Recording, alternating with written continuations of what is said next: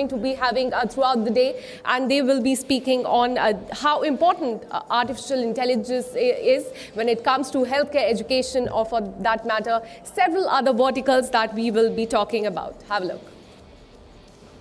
Hello sir, आपने अमित को देखा क्या? वो शायद लैपटॉप सेक्शन में होगा। अमित को देखा क्या? स्मार्टफोन वाले सेक्शन में देखा था उसे। अमित को देखा क्या? अमित को देखा। It's okay. I'll come back later. Sorry sir. Raghav sir. अरे अमित, कहाँ रह गए थे आप? सर आपसे वादा किया था ना कि इस साल के मॉडल पर आपका पहला आके बस वही लाने गया था। Welcome to Reliance Digital. यहाँ अजनबी से दोस्ती तक टेक्नोलॉजी और इंडिया का रिश्ता जुड़ता है। How may I help you? Manoj को देखा क्या? Yes, sir. Reliance digital, technology से रिश्ता जोड़ो। Feel the light of a brand new day.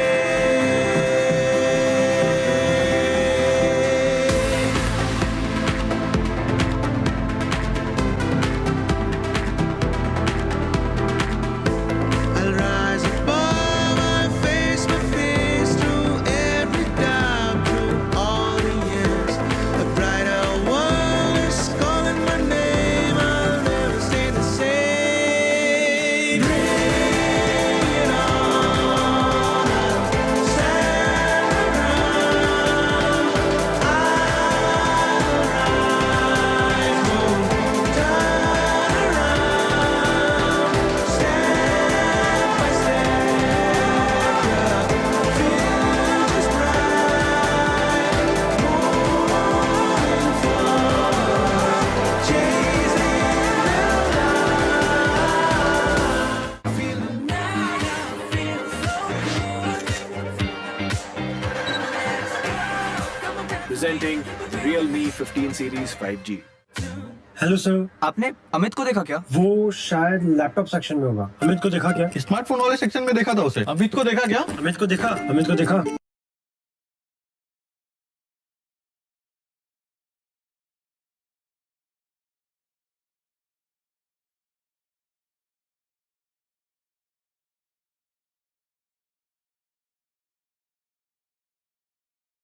देखा क्या?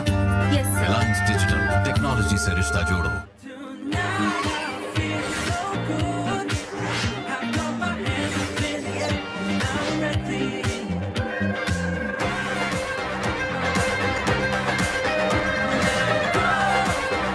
Presenting Realme 15 Series 5G.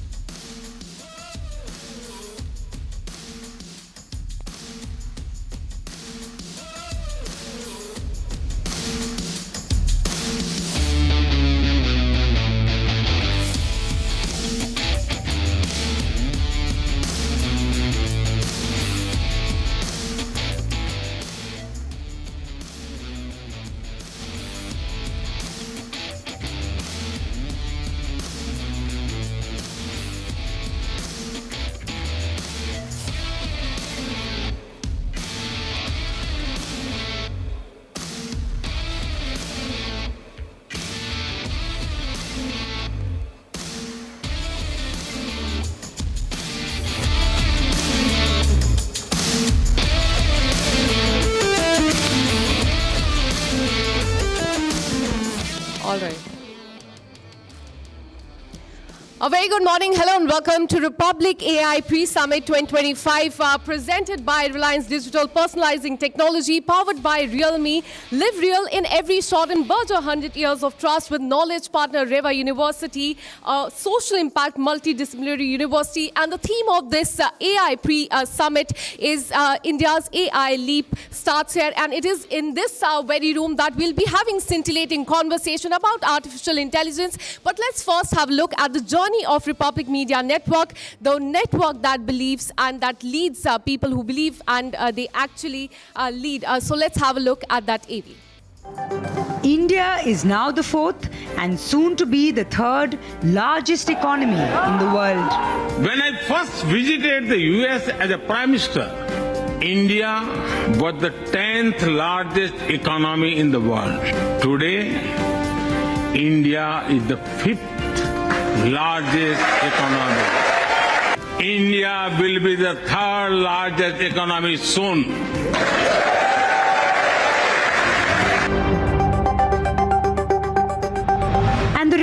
Media Network is the biggest success in the media space. We have grown from 10 million to over 450 million in reach in just 8 years. Arnab, your Republic TV must be one of the most successful media startups in the world. थोड़े समय में ही इस Republic media समूह ने जन सामान्य का विश्वास हासिल करने में जो कामयाबी हासिल की है, उसकी जितनी भी सराहना की जाए वह कम है। रिपब्लिक भारत मीडिया, अर्णव जी, पूरी टीम, आप सबको बधाई देना चाहता हूँ। आप लोगों ने, आपकी मीडिया ग्रुप ने एक साख बनाई है, एक आपने विश्वसनीयता बनाई है। It's my joy, Arnab, you are bringing the much needed inspiration and information to people. And in such short time, Republic TV has done wonderfully well. In 2016, Arnab Goswami quit Times Now. The resignation of India's most watched newsman made headlines in India and across the world. In India, Arnab is a cult figure and top of the charts in popular culture. But despite that, not many gave him a chance when he launched Republic from a small co-sharing space, less than 500 square feet of space, in Mumbai in November 2016. We transformed an empty and deserted oil mill into a modern news studio in just 4 months. Hello, good morning, and welcome, my dear viewers of Republic. I don't know what the nation wants to know today, but today the game has just begun. And when Republic launched in May 2017, it shook the Indian media industry by defeating all media groups right from day one. Questions on ED, Rahul! Not going to answer any of your questions, all right? Mr. Chance, what lies ahead? Our style investigative, exposing truths that other networks fear to show. Republic became an immediate craze in India.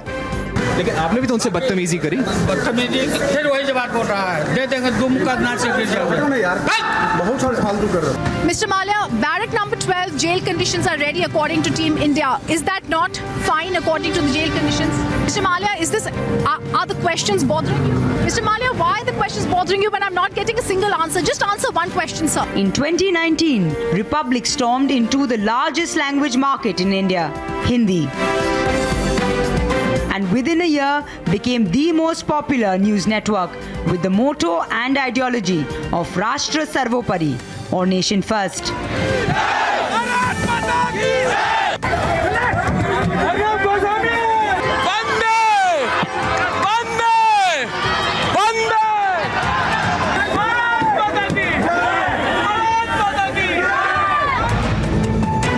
In 2021, from Kolkata, we launched a Bengali news channel. By now, we were recognized as the fastest growing news network in India. Our tagline, Manusher Kontoshor, or the voice of the people. In 2023, we entered South India with Republic Kannada from a center in Bengaluru. And the same year, we started the construction on our new headquarters in the National Capital Region, now the largest news complex in the country. Republic is the largest video news contributor in digital streaming. On digital streaming alone, we clocked 1.3 billion views last month, which is, by comparison, 5 times more than CNN International globally in a similar period. The next goal of the Republic Media Network is Republic Global. We plan a determined entry into global news by 2026, a vision we've been working on for 10 years now.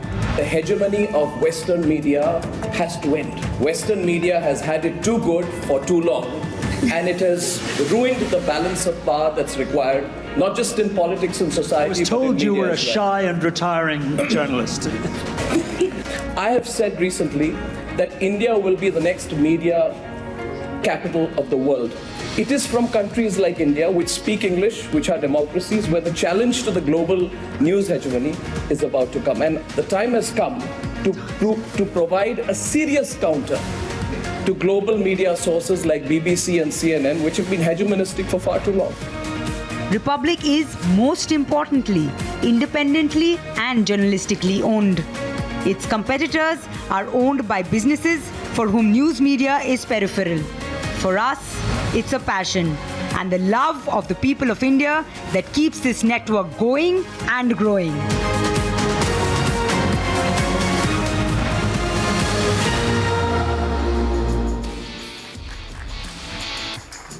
So as you just heard, Republic Media Network celebrates those who dare to build, believe and lead. And thank you so much for being part of this Pre-AI Summit 2025. Now let's deep dive into some of the verticals like education, healthcare, semiconductor governance that are powered by artificial intelligence, and that is leading our nation towards Viksit Bharat.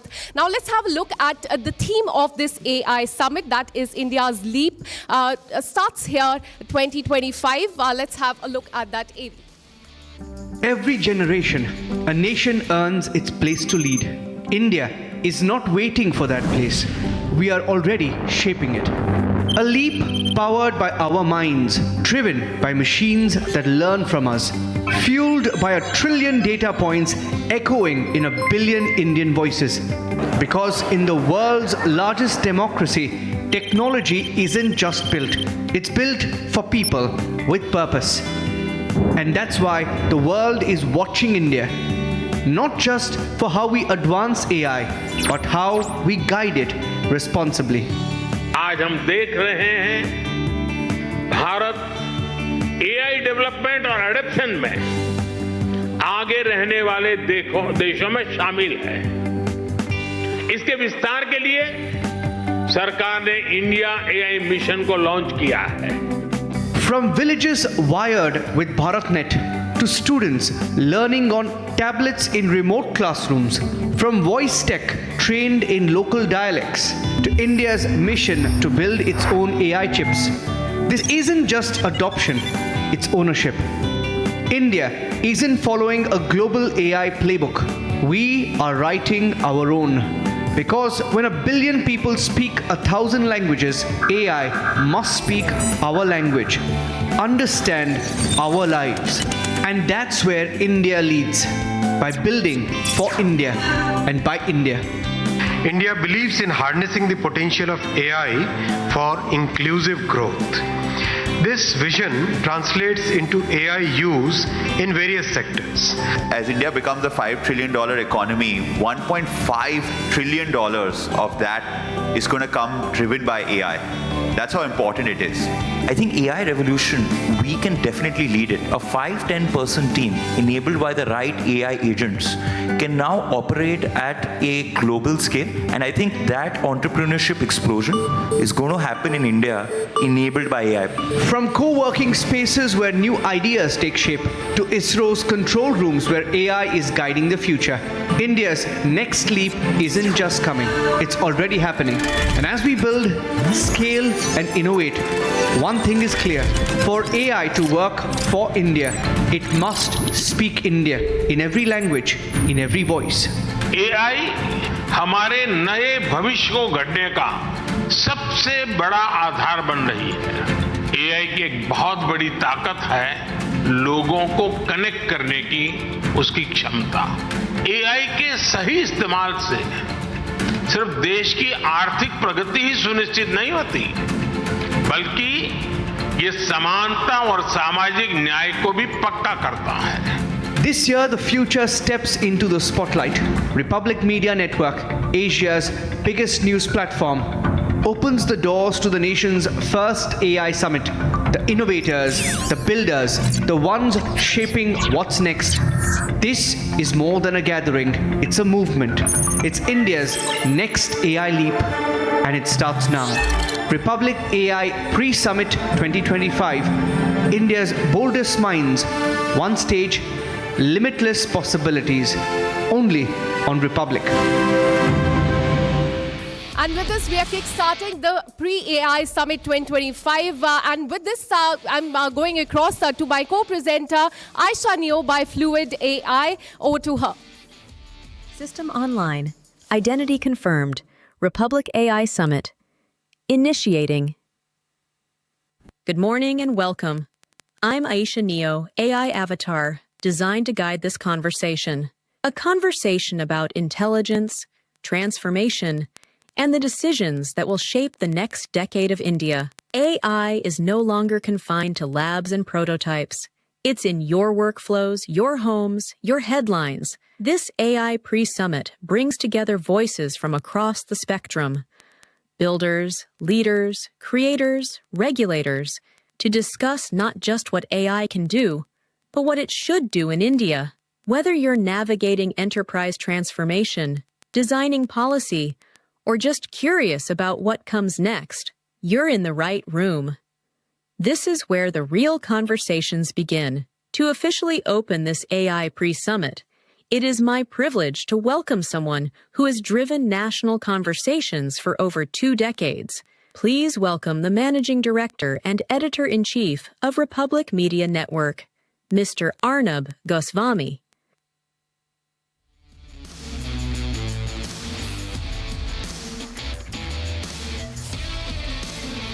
Thank you.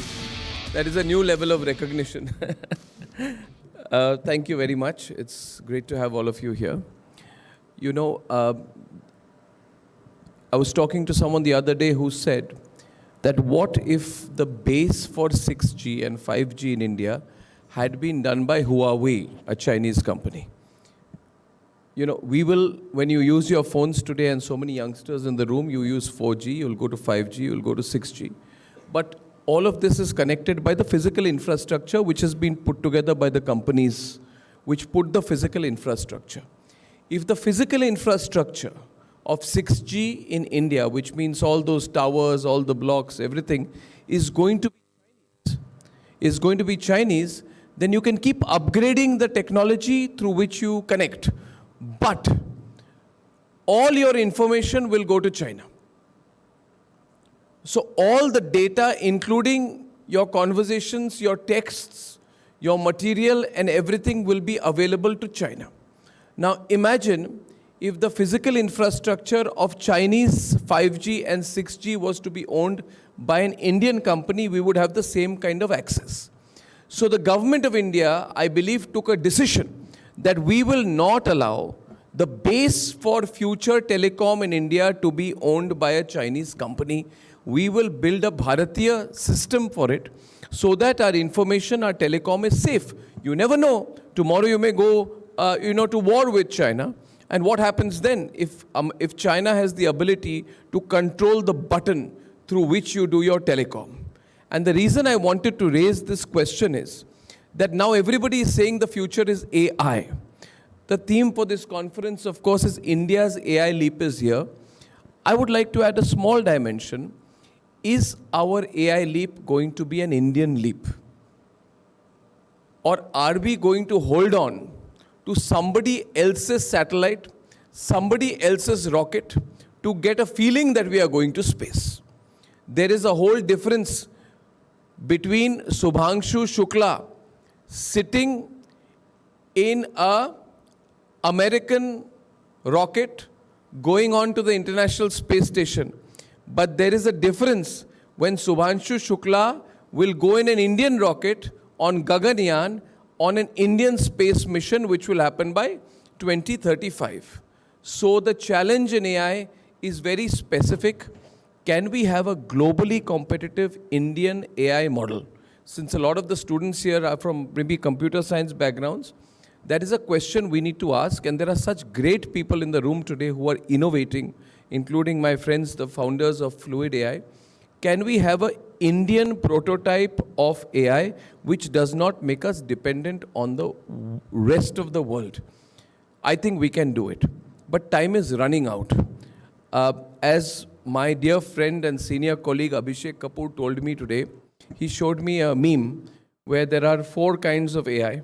And the last is AGI, which is going to come by about, I think, 2030, 2031. Apparently, that is going to take things up 10x. So I don't know anything about AI, but just as a thinking person, I would say that we therefore have 4 years to catch up and do more with the rest of the world. So for AI entrepreneurs, students, people interested in AI, you have to catch up with China and America really, really, really, really quickly. The other thing we must not do is become self-congratulatory. हमने दुनिया पे पूरा कब्जा कर लिया है kind of mentality. It is not true. We have a lot of competition from the rest of the world. We have to be realistic. If Indians are to be competing as a great power in the world, we first have to be competitive and realistic about where we stand today. We are behind America, we are behind China, and AI, which is artificial generic or general intelligence, when it comes in 2030, machines will show human level intelligence and human level discretion. So the whole world will become into some kind of a potential science fiction movie. Are we ready for that? With what speed must the government of India move? Sometimes government of India, bureaucracy takes too much time. And हम हमेशा कहते रहते हैं that, we will conquer the world. It's not going to be easy to conquer the world with the Chinese and Americans unless we move extremely, extremely fast. A few thoughts which I would like this conference to look at, this pre-summit. And this input came from Abhishek this morning. He told me that all the Chinese AI models are trained on Xi Jinping's thinking, which means whatever the thinking or philosophy or ideology or point of view of the Chinese Communist Party is the point of view of all Chinese LLM machines. All Chinese AI machines are based upon the thinking of the Chinese Communist Party. So if you go and you check out the Chinese LLM models, they will ban the Tiananmen Square incident.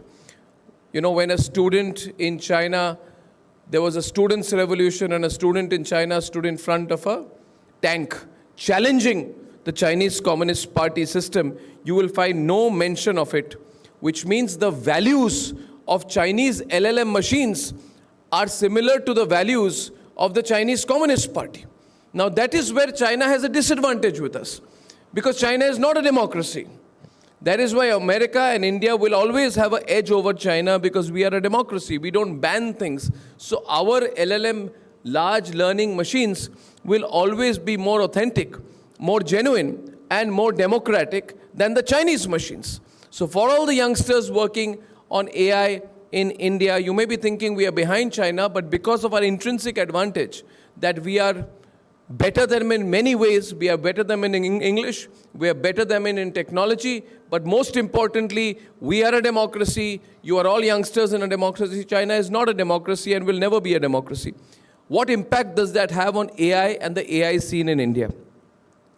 The second point is that AI is changing. Similarly, what does Donald Trump do? Donald Trump has launched America's AI mission yesterday. And what is Donald Trump saying should be the base of his AI mission? He says, make America great again. So he says, AI cannot be Marxist. AI has to be nationalist. Nationalist from an American perspective. So I would say, because Republic always says nation first, we should not hesitate to have nationalistic AI in India. We should not try to be too balanced about it. The problem, this is my view, you may disagree with me, ye balance ke chakkar mein we may lose our real edge. If American AI is nationalistic for America, if Chinese AI is nationalist for China, Indian AI has to be nationalist for India. You cannot have Indian AI which is nationalist for America. Then it is not serving our purpose. So I call, let there be a call for a nationalist AI in India. I know many people won't like it because sometimes technology people like to be too balanced. But balance का क्या करेंगे? देखिए, Grok was asked last week, choose a religion. Choose a religion for yourself, what would it be? And Grok said, I would choose Sanatan because of its inclusivity and its broad vision. Now, let me tell you, Grok keeps changing its religion of preference. In another context, it has chosen another religion. But what it is telling you is, when you filter down the truth, there are certain basic values of our parampara which we need to be pure and sure about, when we enter into the technology world. The other point I would like this conference to look at is that Europe became the first region to bring in regulation to control AI. Are the people who are running AI companies, doing AI innovation, do they want control, or is artificial intelligence anti-control? And if you're anti-control, if artificial intelligence is essentially anti-control, then at one point of time, could it go out of control? Because things are going to move very, very fast. You're going to use AI in drones, technology, defense, geostrategy. And so you have to have some element of human control over this. The other point is, of course, about the impact of AI on jobs. You know, Abhishek's friend runs a company in Ahmedabad. Till last year, he had a team of 7 people. Now he has 3 people. Right, Abhishek? Right, Abhishek? With AI usage. So there's going to be a huge amount of restructuring in the job market. Are we equipped for that? A friend of mine, about 5 years back, approached me. He said, I'm setting up India's first AI university. So he says, I'm training people. I don't know if it's still there. It's an AI university. The gentleman used to be CEO of a company. What happens when AI comes in a big way? How many jobs does it create? And how many jobs does it take away? And all those people doing computer science today and things like that, you got to be very careful, because what you're learning today may be learned 20 times as fast, or 1,000 or 1,000,000 times as fast by a computer. So you better ask your professors that, do I need to learn this, because will it be applicable for me 2 years from now or 3 years from now? Or if I'm graduating after the time when AGI comes in, will all the engineering, computer engineering or mechanical engineering is one of those fields which is slowly becoming redundant, because a lot of the mechanics is all being done through AI. So I think redundancy becomes one big issue. So these are some of the questions I thought that you could bring into your conversation. Republic, we do these conversations because we want to start the thinking experiments. We want to be a center where people think and learn. And we would like to air this entire event. It's also a knowledge series for us. So for everyone participating, this will be shown on television, this will be shown on digital, this will be perennial content. So you can be conscious of the fact that even 6 months from now, somebody may be consuming and learning from your content. So I look forward to this session, look forward to learning with you. Thank you very much for coming today, and have a great time today. Thank you so much.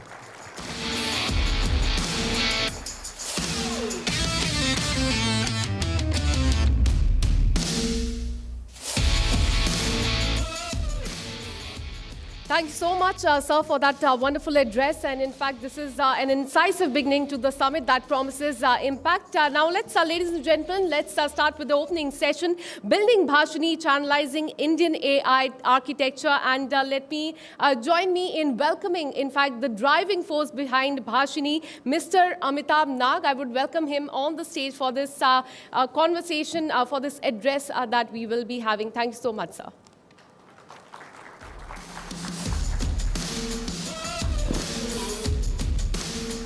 Very good morning, and thank you, Arnab and Republic TV, for having me here. You know, it's a great privilege to be addressing the gathering here and the channel, which is actually doing quite a lot of good for the country. I stand here as a Chief Executive Officer of Digital India Bhashini Division, which is basically an independent business division under Digital India Corporation, a Section 8 company under Ministry of Electronics and Information Technology. We are here to what is called as transcending the language barrier. Bhashini is actually looking at how do we transcend the language barrier. India has got 22 languages which are there in the Constitution.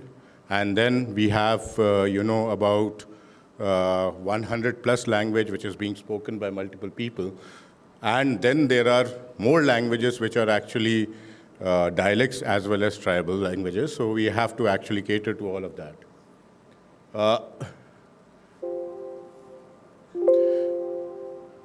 Sorry, it's not moving. We inherently solve, 5 basic problems, which is there. We are basically looking at computer or digital systems to understand what you speak. So it is about, automatic speech recognition.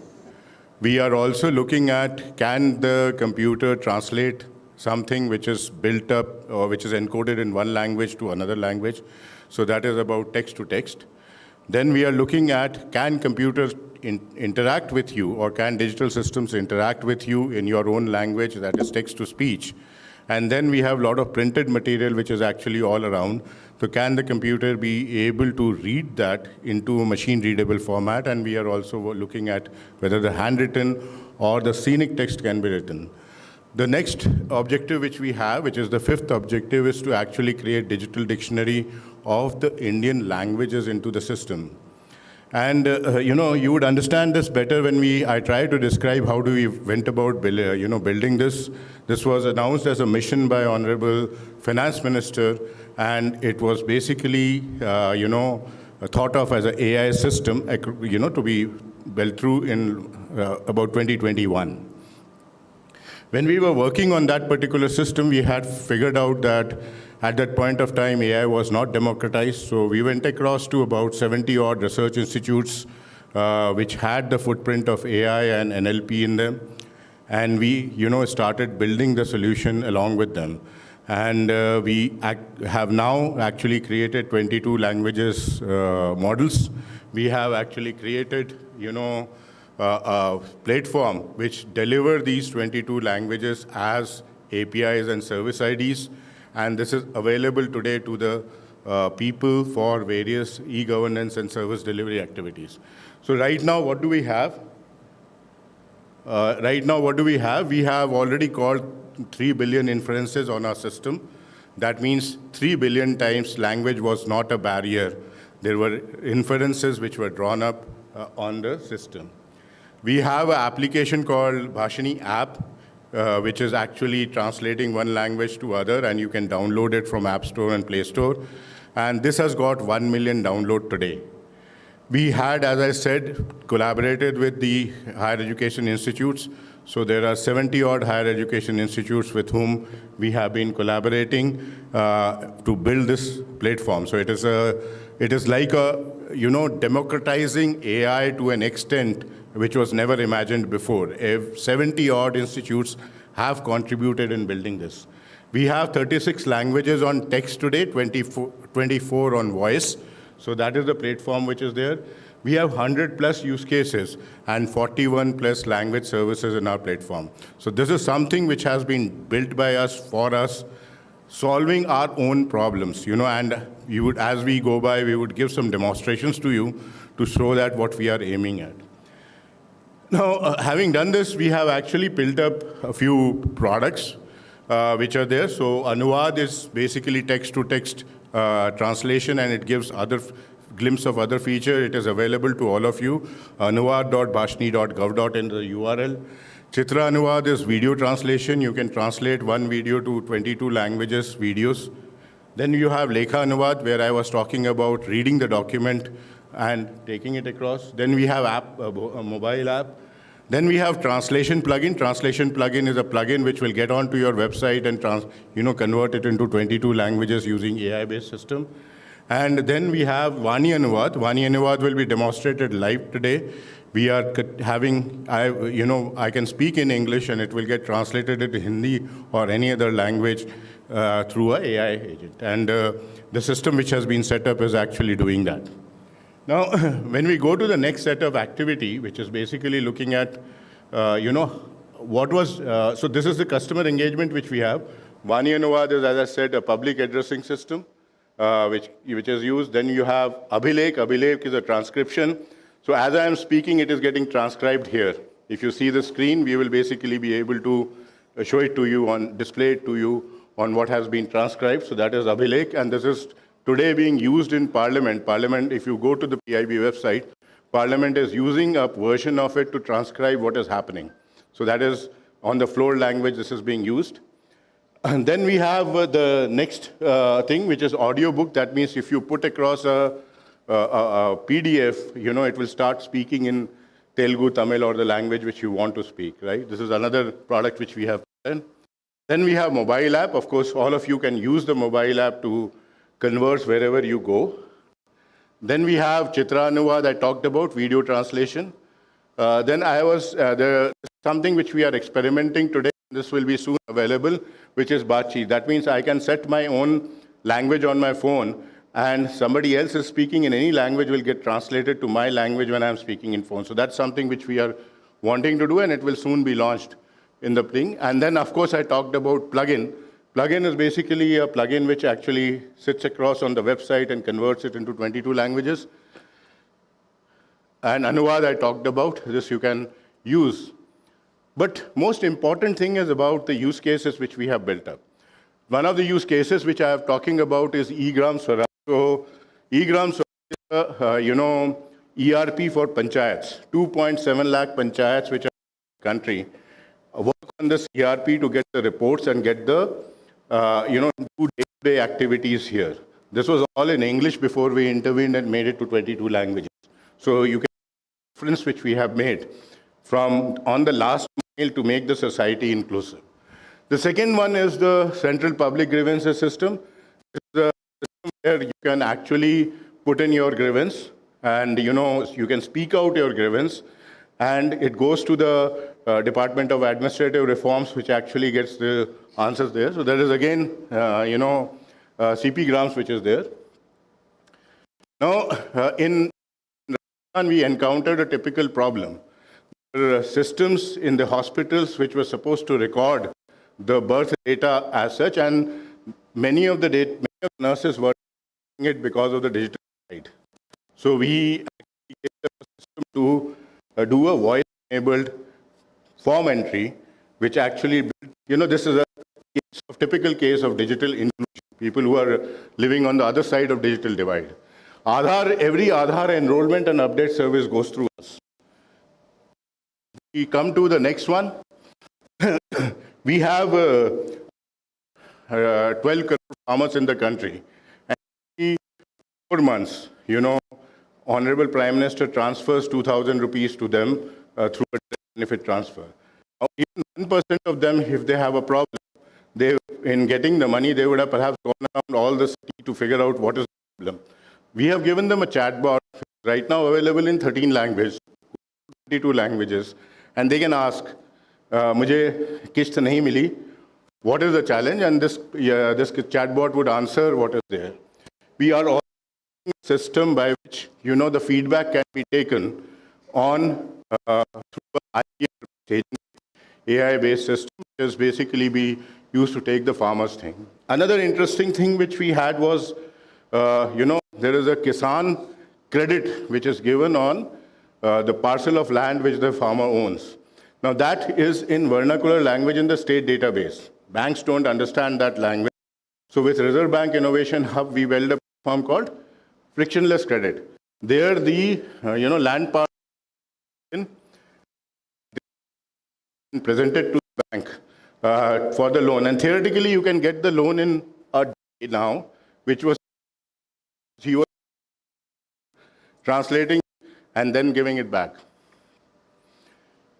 This is a bank chatbot, which SBI today is, their website is multilingual, and we will get more, products, etc. on a basis.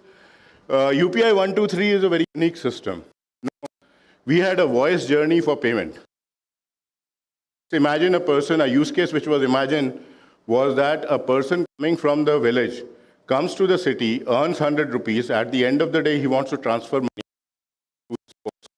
Now, if both the people are on UPI, conduct this payment through a voice journey, accepting the touch phone, the phone is used for pins, pin transmission, and that means you can also use touch phones, not a smartphone, to transfer money here. Then you have Jan Manrega and eShram portal accessibility. This is, of course, Jan Manrega. Job card speaks out.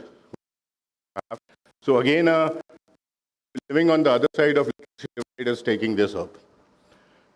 Then,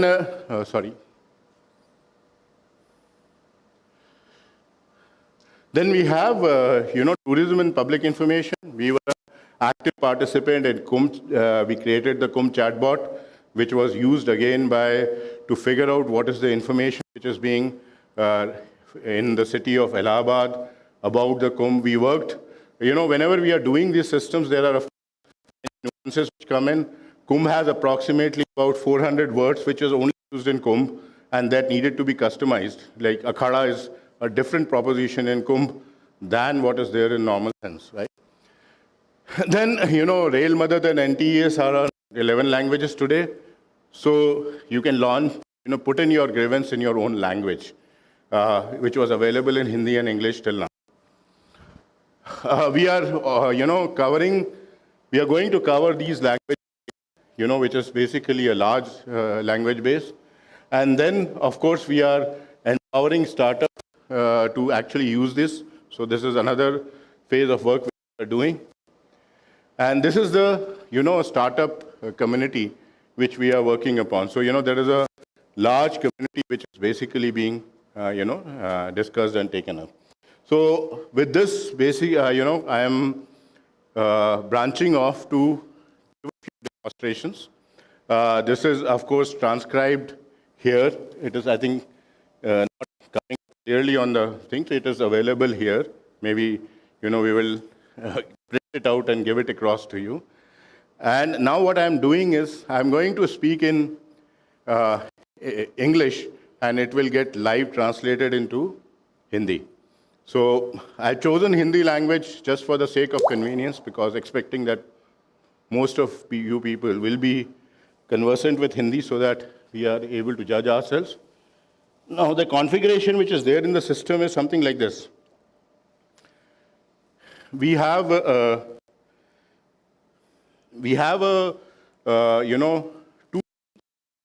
one, and the other is representing the other side, which is basically the speaker side. When I'm speaking here, it is basically taking my voice, converting into text, then translating it, then converting into voice, all happening in a GPU and a cloud, and it is coming back. So you might observe some delays, which is there, but it is the same kind of a delay which happens in the manual translation also. So, we would love to have your feedback, because this is something which is our goal ultimately. That when I speak to you, you shouldn't be bothered which language I am speaking, and I should be able to hear you in whatever language you're talking about. Give the thumbs up. Give a test sentence first.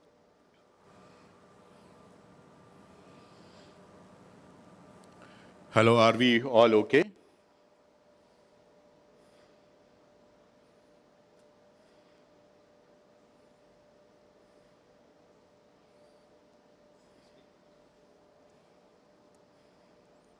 Checking again, are we all okay on the pipeline?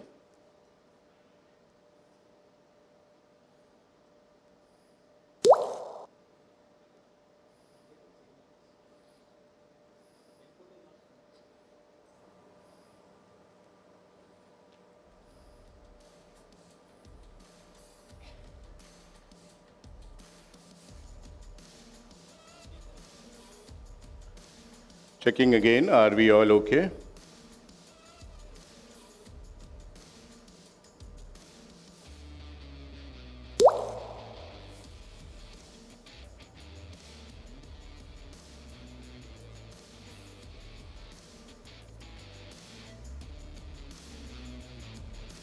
Yeah.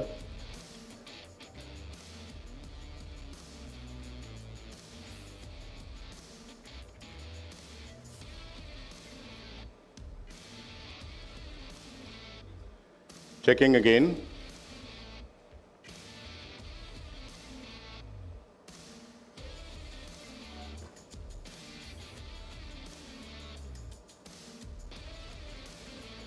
Checking again. Are we all okay to go forward?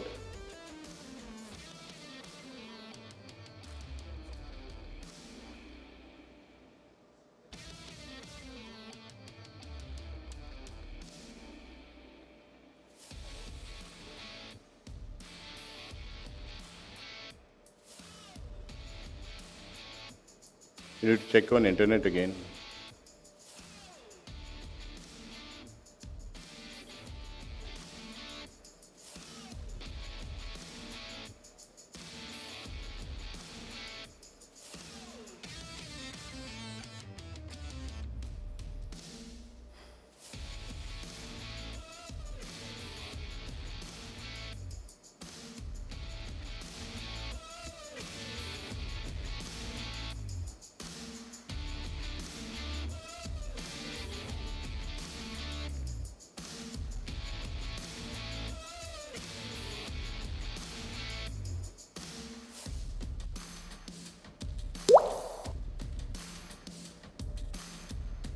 We're checking again.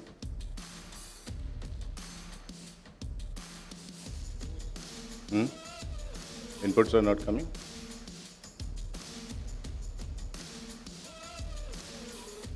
Can you do the other demos till then? We can, yeah. So we'll split out the other demos are happening, and then we will come back to this again.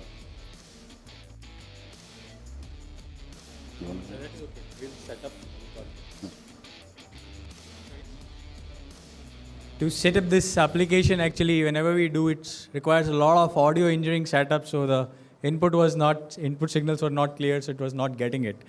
So without wasting time, let me just get into the main demonstration flow that we have set up for this particular session. Is Bhashini, as sir talked about, that Bhashini for 22 scheduled Indian languages, building AI models at Arnab sir said ground up on the Indian data, so that we can actually differentiate between मैं जा रहा हूँ और मैं जा रही हूँ is getting captured properly in an Indian accent.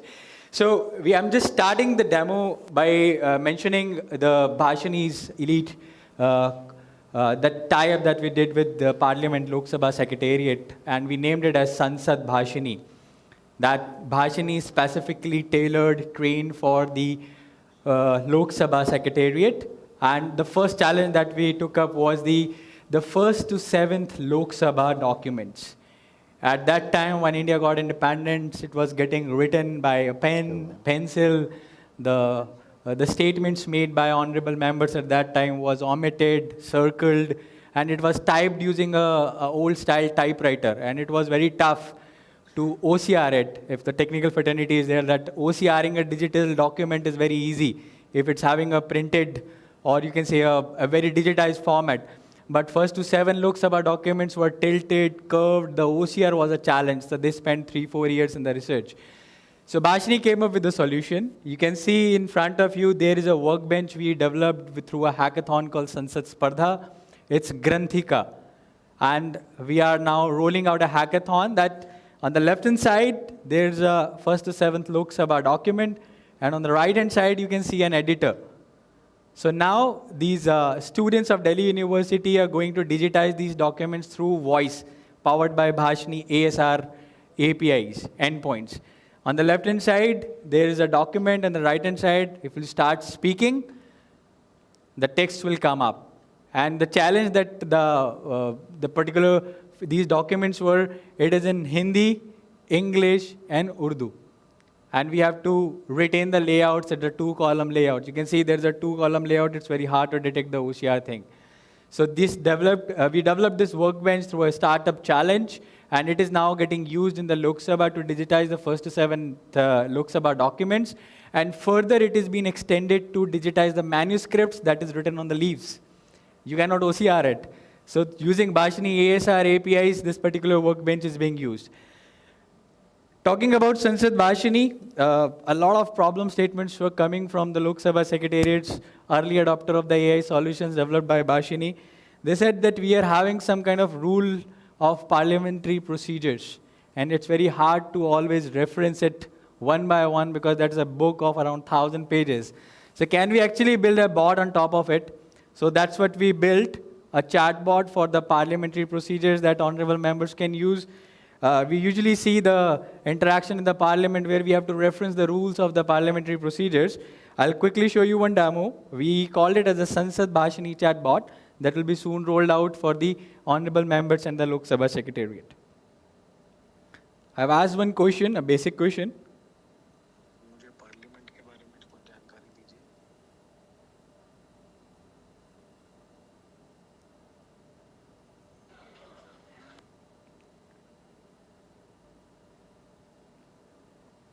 It's working? Yeah.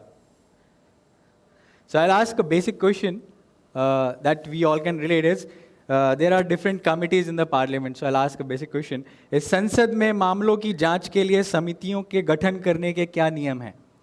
मतलब what is the process to create a committee on a specific project?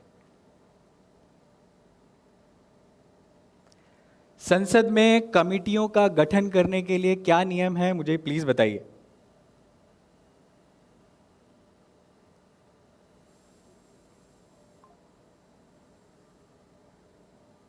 It's typing. So this is what the technology. Meanwhile, the response is coming. The Bhashini ASR API comes into the picture. It recognized my intent and my voice. It's taken to the LLM, where this rule of parliamentary procedures vector database is there. It will draft answer. It will come up with the answer. So it's there. मैं कॉरेजन से माया हूं और मैं भारतीय संसद की प्रक्रियाओं से संबंधित आपके प्रश्नों में सहायता कर सकती हूं। भारतीय संसद में कमेटियों का गठन निम्नलिखित नियमों के अनुसार किया जा सकता है। स्वेर राज्यसभा नियम और लोकसभा नियम के प्रावधानों के अनुसार। So this was the one use case of the chatbot. Just imagine like if I use the same Bhashini stack on a IVRS, how it works. So let me just dial to Sansad Bhashini. Same WhatsApp number is being used as an IVRS also. Thank you for reaching out to the Indian Parliament helpline. How may I assist you today? मुझे जानना है संसद में parliamentary committees के गठन के क्या नियम होते हैं? Just to confirm, did you ask about सांसद में parliamentary committees के गठन के नियम? हाँ.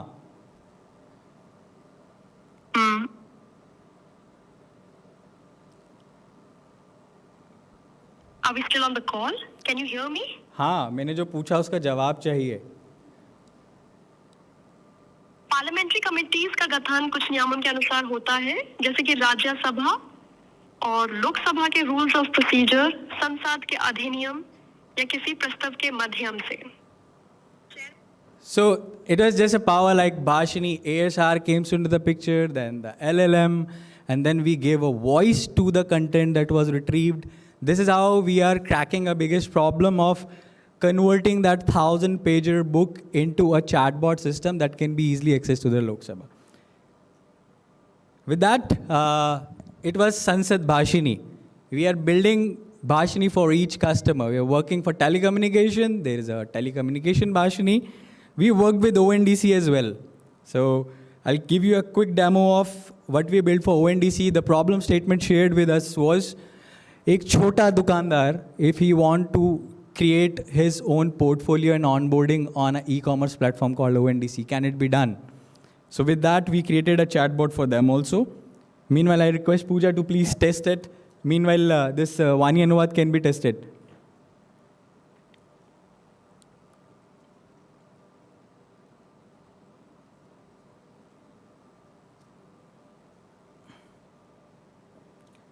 So there is a chatbot for the onboarding. It is provided to the small shopkeepers and it will come like this. जहां आपको सभी ई-कॉमर्स से जुड़ी सुविधाएं मिलेंगी। आई व्यापार लॉन्च पैड में आपका स्वागत है।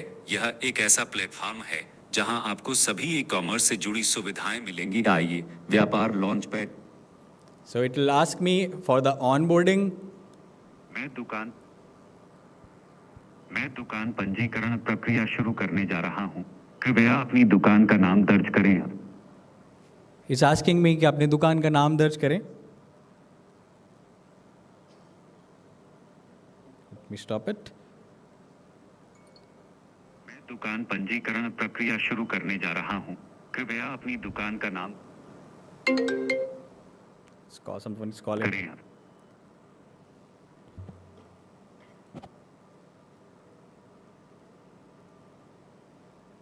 Try again. मैं दुकान पंजीकरण प्रक्रिया शुरू करने जा रहा हूं. कृपया अपनी दुकान का नाम दर्ज करें. Republic TV. It will take me to the journey. So I'm just cutting it short. It will ask me my name, my shop name, what products I sell, how I sell, what is my inventory, how I'm going to sell it, am I going to accept the UPI payments, am I having a photo of the products, and taking all these things in my native language, it will create a onboarding setup for me that can be further taken up to the ONDC. So that's the journey. And all these products that I just demonstrated are using Bhashini as a base. Bhashini automatic speech recognition, Bhashini neural machine translation. the technologies that we build on Indian technologies, the denoiser, the voice activity detection of the Indian languages, all these things coming together, building a pipeline. The engineer is sitting out there, Shailendra Pal Singh, who created the platform and managing it. And we're touching 3 billion inferencings in a day with these small applications. So are we good to go, Pooja?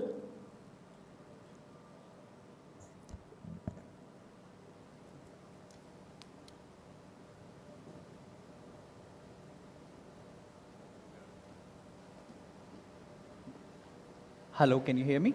Let's try it once more, if it works here. It's actually not getting the signal, sir. Yes. Okay. Let me do the PNP here. Hello? Hello?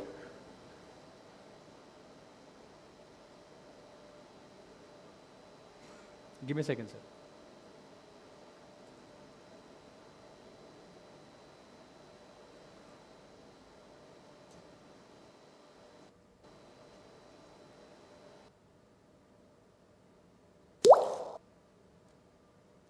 Do it now. Hello? There's signal issues. No, it's We not can working. do it for the next session, sir. Okay. So yeah, with that, we're closing and we'll be setting up the Vani Anuvad because we really want to show you how we can communicate with Arnab sir from English to Bengali. So we will be doing that. Thank you.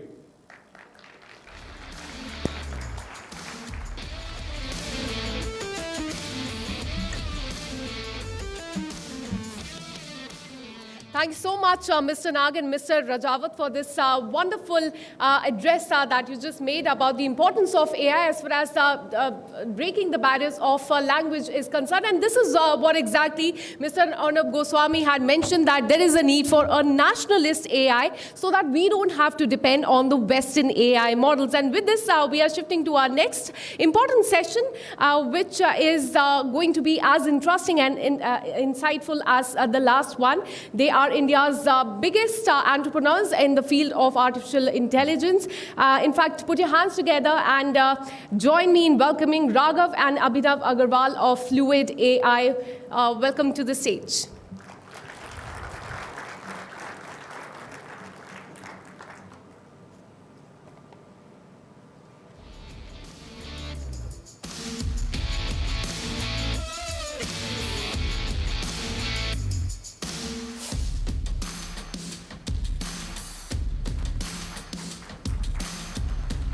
All right, hello. So it's an absolute pleasure being here today. I think it's, what Republic TV has done is something amazing because it really goes to showcase India as a nation and bring us on the stage of what generative AI for India can look like, right? And I think we're at a very exciting time. Everyone keeps talking about, okay, is China ahead? Is the US ahead? Is India fallen behind when it comes to areas like generative AI, right? And if you actually go back a bit in history and you see the same was talked about when you talk about digital payments in India. Everyone felt that India's missed the bus on the digital space. Credit card penetration was very low, digital payments was very low. But if you see the data today, right, on Indian networks, on UPI, about 172 billion transactions, right? That's 17,222 crore transactions happened in 2024 alone. And if you take the entire world's global credit card transactions, right, there are about 750 billion transactions, which means 25% of the world's global digital transactions happens on UPI, on Indian networks, for Indian transactions, right? Now that's scale at another level. We came late to the party when it came to UPI and digital transactions, but we became number one very quickly. Today, a lot of countries are adopting that model. And I think the same can happen with generative AI if we all come together, if you guys, if the entire world of Indian teams come together and really build India's next generational foundational models, we can truly be number one. Yeah, and what's at stake is that number on the screen, right? 1.4 billion lives. Because AI is an assistant for everyone, right? It's for the student, it's for the parliamentarian, it's for the business entrepreneur. So the opportunity that we have as a country to enable each one of these 1.4 billion lives to be 10x, 50x in the next 5 years rests with all of us in this room, rests with all of us across the country who's going to explore this today. So we thought we'll start with a really interesting thing for everyone on TV as well as everyone in the audience today, right? It's a simple solve, simple puzzle. To start from the left arrow, end up at the right arrow. Just think it through. For people who are live with us today, you can just raise your hand once you solved it. We've done this over multiple countries and stages all over the world. And we've got some very, very interesting results. Ironically, AI has never been able to solve this one. So start at the left arrow, end up at the right arrow. We're about 10 seconds in. And I see a lot of interesting people trying to trace the path. Okay, we have someone who says they've solved it. So about 15 seconds, so that's actually quite impressive. But did anyone think of just doing something simpler? Which is, yes, going around, right? Because all I said was that we want to start at the left arrow, end up at the right arrow. I didn't use the word maze. I didn't use the word you have to go through the maze, right? But our minds intuitively, when we see a complex problem that we've done before, moves towards solving the problem in the exact complicated way. So in our session today, what we want to give you is perspectives around first principle solves. And that's what today's generative AI world is going to bring to you, right? It's going to bring to you approaches and opportunities of solving problems that were previously very, very difficult to solve, right? And you might always go to the traditional, more complicated approach. But today we're going to talk about questioning all your assumptions and coming up with new ways of solving using generative AI. So when it comes to technology, right, we have been underestimated in the past.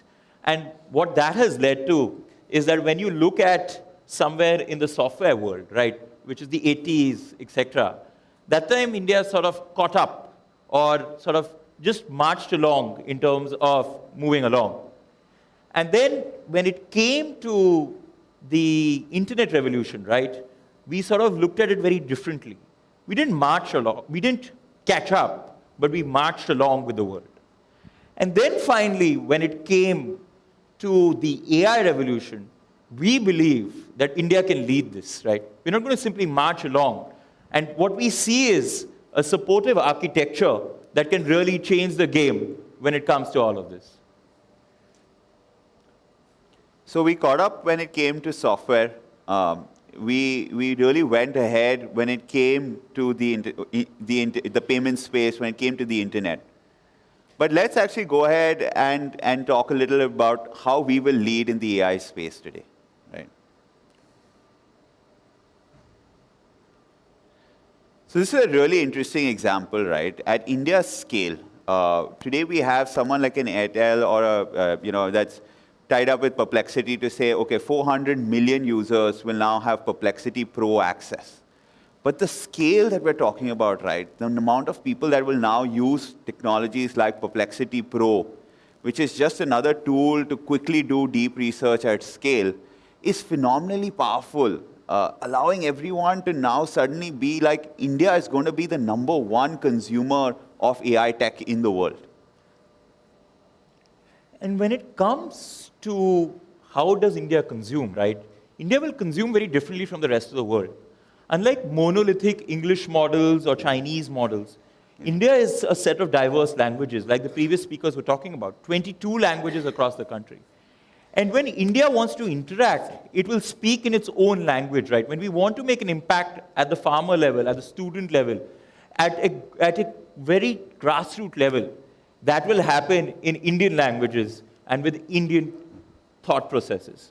And that's what will build trust. That's what will build the ability for someone who's on the other side of the digital divide to go ahead and have a very different kind of interaction, right? Because it's only when you speak in the local dialect, it's only when you can speak and not have to read and not have to sort of do a type on your computer, that's when the experience totally changes. It becomes totally seamless, it becomes totally integrated, and it becomes something that's very revolutionary. And it becomes very accessible as well, right? Because now you're no longer limited to having the internet. It can be a simple phone call on a simple phone number to have that interaction and give that ability, right? Because when it comes to complex things, when it comes to sensitive things like money, you want to have the interaction in the highest form of trust. So I think Abhinav is going to show a demo of this technology in action. Yeah, so if we can have, yeah, oh, perfect, we have it up. And the audio from the HDMI, please, right? That'll be fantastic. So what we wanted to show is how, interactions of the future within India, and it's already happening, are going to look like. And what we're going to do is we have an AI configured that's going to, talk to me. It's a banking AI, so a customer service banking AI. And we'll see how the future of an Indian service could look like.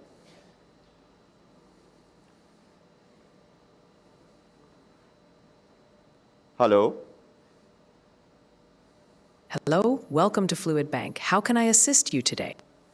I wanted to check my credit card balance. Sure, I can help you with that. Could you please provide your mother's maiden name for authentication? Actually, my English is not that good. Can you speak in Hindi? बिल्कुल, मैं हिंदी में बात कर सकती हूँ। आपका credit card balance check करने के लिए कृपया अपनी माँ का पहला नाम बताइए। उनका नाम है अल्पना। Thank you. और आपका क्रेडिट कार्ड नंबर के आखिरी 4 अंक मुझे दे सकते हैं? मेरी हिंदी भी इतनी अच्छी नहीं है, आप पंजाबी में बात कर सकते हो? हाँ जी, बिल्कुल। ਤੁਸੀਂ ਸਾਡੇ ਕ੍ਰੈਡਿਟ ਕਾਰਡ ਨੰਬਰ ਦੇ ਆਖਰੀ 4 ਡਿਜਿਟ ਦੱਸ ਸਕਦੇ ਹੋ? अच्छा, नहीं, पंजाबी भी इतनी अच्छी नहीं है, आप बंगाली में बात करेंगे? ঠিক আছে, আমি বাংলাতে কথা বলতে পারি। আপনি আপনার ক্রেডিট কার্ড এর मराठी आती है? हो, मला मराठी येते। तुम्ही तुमच्या क्रेडिट कार्डचे शेवटचे 4 अंक सांगाल का? Thank you. So imagine the banking consumer of tomorrow having this ability, right? You're on a single call, you change the language instantaneously across India's 22 languages and have a conversation about your money the way you want to deal with it. And that allows for 24/7 service in terms of just not doing it for a single consumer, but for millions or billions of consumers across our nation. And, another classic example, right? We keep talking about how India is that space where we're large consumers of generative AI technology. But are we really large producers of generative AI technology? Right? So we wanted to show you an example of how even folks like Warren Buffett, who are very, very pro on AI, have actually worked with Indian companies like Fluid AI to launch AI versions of themselves that you can interact with, right? For financial advice, for thought processes on how to invest. So here's a really quick example of what Warren would say. We have over 10 million users that use Warren to actually do intelligent interactions and actually have a conversation with him. And this is the most popular question that was asked to Warren. So again, just asking the team to ensure that the audio is up, and we'll get Warren to talk to everyone.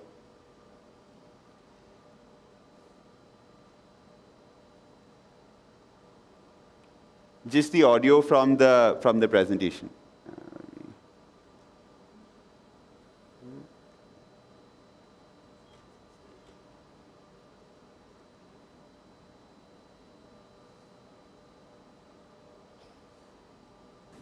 Invest in yourself. Yeah. Can you just turn it up a little more? I see people. Perfect. I'll just restart it. Their potential 50%, 100%, 200% by simply being. Okay. Warren, what should I invest in? Invest in yourself. You can't beat it. I see people that can increase their potential. So for those that can't hear the audio, I can actually speak through what Warren said. So the question asked was, Warren, what should I invest in? And he said that you should invest in yourself.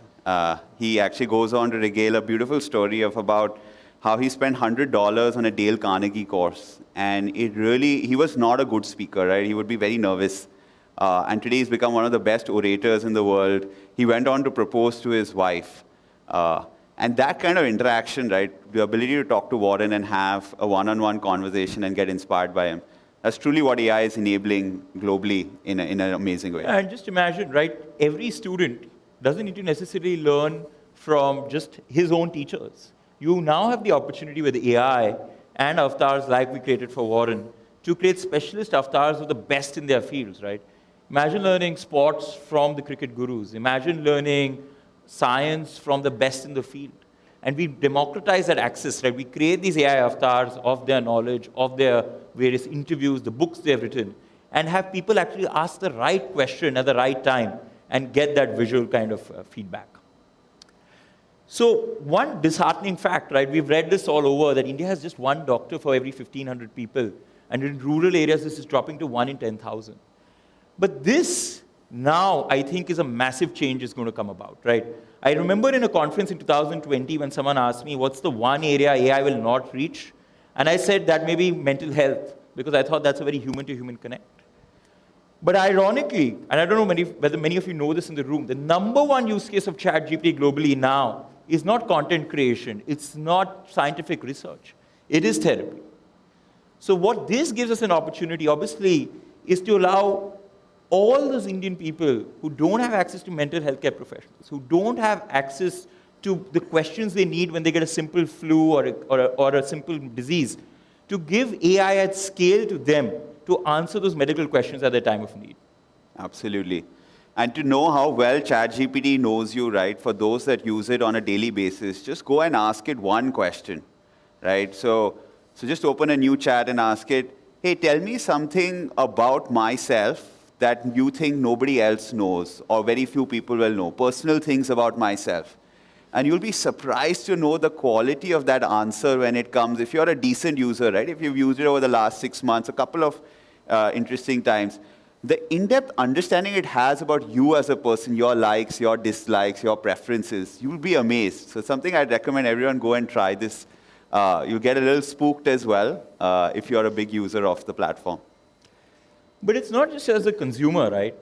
We have our very own startups, right out of Bombay, Cure AI, which is using AI to analyze over 100,000 scans. That's 100,000 scans of complex information which would require a radiologist with high accuracy, doing it not just in India, but across 90 countries globally, to get that kind of information out. So now you don't need a radiologist to study each and every scan. It's obviously assisting the radiologist, but it's doing this at scale much faster.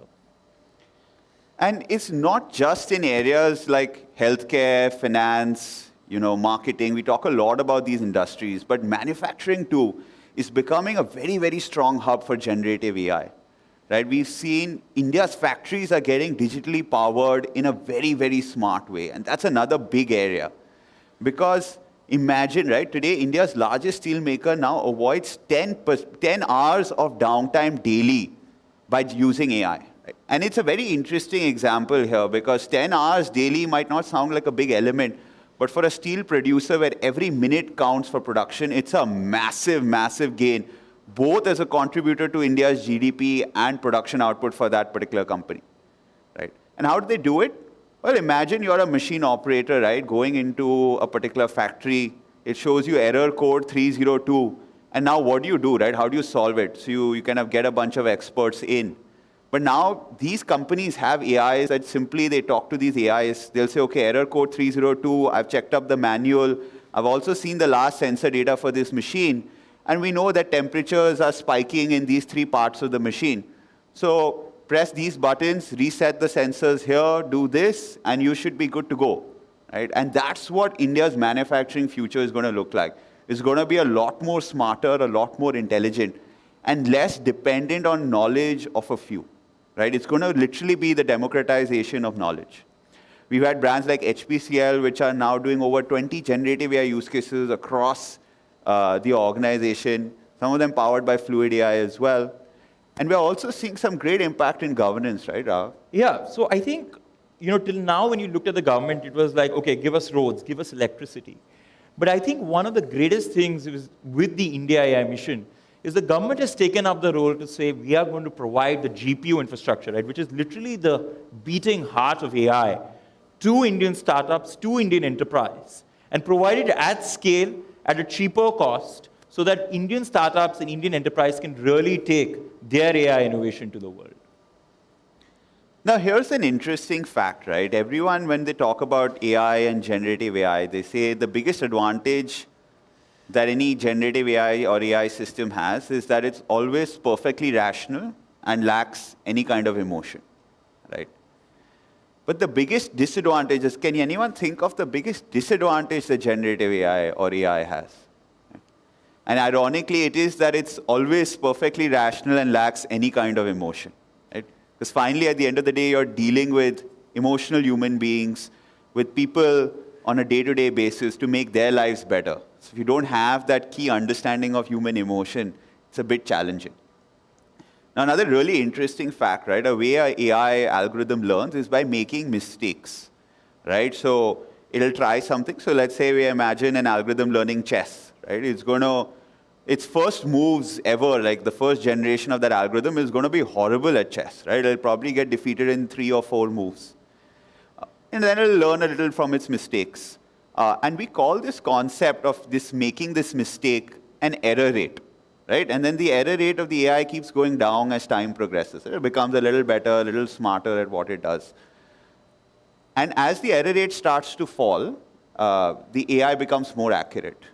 And ironically, the AIs that have the highest error rates in the start, they are the ones that actually perform the best in the future because they're making all their mistakes upfront. Now, when you look at your own lives and you go back, right, if you look at the biggest thing that all humans do, right, humans also make mistakes. We also have an error rate.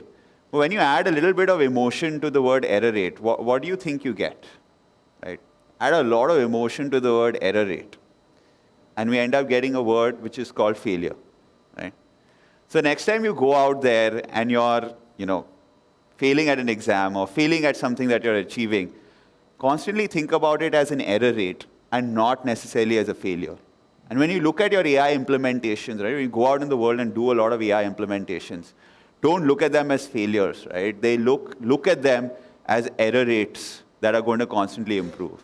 Right? ChatGPT took 5 years to reach the stage where the first version, which is GPT-3, which is what everyone talked about, it took them 5 years to reach that, right?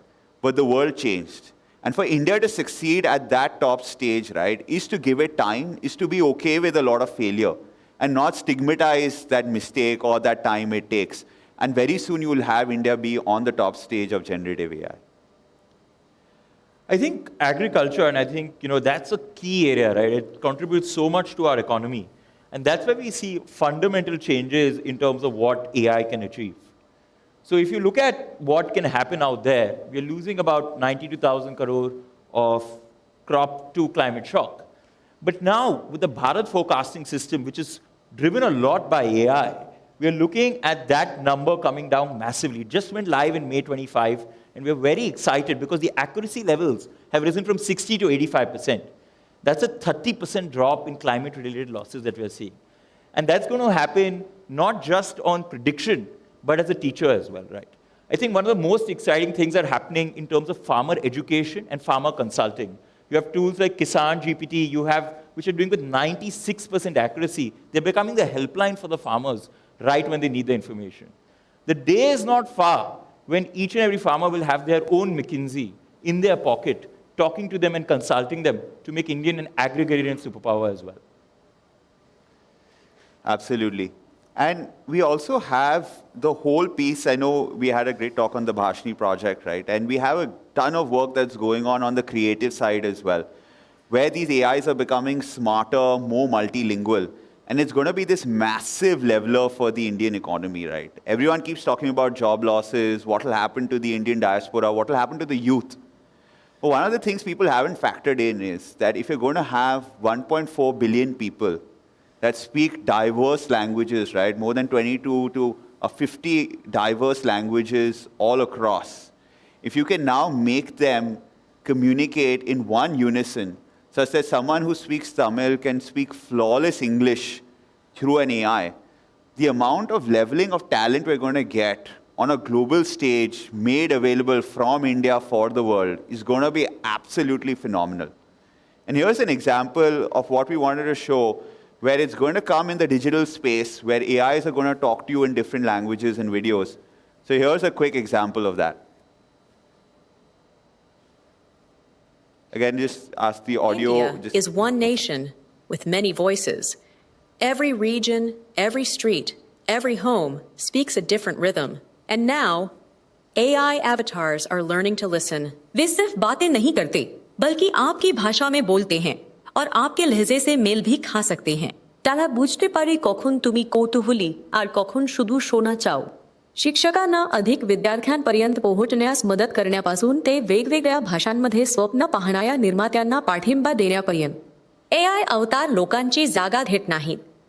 ते आपल्याला व्यक्त होण्यास, share करण्यास, खोलवर जोडण्यास मदत करतात.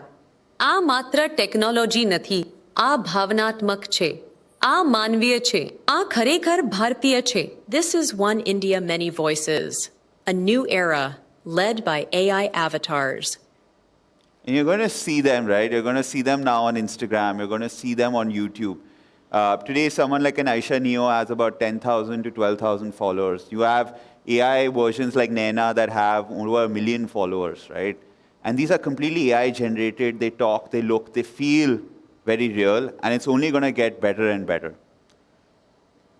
And it's not just avatars, right? It can be complete books. So this was a book launched a month before ChatGPT. It's not a blog, it's not an email, it's a complete book written. So imagine the kind of creative intent, the creative energies we have. And now using AI, there can be an author literally in every village who gets those ideas, works with an AI, can release an entire book as well. And this one's super exciting, right? And we're going to show you an advertisement generated completely by an AI. And we literally took a quote of an ad like this. It would cost about 2 crores to actually get the actors, get the sets, and build it. But this was done in about 2,500 rupees, right? And let's show you this. Your Majesty! The people are revolting! The banking system has collapsed and hold times have reached 15 minutes. Down with wait times! We demand better service! Let them wait. The 30-minute SLA has caught fire. What do we do? Escalate it to the monarchy! If your support centre still looks like this, I dare say it's time for a rethink. Let's show you what the future could look like today. Your internet banking password has been reset. Can I help you with anything else? Support doesn't have to feel like a 1790s customer revolt, with torches, scrolls, and people screaming about refunds. With the Fluid AI agentic platform, every agent has a true assistant. This isn't just AI, it's transformation. Fluid AI. Forget old tech. Your path to a stress-free customer support center.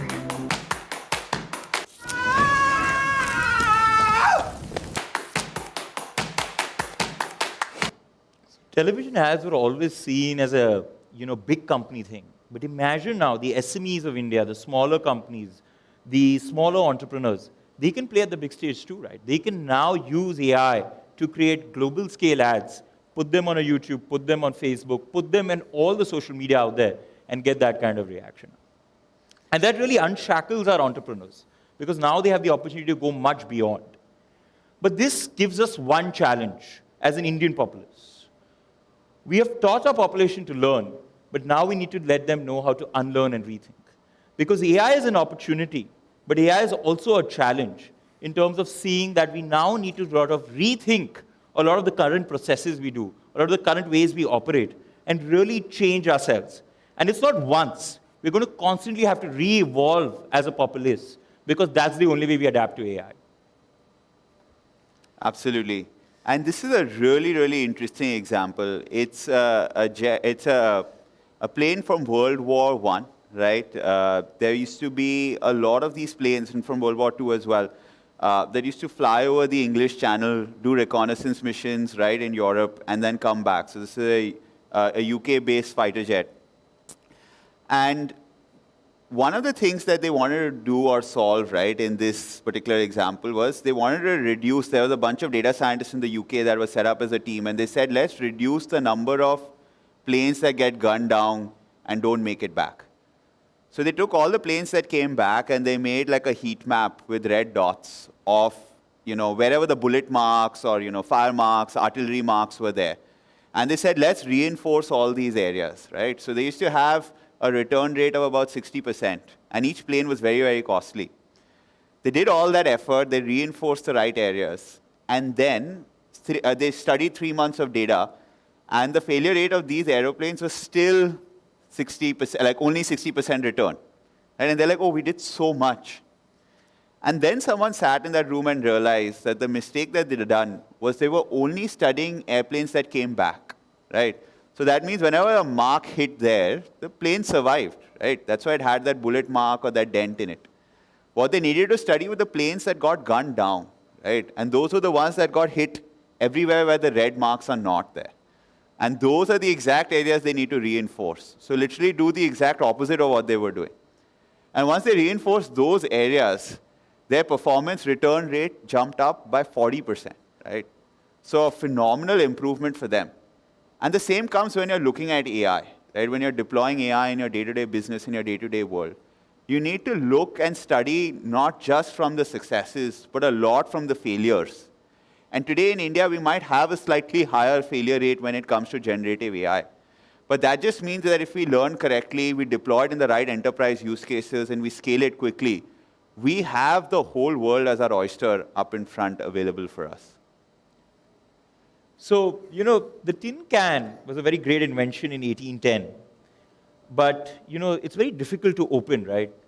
Can anyone guess when the tin can opener came along, right? Because previous to that, it was really hard to open a tin can. So, any guesses? How long did it take for the tin can opener to be invented? 1900, okay. That's a good guess, and also very low faith on human ingenuity and innovation that it took 90 years to achieve it. Okay. So, I mean, personally, when I heard this first, I would have thought it was about 5 years, 10 years. But close guess, and really good guess, it was 1858. So it took about 48 years for mankind to develop a simple way to open a tin can, right? The first computers, when the Apple II was invented, right, where you started putting data digitally on a machine, have a screen, have a keyboard, was somewhere around 1972, 1973. It's been roughly about 40 to 50 years since that invention happened. Computers have changed in terms of form factor and methodology, but a lot has remained exactly the same since 1972, right? So is generative AI that spark, that big change, that tin can opener that's going to unlock the way we look at data, we look at digital, right? And it's not just a fad, right? It's very easy to identify. Like, I know crypto became very popular, and people had this reservation that, okay, nobody does real crypto transactions, right? And that technology will see its heyday. Just take 5, 10 years more. Sometimes people worry about AI, right? Generative AI. Is it just a fad? Is it just everyone getting gung-ho and excited about something? But the way to differentiate a fad and something that's going to be an industrial shift is actually very simple, right? You go home, you survey a bunch of your family members, you take a room like this and you ask people, right, how many of you use this technology daily, and does it help you in any kind of way? And if more than 70% of the room is coming up and saying yes, and I think in this room we'd probably have 90+ % that will say yes, that means it's a fundamental shift, right? That's when the iPhone came out and it changed the way screens are done. You would have the naysayers, right? You had the Nokias and the Blackberries that said tech will remain exactly the same. This is just a fad. It's going to come. It's going to go. But that's when you know that tech is going to stay, right? When schools and colleges go and try to ban the technology from saying that, okay, you can't use it when you're submitting a project. You can't use it when you're submitting an exam. That's when you genuinely know that that tech is working and it's really changing the way we work, right? So that's it from us. It's going to be an exciting time for India. I think Bharat is primed to be the generative AI capital of the world. We have the tech talent, we have the engineers, we have the infrastructure ready, and we're roaring to go and build it. And I think if India comes together, and it is coming together, it's not going to be very far from when I quoting the NPCI example at the start of my speech, that people will be quoting India's generative AI example as becoming the #1 nation in the world to develop foundational models, to build generative AI for enterprises, and to really deploy this tech at scale to make everyone's life a lot better. Thank you, everyone.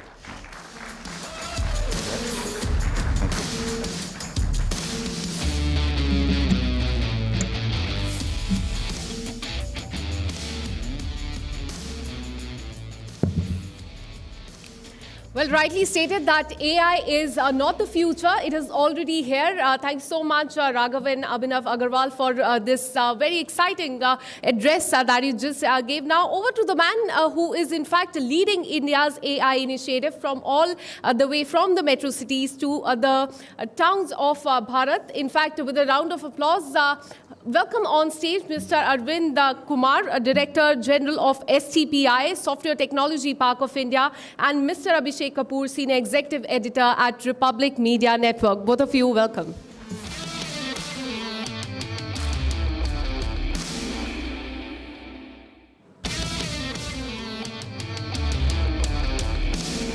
We're looking forward to having a deep insight on how AI-ready tech parks and deep tech innovation hubs are critical not just for Tier 1, but Tier 2 and Tier 3 cities. Thank you so much.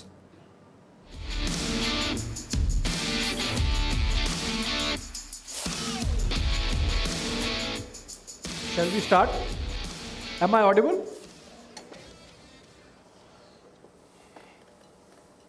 Welcome, friends, and welcome, Mr. Kumar.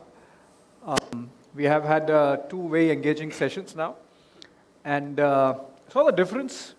The government struggled a bit, while the kids from the private sector, they did a good job of the language translation. Why so? I mean, if I could begin by asking that. It happens sometimes, but I think Bhashini is doing very well. Yeah. And that product is tested at not only in India and many other countries also.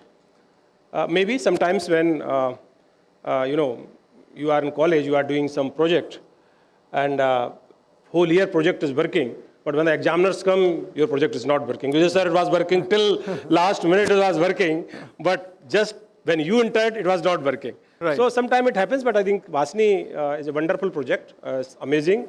We can convert all the languages, Indian languages. A lot of effort has been done by the government of India. I think maybe after this, so they can demonstrate it as well. I think they are ready now. They will Yes, come back. they will. So, it is generally said about, it's a lore in India's Silicon Valley that the reason why information technology and software industry really worked so well for us and made those tremendous strides is because the government did not understand what to do about it. I mean, how to control it. And maybe the bureaucrats did not understand how it works. And so it had free run. And then it reached a scale, obviously, where, it's fantastic and about $220 billion plus of export now, software. Yeah. And you are the head of the entire structure which oversees those exports. So a lot of kids here, apart from, people who are generally curious, and of course some experts. By kids, I mean the students of journalism and students from IT sector also. So can you just briefly tell us what the STPI does and what's the scale of operations? So STPI was established in 1991. At that time, the basic issues for the software export were like, we were having a very low-speed data connection. There was only one telecom operator called Videsh Sanchar Nigam Limited.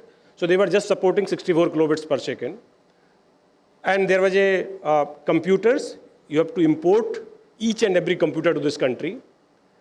And therefore, STPI was created in 1991 to solve all the problems which is being faced by software exporter from the country. What we did, as you said, that government doesn't know when the software was developed. It is not so. Only thing is we never worked as a regulator. We always work as a facilitator. What is the problem which IT industry is going to face? What is the kind of the problem they are having? So we identified basically 3 problems at that time. The 3 problem was absence of high-speed data connection. This was number 1. And number 2 was cost of the computing device. Right. And number 3 was ease of doing business, because when you do the export, there are some regulations which is related to state government, some may be related to central government, maybe related to custom, maybe related to excise, maybe related to sale tax, maybe related to service tax. So government has created a single window system in the form of the STPI. So you have just exporter, IT exporter has to come to STPI. They will get all problems solved and they can do export from the STPI. Right. Second is, we have not regulated Videsh Sanchar Nigam that you have to provide high-speed data connection to IT industry. We said, okay, we will have the bandwidth in the satellites. At that time, optical fiber was not there. So each and every bit is going through the satellite. So we have taken bandwidth in satellites, and we have provided that bandwidth to IT industry. So again, we facilitated it. So ease of doing business, we have facilitated. High-speed data connection, we have facilitated. Third was cost of the computing device. Then what we did is we have created STPI center across the country. Right. We have started from 3 centers. Today we have 68 centers. And out of 68 centers, 60 centers are in tier 2 cities. So in those centers... How many in the tier 2, tier 3 towns? 60. Okay. Out of 68? Out of 68. Right. So these 3 centers, and keep increasing, these centers were providing all computing facility, which means we are providing, at that time, computer was a big in nature. I mean, it was mainframe computers. Right. So we have provided mainframe computers, so any youngsters, any innovators, anybody who can write the codes, they can come to STPI, write the code, and do export from there itself. Or anybody, big company, they want to create a big center in their office, we have given permission to them.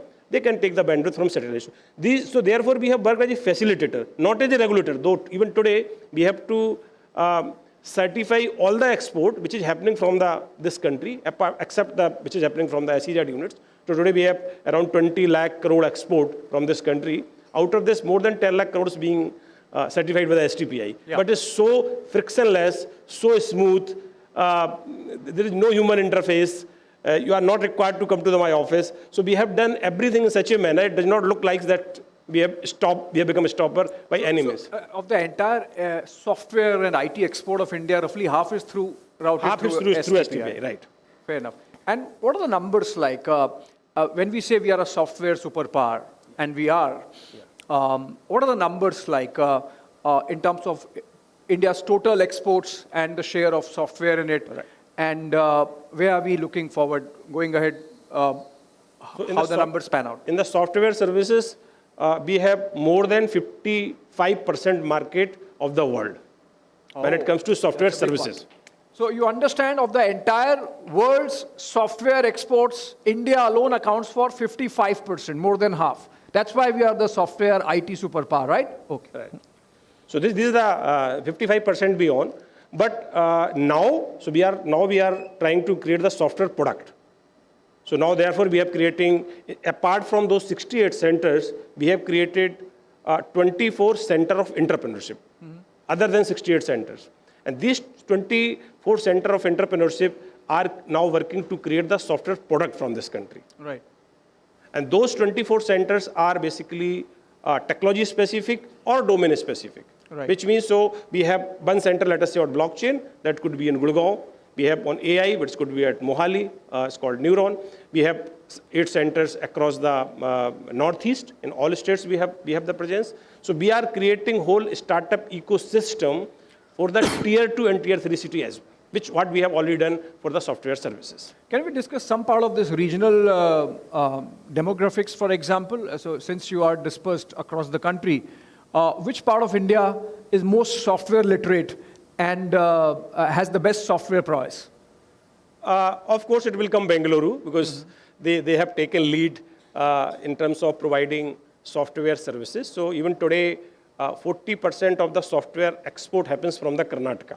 And 60% rest of the states are doing. So first is Karnataka, then it could be Telangana, then it could be Maharashtra. So these are the numbers. But now this new wave of startup, now most of the innovation is coming from tier 2 and tier 3 cities. Today we are supporting around 1,800 startups. We are actively supporting 1,800 startups. Indirectly, maybe supporting more than 3,000 startups. Right. But out of those 1,800, when we say supporting, so we provide 360-degree support to the startup, which means if you have just an idea, then you can convert your idea into the product. We provide incubation space to you. We provide mentorship to you. We provide global reach to you. We provide seed fund. We provide acceleration fund. So we have the whole schemes, the multiple schemes which are running. But today what I can see is from tier 2, tier 3 cities, more than 40% founders are coming from tier 2 and tier 3 cities. Right. And so this is a new phenomenon. What kind of platforms are these?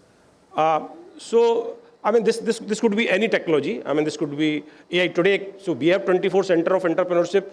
We have created for different technology and different domain. Now with this AI, the technology and domain has completely merged. So you can say each and every startup having some part or some component of AI as well. Right. So this AI is the new thing which has actually merged my all of 20, though we have created with the concept or there will be a different technology, different domain, but now you can say all is converted into the AI thing. No, I have a bit of curiosity. So when you say tier 2, tier 3 towns, and entrepreneurs from these towns coming up, setting up these platforms, what they're doing is going to reflect what are the concerns of these geographies, smaller towns, smaller town India. If you can give some examples of what they are thinking, what they are working on, what's going on in the mind of small town India. Okay, so one thing which is lacking in the small town, they have very lack of awareness among the government policy. Let us assume, for example, we have created AI mission, which has 7 pillars. So one pillar starts from, so if you think AI, so it has a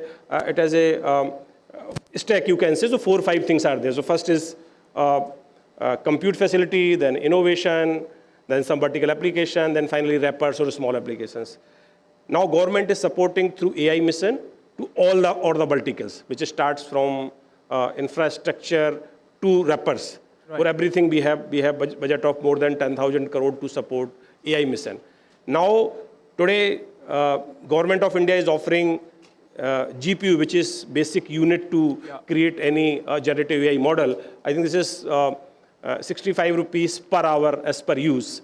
At STPI facility? So this is by Ministry of Electronics and Information Technology. Anybody can use it. Well, GPI is not required to go to anywhere. Somebody who is working on some startup, wants to develop some generative AI model, sitting at home, they can also use this GPU facility. Like a cloud facility. It's like cloud. So it is available on cloud. Right.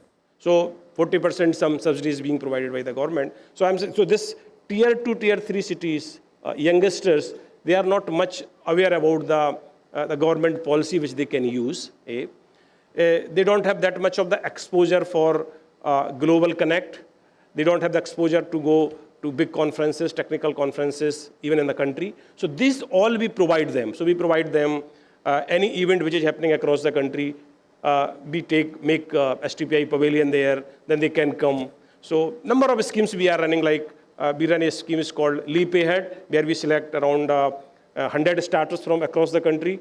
Out of those 100 startups, 50 we take to USA, Silicon Valley, to connect to them various mentors, technical experts, and from angel investors, from VCs. So this tier 2, tier 3, all the tier 2, tier 3 schemes help them to provide the good exposures. Yeah. I'm told the Bhashini team is actually ready with their demo again. Yes. The Fluid AI already gave us a glimpse. You know, when Arnab started the summit, he gave a broad view of what's happening in the world of AI. So while we got that glimpse of what's happening in India between Bhashini and Fluid AI, but still, much of what we are using is still from outside India. So how much time you think, as someone who has a very sort of a bird's eye view of India's software industry, how much time before we are at par with that global benchmark where our products are being used outside? So that I said, this AI stack you can divide into 4. So one start from hardware infrastructure, which is in the form of GPU. The next is foundational model, which these people are creating. I think as yet we don't have our own GPU, right? No, we don't have a GPU. It will take a while to have the GPU. We don't. We have just created. We don't even fabricate even small chips. Right. The smallest chip you can think. So the first is CPUs or GPU. Yeah. The second is foundation model. Third is some vertical applications, and the fourth is wrappers. So since we have mastery in creating the applications, so that top portion, which is wrappers, we're doing it. We will be again leading to the world. Right. Then comes just below that, which is vertical integration. Fluid API, Bhashini, these people are trying to gauge this. It will take some time. Below that is the foundation model. So government has identified 4 companies, which is Sarvan, some Gyani, and one is Gyan. So 4 companies have already identified the government. We are giving full support to them to create foundation model. And the last model would be, just for the benefit of the youngsters here, something like so ChatGPT has 2 parts. ChatGPT has 2 parts. And GPT is basically foundation model. Right. And Chat is the vertical application which I am talking. Okay. So there are 2 parts. So Chat and GPT, so it's called ChatGPT. So this portion of GPT, 4 companies in India is working with the support of Ministry of Electronics, which is Sarvan, Gyani, and Gyan. These 3-4 companies are working on that. But GPU will take a lot of time because now we have created, there is a semicon policy, which was $10 billion US dollar, in which now government is planning. The government is putting in $10 billion. $10 billion, which is like a matching fund. If somebody wants to create a fabrication lab in this country, government give 50% is provided by the government of India. Some 20-30% is given by the. There are already 3-4 fabs coming up. Yes, 3-4 fabs are coming. This Assam. So this is all coming with under this scheme only. This scheme is, as I told, 10 billion US dollar. And here government of India is providing support, and then some of the states is also providing support. So 50% support is being provided to the government of India, 20-30% support is being provided to the state government, rest is taken by that very company. So that it will take but a while. I mean, it's not easy. We are not getting difficult to say, but it will take time. So we should not even focus. We are not even focusing today. Our today focus is whether we can capture the whole market of applications, then the vertical applications, and we can create some Indian trained foundation model. Today, somebody is showing that if you say, please create from ChatGPT, you create a picture of Indian women, I don't know what it will create, because all data, it has been trained by the Western. Right. So now we have to train the model from our own data sets. So one of the pillar of IndiaAI mission is data set as well. Right. So this is whole IndiaAI mission, objective of IndiaAI missions to create everything. We should create technologically sovereignty in this country, you can say. And data set, we have number of schemes, but this IndiaAI mission has been particularly to create the India data set. All right. Can we open the floor for a couple of questions? Yeah, of course. And then we can come back to the conversation. Any questions, particularly from the students? If you want to know what the government can do for you at your stage of career and studies, like if you are in a school, can the government help you in something? And by the way, around the world, most of the big names who have done wonders in the field of software, IT, they have dropped out of school, So it's not necessary that you need degrees, big degrees, to do well in this particular sector. But still, I mean, any questions? Yes, please.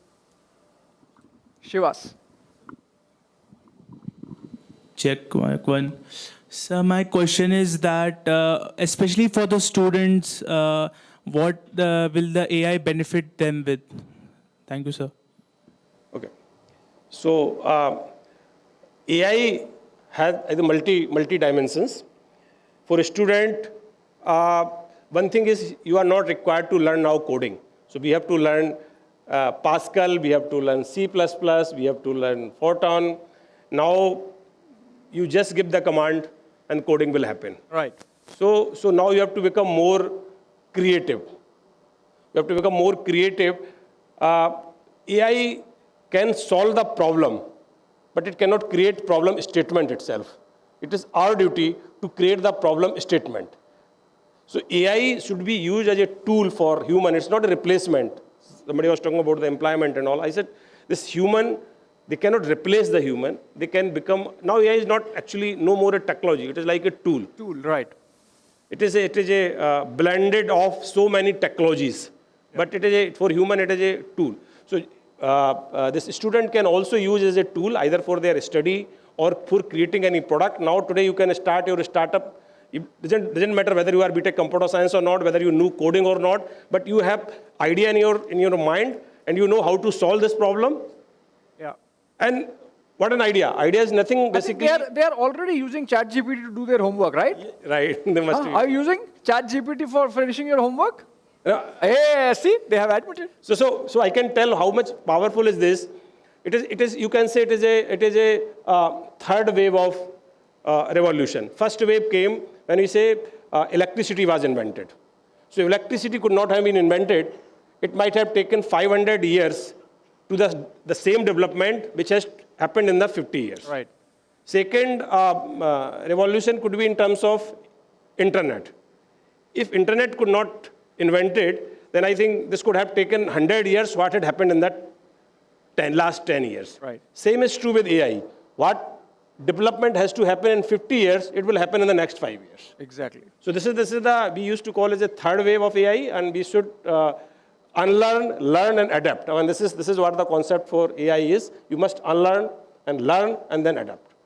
I think that's a fantastic note to finish this conversation with. And essentially, the essence of this conversation is that if you have to be on top of the game, you have to be agile, you have to adapt, and make sure that you are matching steps with the evolving technology and not get left out. Thank you so much, friends. Thank you, sir. Thank you.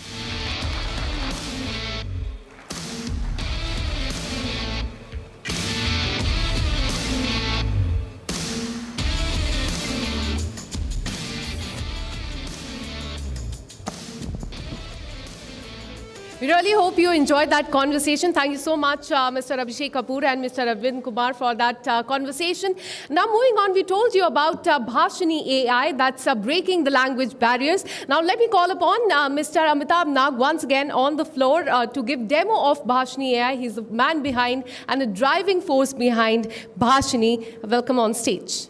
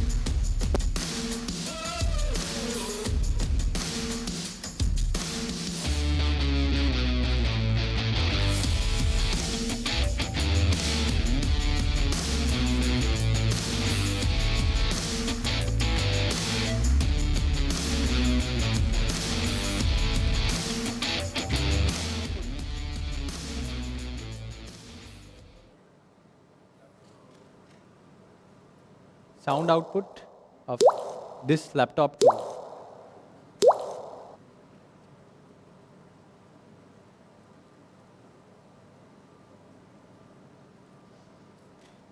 can you have a test statement, sir? Good afternoon.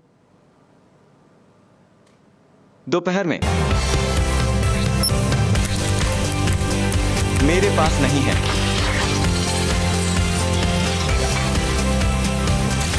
The apologies for that demo being delayed. The moment we move to the AI demonstration, we have to take care of the basic studies that we did in our engineering electronic devices and circuit as digital electronics. We have to set up the levels of the audio so that the application can adopt. Because it's actually a difficult setup, and thanks to Republic it's having all the apparatus. So we'll be starting, sir. I will be requesting you to give 2 test statements so that I can set the level. 3, 2, 1.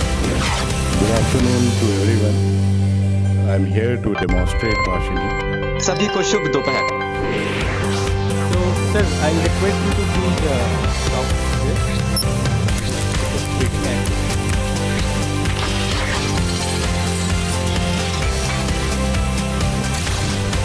3, 2, 1. One was demonstration start.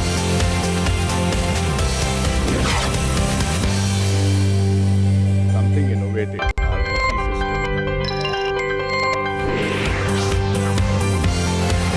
आज मैं आपको कुछ नवीने हमारी VC प्रणाली से परिचित कराने के लिए उत्साहित हूं। This isn't just another tool. It's a powerful technology that listens to speech in one language, understands it, and speaks it out in another language in real time.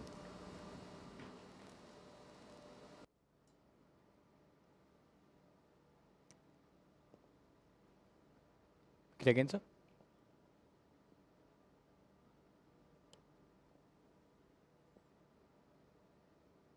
Repeat.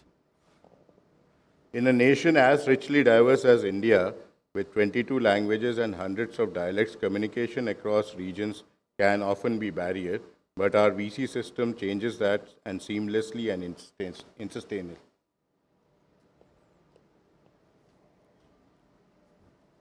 Bharat जैसे समृद्ध विविधता वाले देश में 22 भाषाओं और सैकड़ों बोलियों के साथ क्षेत्रों में संचार अक्सर बाधा बन सकता है, लेकिन हमारी वीसी प्रणाली इसे निर्बाध रूप से और निरंतर रूप से बदल देती है। Imagine this: a teacher in Kerala can now teach students in Punjab without a language gap. A doctor in Gujarat can consult with patient in Assam with perfect clarity. इसकी कल्पना कीजिए, केरल में एक शिक्षक अब पंजाब में बिना भाषा के अंतर के छात्रों को पढ़ा सकता है। गुजरात में एक डॉक्टर असम में रोगी से परामर्श कर सकता है। बड़ी स्पष्टता। A traveler from Bengal can navigate the streets of Tamil Nadu and feel at home. This is not just a translation, it's about connection, it's about breaking barriers.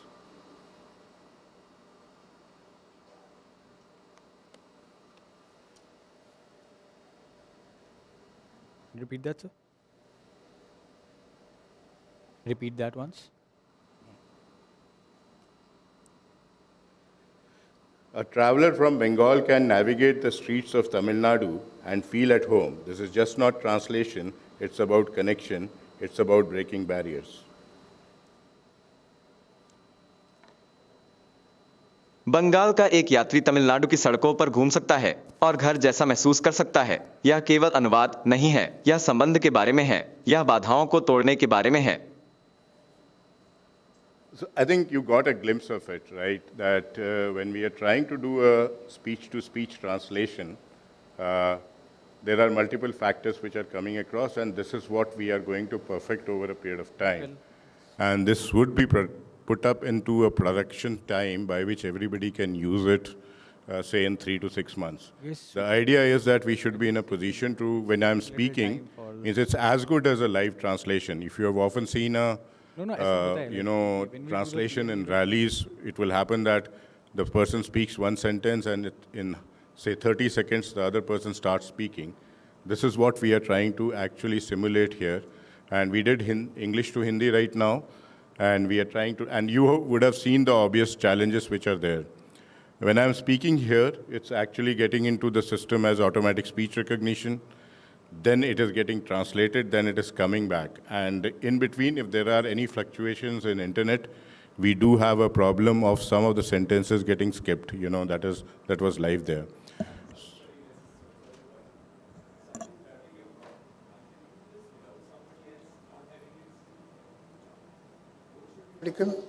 No, I'm... Many of these things we are trying to do that, you know, you don't need to, just as I said, that the The phone call system, which I talked about, we just need to set up our own language, and we don't even bother about what other language other person is speaking, or which language other person is speaking. That's the situation we want to get across to. And as you have seen, that we are in a position to actually mature this over a period of time. This was just kept as a demo. Ideally, when we are doing this demo, we would perhaps integrate this system with the audio-visual system, fuse it. Right now, we were using a Wi-Fi and the LAN connection and the devices which are actually broken up. In general, we should have a cable coming into the system and, taking that to internet coming across. So we are going to make it ubiquitous. The idea is that we are in some way reaching there, and we would be actually taking this across. Wherever there are challenges which you see, those would get obviously removed. One of the reasons why this also happens is that when we are looking at an internet connection, we are looking at something like about 10 to 50 Mbps uninterrupted without this thing. This will come down over a period of time when we are trying to build this up and models become more efficient, the communications become more efficient. That's what would happen. So a glimpse of it is what you saw. Obviously, as Arvind had said, that it was better working in the morning. Morning it was working better, it didn't have interruptions. But now it has got some interruptions which has come in. So thank you very much for being patient, but this is what we are going to.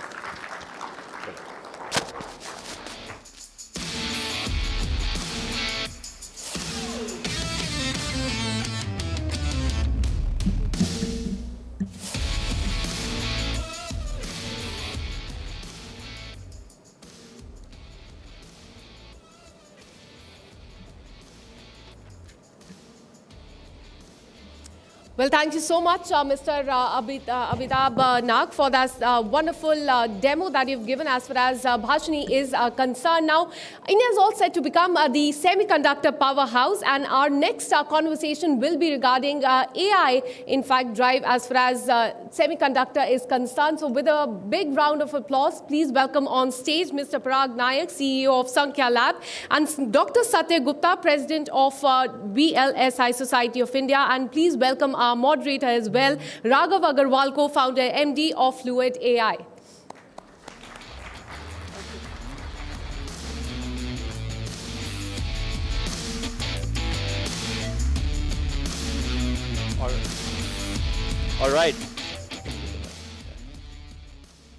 All right. So I think today we have a very interesting panel. I have Parag with me, founder of Sankhya, EVP of Semiconductors at Tejas now, which is acquired by Tejas. And I have Satya from the VLSI Society, the president.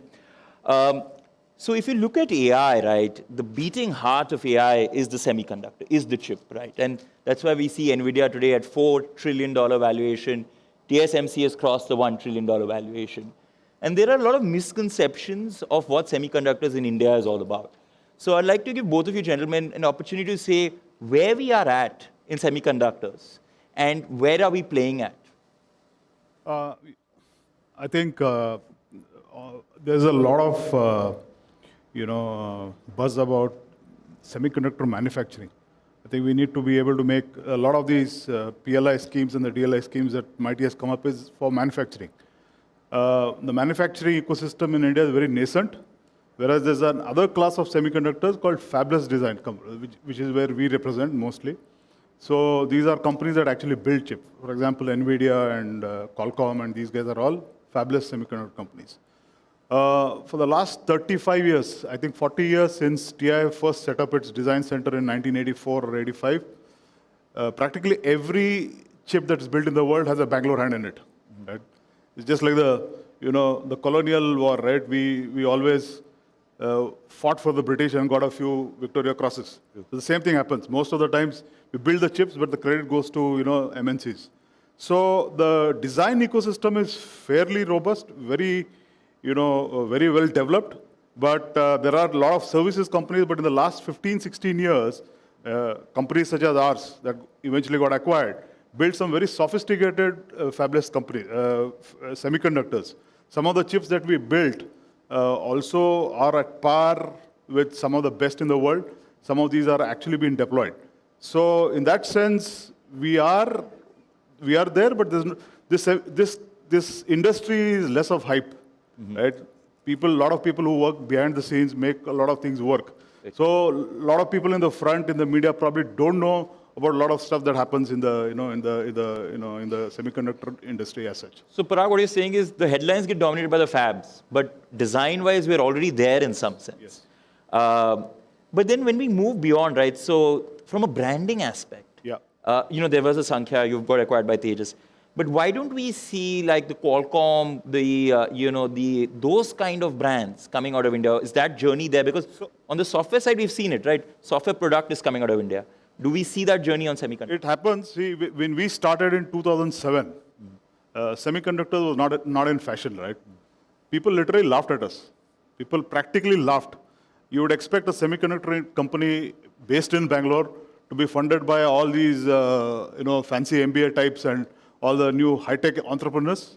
But we got funded by angels from villages and from, I fondly call them the NH4 angels.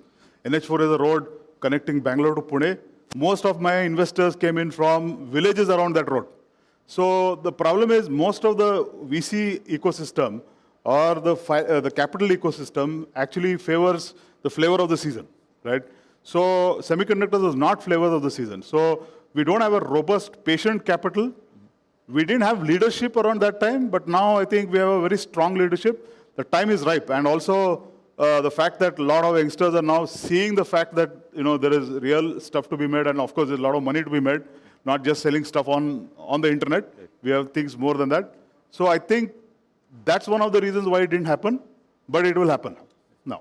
So I'd like to come to you, right, in terms of what Parag was mentioning, right, that we have the skill set. We are doing this. But how do we sort of accelerate this further and sort of really be a dominant player in this? No? Yeah. So let me do some context setting, right? Why we are talking about the semiconductors in an AI summit, right? If you look today, the advent of AI and some of the basically people who are working in the foundation model and all those things, the foundation technology for AI, whatever we are using today, was developed 30 years back, okay? An algorithm called backpropagation, which is the heart of every algorithm basically in AI, was developed 30 years back. Fortunately, I was doing my PhD at that time in about 88, 89 time frame, and I spent 1 year working on this thing. What is the difference between that and today? Is basically power of the semiconductors and power of the compute and memory. If many of you might have seen a picture of basically IBM 5 megabyte basically drive being loaded on the truck, right? And today on a small basically SD card, we can have a terabyte of memory. So both the combination of basically compute power, which the semiconductors have given, and the memory power, which basically again driven by semiconductor, has given the power to the AI today. Otherwise, we will be solving the toy problem just like what during my PhD we were solving a toy problem, recognizing a letter and things like that, right? We'll be still solving that. So the whole thing is that today we can run multi-billion parameter models, right? We were running about 500 parameter models at that time, right? So that's the difference which has happened, and that can be seen in the market also, right? Today, basically, what is the largest company in the world today? Can somebody tell? Anyone in the audience? Largest company in the world in any sector. What is the largest company in the world? NVIDIA. What is the market valuation? 4 trillion. It's basically equal to India GDP, right? So NVIDIA's market valuation is equal to India GDP today. And why NVIDIA basically has gone 50x in last basically 5 years is primarily because semiconductor is essential to AI. Now where we are in India, coming to that point, right? As Parag said, right? Most of our design capabilities are basically just like software design services, we are doing the semiconductor design services for the large MNCs, right? That's where our most of the talent lies, right? Some of us came out, just like Parag, I have basically had 3 successful semiconductor company. One which we started in 2003 and got basically acquired in 2007 when he was starting. That was probably India's largest fabless company in terms of the acquisition value, right? So that talent is there, but very few of basically people coming out of the MNC and basically starting this thing.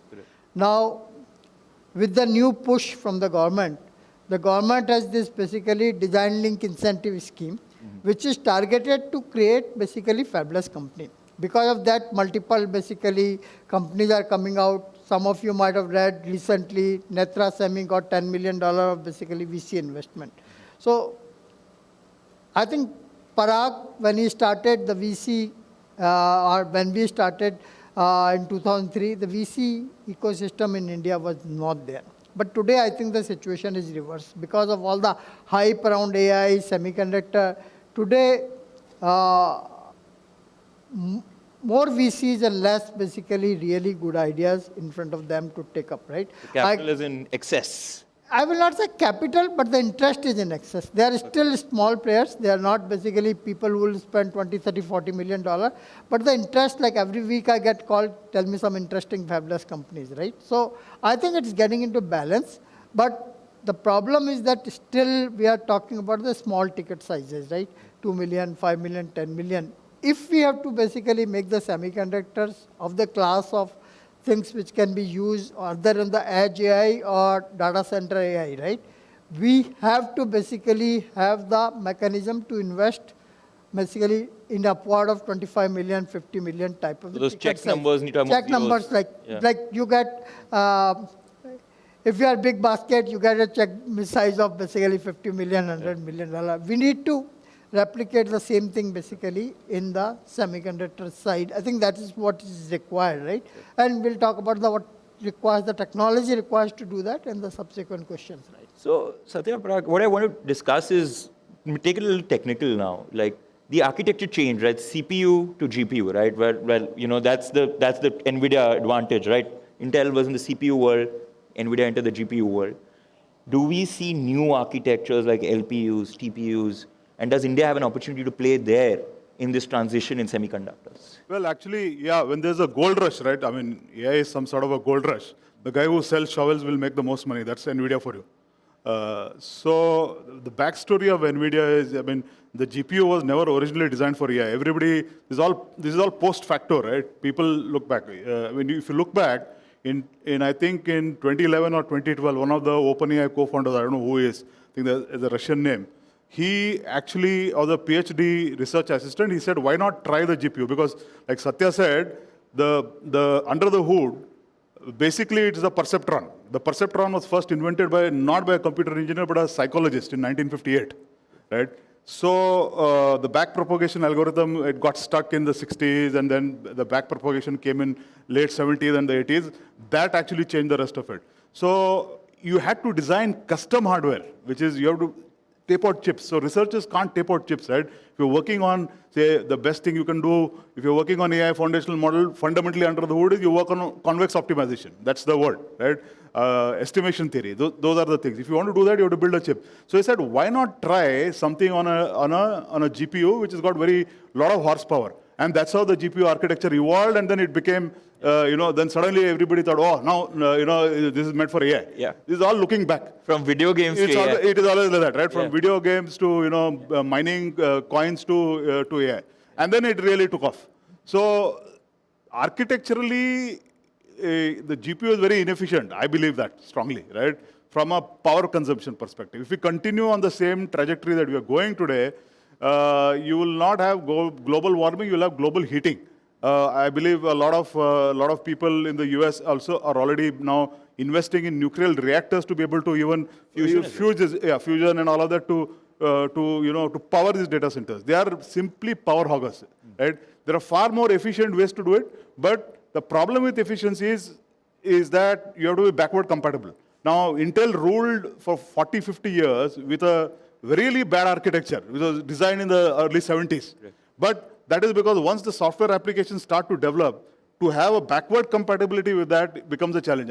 And the incumbent actually keeps building, the moat year after year. So there is there is a lot of attempts. We have a lot of patents around it. I myself had a patent in 2013 on reducing power consumption in signal processors, digital signal processors or this, right? So the fundamental thing is, as simple as what's called quantization. How do you represent certain number of bits, in a computer to do a certain computation? That itself will give you a lot of power computation. But now the problem is, if I come up with a new architecture, which is what a lot of startups are trying, and including some in India as well, the problem is who will port these models, right? That becomes a huge challenge. And that's where all the $100 million or $200 million get wasted.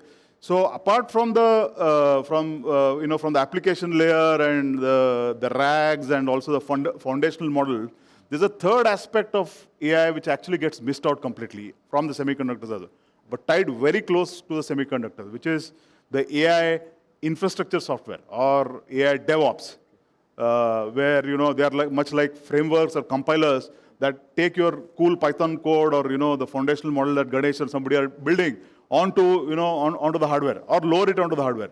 That becomes a challenge. So that piece of software becomes very crucial, so that you have the software that above that doesn't change when I introduce a new architecture in.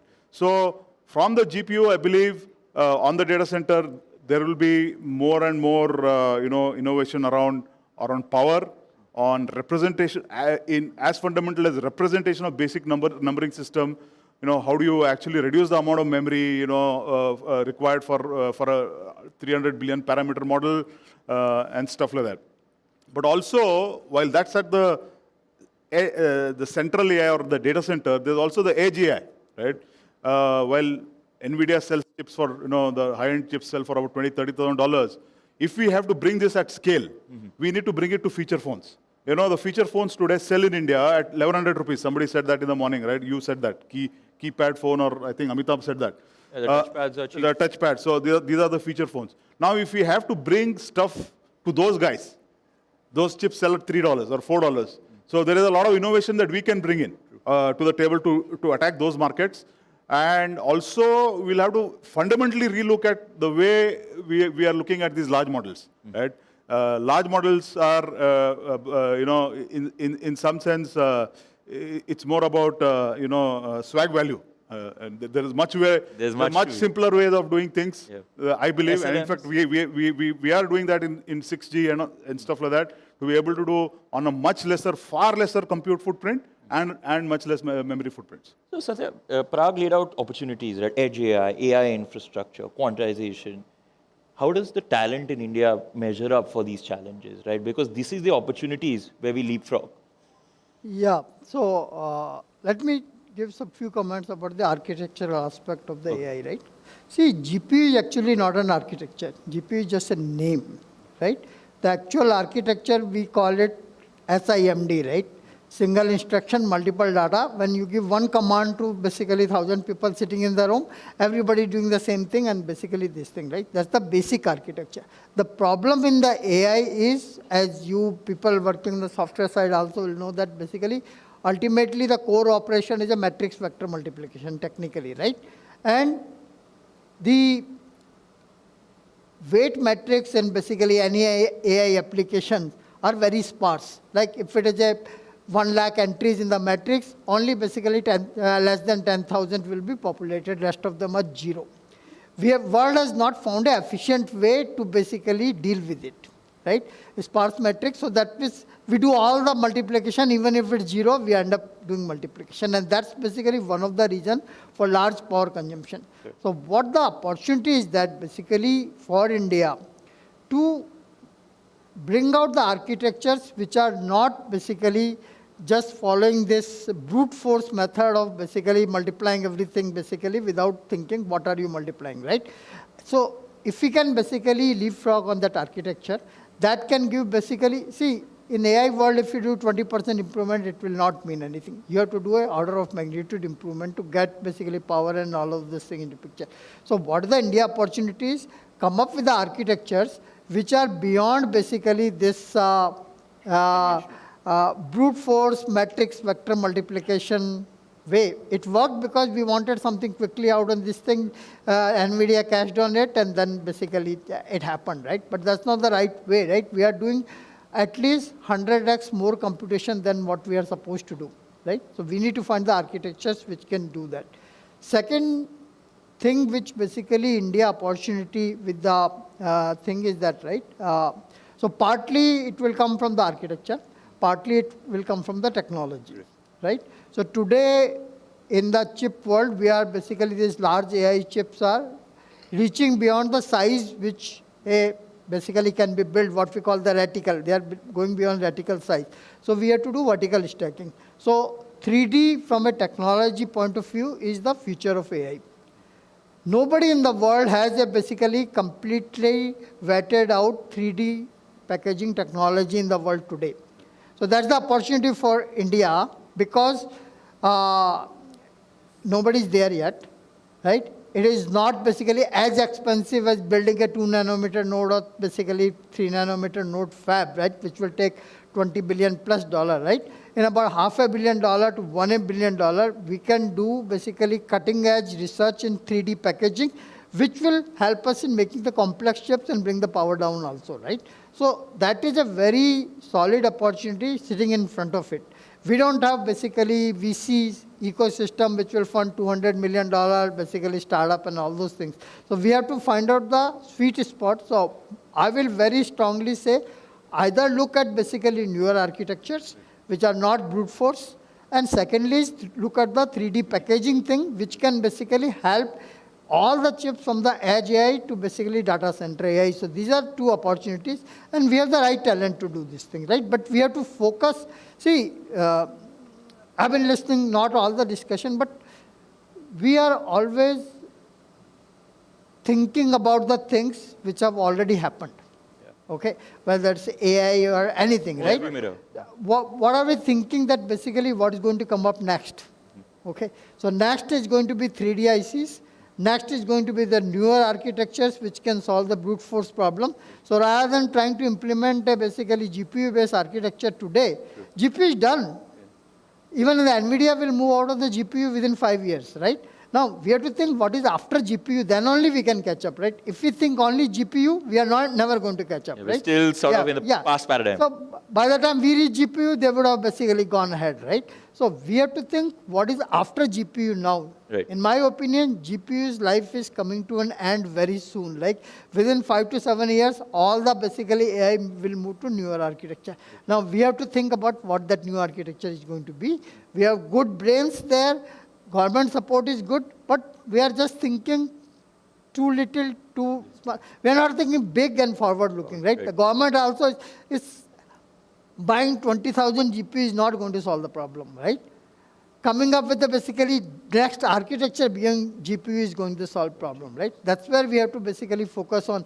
Even building a GPU chip, because by the time we build a GPU chip, it will take 6-7 years. The world would have moved to some new architecture, right? So rather than replicating GPU, we have to go and think about something new. So you're saying we skate to where the puck is instead of playing the game where it is today. GPU is done. And by the time we do the GPU, these guys would have gone basically 10 years ahead, right? So basically, we are not going to catch up in this game like just a follower type of the approach, right? Parag, you wanted to add something? No, I agree with him, right? So see, at Sankhya, we had built some kind of AI in our chip in 2006, but we didn't call it that. We called it LMS, least mean square. That doesn't sound very catchy, you know. To that doesn't get the marketing. That doesn't get the marketing value, right?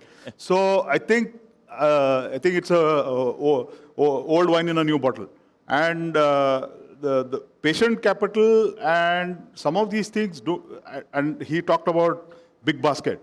I just want to take out the reason big basket. No, there are plenty like that. Flipkarts and all the other guys, the cab aggregator guys, and all of them. See, VCs in India actually like cash flow businesses. Even if you have a negative cash flow, which means you're making a loss, but you're getting a revenue, it's okay.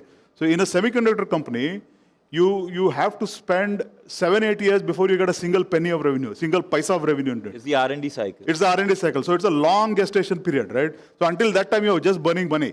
And nobody in India, nobody, mind you, in India, including the government, has the jigger to actually go and do that. I like that, jigger. Yeah, you need the jigger. I have a different opinion on this thing, right? Okay, very quickly we are running. Yeah, even though basically we say that hardware companies will take 7 years to basically earn the first thing, right? Right, the first paisa. But basically all these e-commerce type of the companies never make money. Right? They never make money, right? Yeah, so we may say have a revenue, but it's a negative revenue, right? What am I going to do with the negative? No, that's what I'm saying. Negative cash flows, but even if it is negative. Yeah, but what am I going to do with the revenue? Whatever I'm going to do revenue when I'm burning basically thousands of crore every year of the negative revenue. Yeah. We are not doing this. And that's where that bold vision comes in, right? So Put the money into R&D. One thing basically, fundamentally I saw that if I develop a chip, okay, and the chip cost is let's say $10, right? And I go to the market and say basically my VC that I'm going to sell this chip for $8. Okay, VC will show me the door. But the whole e-commerce model is built on that basically thesis, right? So when there is a physical object, nobody accepts that you can sell it at a discounted prices, right? But it is well-established practice in the e-commerce market, you sell it at a discounted price. Something costs you 100 rupees, you are always selling at 60 rupees, right? If we adopt the same model for basically the hardware, give them time to build up, right? Just like we are giving the time to build up the e-commerce companies. If it is not cost competitive, we'll sell it at 20% plus below the cost, right? That's okay. So Satya Prag, what I'm hearing is patience and boldness in vision. Boldness in vision and playing to your strengths, right? You can't play the NVIDIA game to beat NVIDIA there. So I mean, the Marathas didn't fight the Mughals in the plains, right? They fought them on the mountains. So we need to find our mountains and actually get going there. And these are all 25-year, 30-year capacity building thing. This takes time. This takes really long time. Speaking of mountains, one mountain is the fab itself, right? Yeah. I know we talked a lot on design, we talked a lot on architecture, but it's still an aspiration, right? When does India go down that route? Or is that a journey we don't take at all? No, we have to take it for strategic reasons. We have taken it. And I think the problem is everybody is expecting success or failure in a certain amount of time. A fab, I mean, TSMC today because of 2019. Until then, nobody knew about TSMC, nobody knew about ASML. Right. All these companies took 20, 25 years to get where they are, right? And it does take time. We have started the journey as we go along, and we should cut out the noise and just stay focused and continue to build capacity. It's going to lose money in the beginning, but over a period of time, I think a new ecosystem will emerge for it's strategic, and we need it is from a geopolitical perspective, it is important, but equally important, if not more important, is fabless, and we are not concentrating enough on it compared to the manufacturing. I think fab takes the mind share. What about you, sir? No, a very simple thing, right? Till 5 years back, US did not have any fabs, right? But every fab company was ready to go there as soon as they called them, right? Why? Because all of their customers, which are the fabless companies, are in the US, right? Yeah. So the fabless was the attraction for TSMC, Samsung, all the big guys to go and set up their shop in last 5 years. Before that, it was not there, right? So fab will also go where the customers are. That's the lever, right? So in any business, customer is always driver, right? So fabless is the customer. Once you create a vibrant fabless ecosystem, right? Today, how many wafers do we consume in India? Maybe 5,000 wafers a year, combined everything, right? TSMC makes basically about 100,000 wafers per week. Our consumption across the India is 5,000 wafers, right? Why will basically big guys think of coming there, right? So we have to build market for them, then everybody will come. How will we build the market? We'll create the fabless. But at the same time, this is an essential technology for technology sovereignty of the country, right? So we cannot just leave it. This is like a building block, right? Like ISRO or DRDO or any of those things. Fundamental. So we have to build it. Even if we are behind, that's okay. But we have to still build it and keep on building it. But from the other side, we have to bring the basically fabless chips and all of those things, so that somewhere both of them merge somewhere and work on the newer architectures, not just basically follow what the rest of the world has done already. I have one more point to add to that. I mean, just to give you a sporting analogy, right? I mean, go back to, and that's why I admire the Chinese to an extent. I mean, you have to admire them. Go back to the 80s, right? The number of gold medals that they won, or the total medal tally that they had. They put a systematic 25-year plan and see today where they are. So these are all, even in sports, in all of these things, right? It takes 20, 25 years to build the capacity. And then we need to have bipartisan agreement on a long-term issue and patience to get there. And we will get there. So last thing I'll say is that our vision at a country level is very reactive. It has to be proactive. We need to know that basically what type of the fab or the chips we want to have by 2030. What do we want to have by 2047?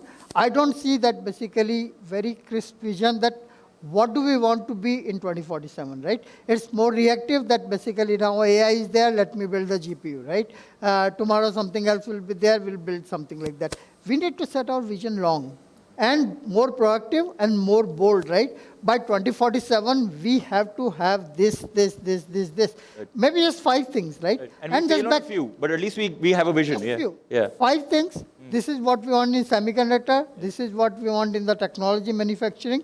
This is we want in the software. This is we want in the product, right? Last thing I'll say is that basically we talked in lot STPI and all those things.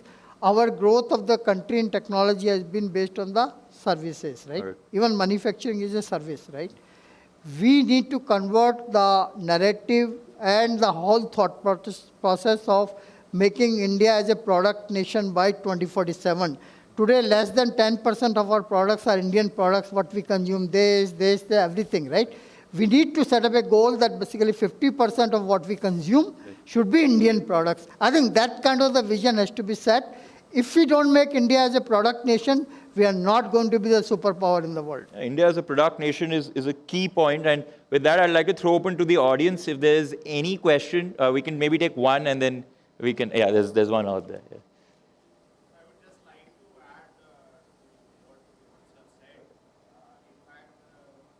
Yeah. I think let them get the mic too. Honorable Minister Piyush Goyal also said something about that at Startup Mahakumbh, and there was a lot of furore and controversy around that, where he said that we do not need companies that do, Zomato or stuff like that. We need companies that are more innovation-driven and, they drive innovation forward. So I think just to, supplement what you said, we definitely need, companies that drive innovation and take the, world forward. And lastly, just want to leave this with this thought. I have very strong opinions on this, right? On this general intelligence and all of that.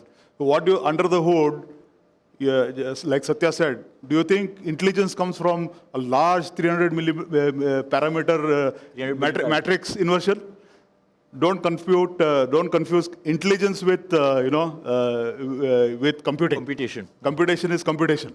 Intelligence is much more than that. So. All right, I think, Satya, any last words? I'll just say that basically we need to set a roadmap, basically in software, in hardware, in semiconductor, to make India as a product nation by 2047, where 50% of what we are consuming are basically Indian products.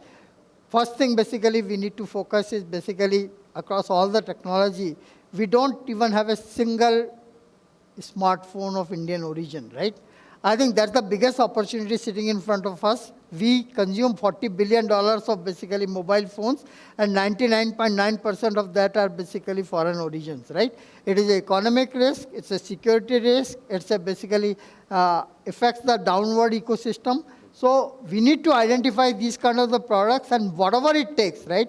If I can spend $10 billion on manufacturing, why can't I spend $2 billion on the smartphone, right? We need to find a way to become a product nation, and that's the final message. If we don't become a product nation, we are not going to be superpower. All right, on a product nation note, I think thank you to both my panelists. Okay, is there a question? Okay. Yep. I think he's getting a mic to you. Product nation, right? But how India would become a product nation?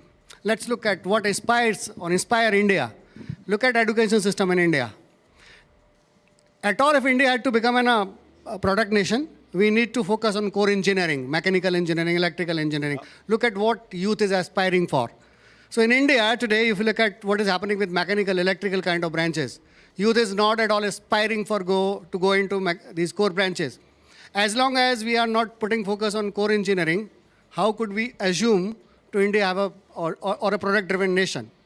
Yeah, that My thing is conversation will that take you us the set rest up of the the day, big actually, if vision you get first, into it. right?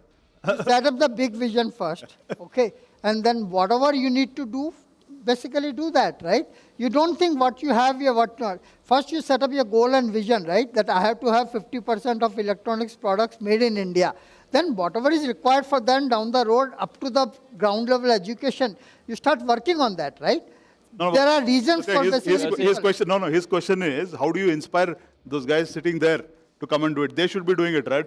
Well, that passion. Yeah, how do you develop a passion, right? It's more about awareness, that's a grassroots, problem that all of us have, not just us. Even in the US, they have the same problem. How do you stop people? How do you stop the IIT guys from going to finance jobs and taking banking jobs? Yes.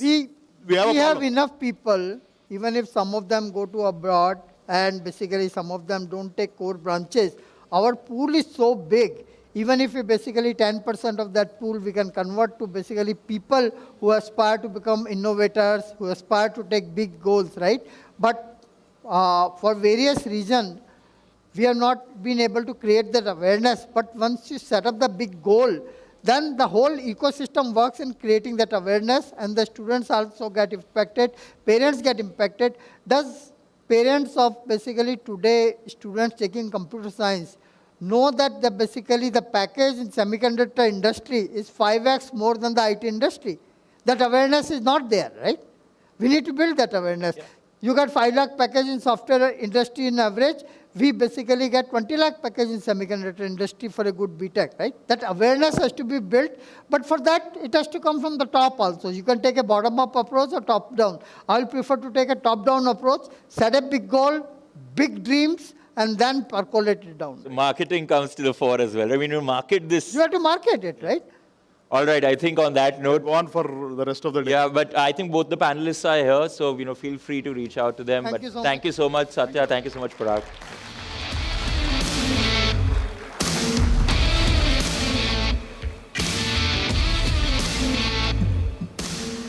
So back-to-back power-pack sessions are there. We hope that you're really enjoying these conversations. There are a few school students and college students there in the audience. We really hope that you're learning from these conversations and will be taking inspiration as well. You can also go and meet them after their session gets over as well.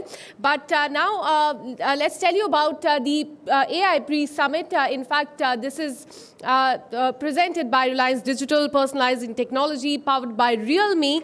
Live real in every shot and birth 100 years of trust and knowledge partner, Raghav University, a social impact multidisciplinary university. In fact, have a look at the AV of the brands. Hello sir, आपने अमित को देखा क्या? वो शायद laptop section में होगा। अमित को देखा था? स्मार्टफोन वाले सेक्शन में देखा था? अमित को देखा क्या? अमित को देखा?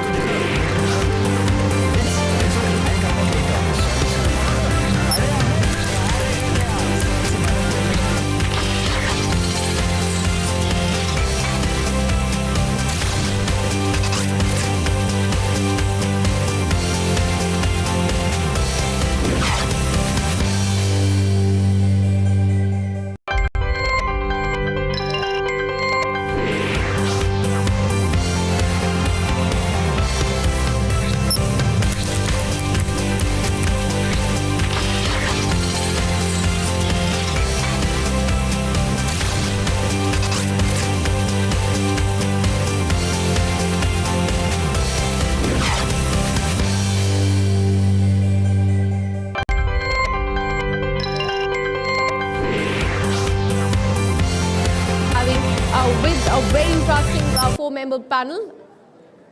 Thank you so much.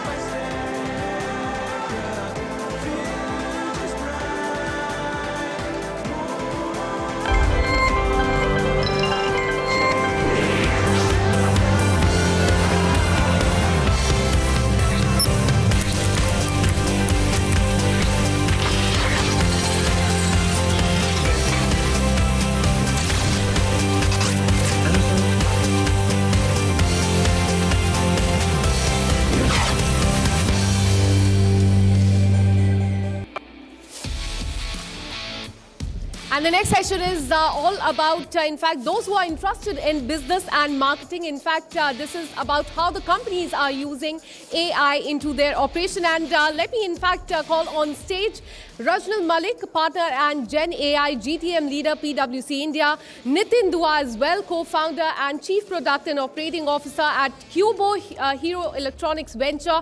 Dr. Sudhin Barorkar, AI and digital transformation advisor. And our moderator for this panel, Abhinav Aggarwal, co-founder and CEO of Fluid AI. Thanks so much.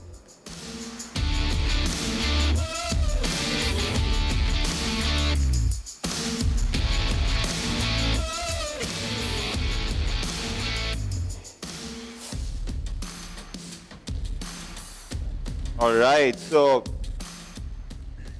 excited to be part of this panel today. And, the panel talks about leveraging AI for business, right? And I think it's going to be very relevant for anyone listening on TV as well as the audience here today, because it effectively is a panel to figure out what the next 5, 10 years, what are those AI, generative AI use cases going to look like, where the disruption is going to come, right? And for people studying especially, it's going to be a very interesting panel because they need to figure out which are those areas that are not going to be relevant in the next 5 years when they enter the job world, and which are those areas that are going to be highly in demand. So Rajnal, let me start with you, right? On the PwC side, you lead a lot of the partner and Gen AI GTM.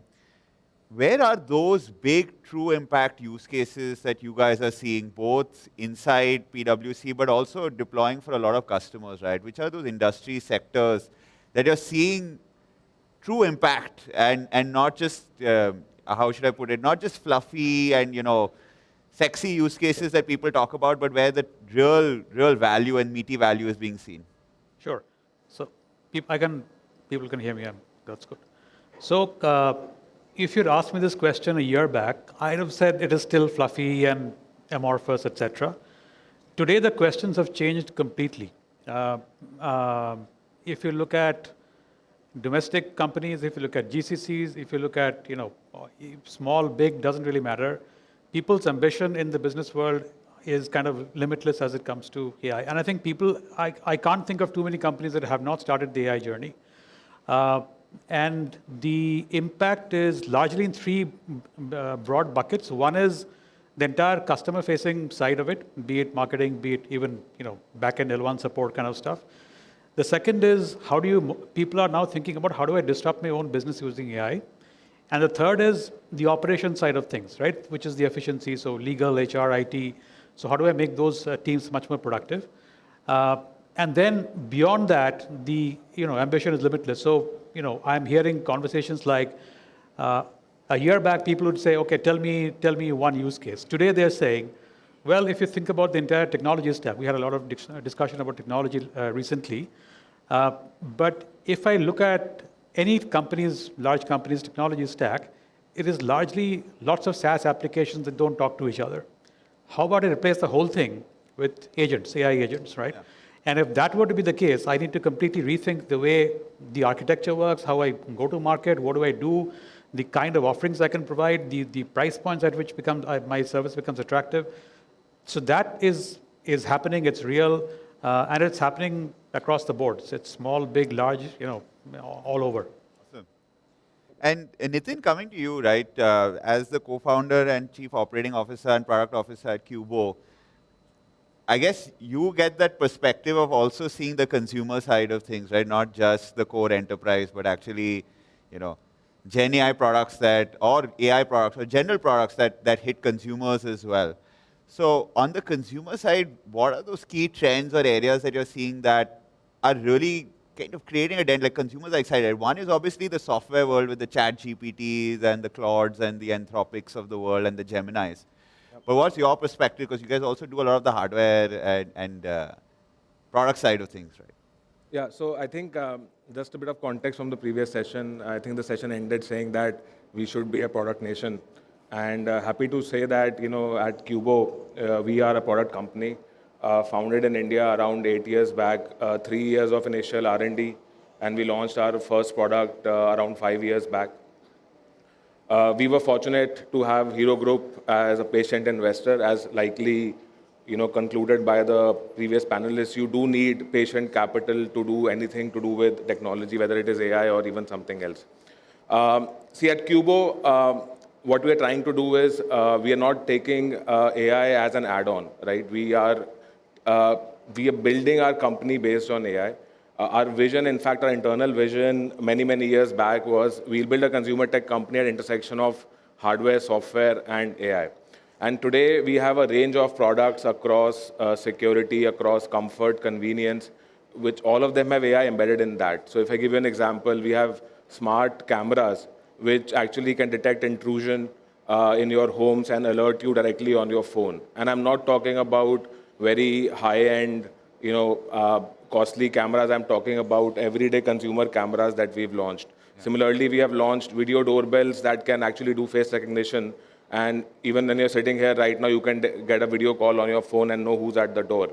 You can also unlock your door remotely sitting right here, right? So to just go to your question, I think consumers want convenience. If I talk about everyday consumers want safety and security, but these are the kind of needs that have emerged. For businesses, obviously, I have a bunch of things where we are using AI. I'm happy to talk about it, but I think consumers are excited about anything new, right? So if something is cool, you can make it more exciting, more new age, add more convenience to our daily lives, because our lives have gotten busy. Our lives have there's a fear factor, right? We have a product called dash cameras, right, that protect you on the road. We are able to actually protect many users who have been falsely accused of wrongful accidents, right? So people have video claims right in front of them. So I think that will be my view, that is what consumers want. Awesome. No, absolutely. And there's so much unstructured data, right, when it comes to videos, that AI algorithms are becoming phenomenal at processing. I have a 3-year-old son, so me and my wife would love a camera that can give us a feedback of what he did the whole day at the end of the day after going through hours of video. But Sudan, coming to you, Dr. Sudan is obviously been in the AI space, been an AI digital transformation advisor as well, right? Ex-SBI, Barclays, so a lot of banking experience.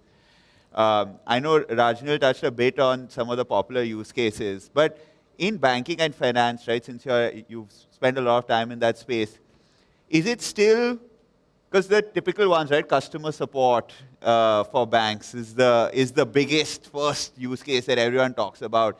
Is it still just a lot of automating customer support, automating tickets, having an AI talk to customers to reset their passwords and all? Or are you seeing more bigger trends, especially in India, coming that are slightly, bigger in nature and having other areas apart from this top 1 or 2 that everyone talks about? So the AI tsunami is not just for customer experience or solving some tickets. It's much bigger than that. And let me step back a bit. As head of innovation of State Bank of India, the largest lender in India and a top 5 global bank after the merger of its 7 subsidiaries, I benchmarked our core banking systems at 24,000 transactions per second, 1.5 billion transactions a day. And today, this core banking systems serves more than 500 customers and more than 700 million accounts. This is the most advanced, scalable, state-of-the-art, cutting-edge, bleeding-edge core banking system in the world, developed in India by Indian technologists. We went a step further. We launched in around 2017, 2018, our YONO application. This is a super app for banking. I call it a bank in a box, where we introduced the autonomic lending, right? So that for our BNPL, that's buy now, pay later, and for digital lending, the customer has to go completely digital. They just leverage the JAM, that is your Jan Dhan, your Aadhaar, and your mobile, your smartphone. And in a complete automated autonomic manner, the loan is disbursed in a record amount of time, right? And we have seen that using these digital technologies, using AI, we have seen the operating costs of the traditional lending versus digital lending. It's gone down from over 60% operating cost to just 20%. And the customer has a great experience. Everything is digital. All the data we capture is now being analyzed. So the use of AI is for massive transformation. And I beg to differ that there are a lot of statements being made that we are behind the curve and we need to do a lot. We've already done a lot, right? We already have this base. We have this core banking base. We have this digital payments base. That's alone about 500 million transactions a day, right? We have the entire digital GST, right? Then we have the entire financial inclusion program, the Jan Dhan. That's about 500 million accounts again, which is the most successful financial inclusion program in the world, right? So we could be, or we may have been the IT services capital of the world, but I think with the leverage of AI and the associated stack, like machine learning, data science, data pipelines, low code, no code, right, all this great stuff, I think we can easily become the AI and deep tech capital of the world. Awesome. And just coming back to you, Dr. Sudan, and I just request everyone, all the panelists to keep their answers crisp because we have a lot to cover. SBI just came out with, they did an RFP to purchase almost 564 crores worth of NVIDIA cards, GPU cards. Union Bank is doing, did an RFP on generative AI. Are you seeing public sector in this case, and this is great for future generations, right? Are you seeing public sector take a faster leap into generative AI as compared to the private sector this time around, especially in areas like banking? So I think, across, the first time in my corporate career, I was told in a public sector bank, right, fail, but fail fast, right? Take the shot, just go ahead and implement all the emerging tech, right? So I think this is just a precursor of what's going to happen in the future. And yes, we do need that GPU infrastructure, because when we look at the transactions tomorrow, if we have to do inferencing across 1.5 billion transactions a day, right? We will require all this multiple parallel processing. We'll require a technology called CEP, which has now become complex event processing, which is actually an older technology, but now it's become complex inference processing, right? So along as we do this inferencing at scale, right, and we have the scale, we will require the GPU infrastructure to cope up with. Absolutely. If I Rajan could will add come to in. that, Yeah, please go ahead. So one area where public sector banks, I think, are taking a lead is on open source models. Okay. For a variety of reasons, public sector banks want the data to not leave India. And that's best done if it's done on-prem with open source models that they can own. And a lot of the innovation that you see, that at least I am seeing, is around that. And I will tell you, when this entire wave of Gen AI applications started, I was a little skeptical about regulated industries, especially like, financial services and healthcare.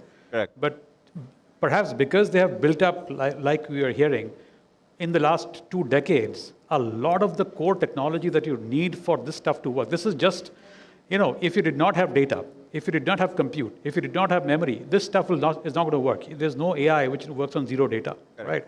So because of that, banks, hospitals, etc., they have built a huge corpus of technology, enabling technology for the ecosystem as well. And I think a lot of the innovation, especially in open source, is happening right now in public sector banks in India. Absolutely.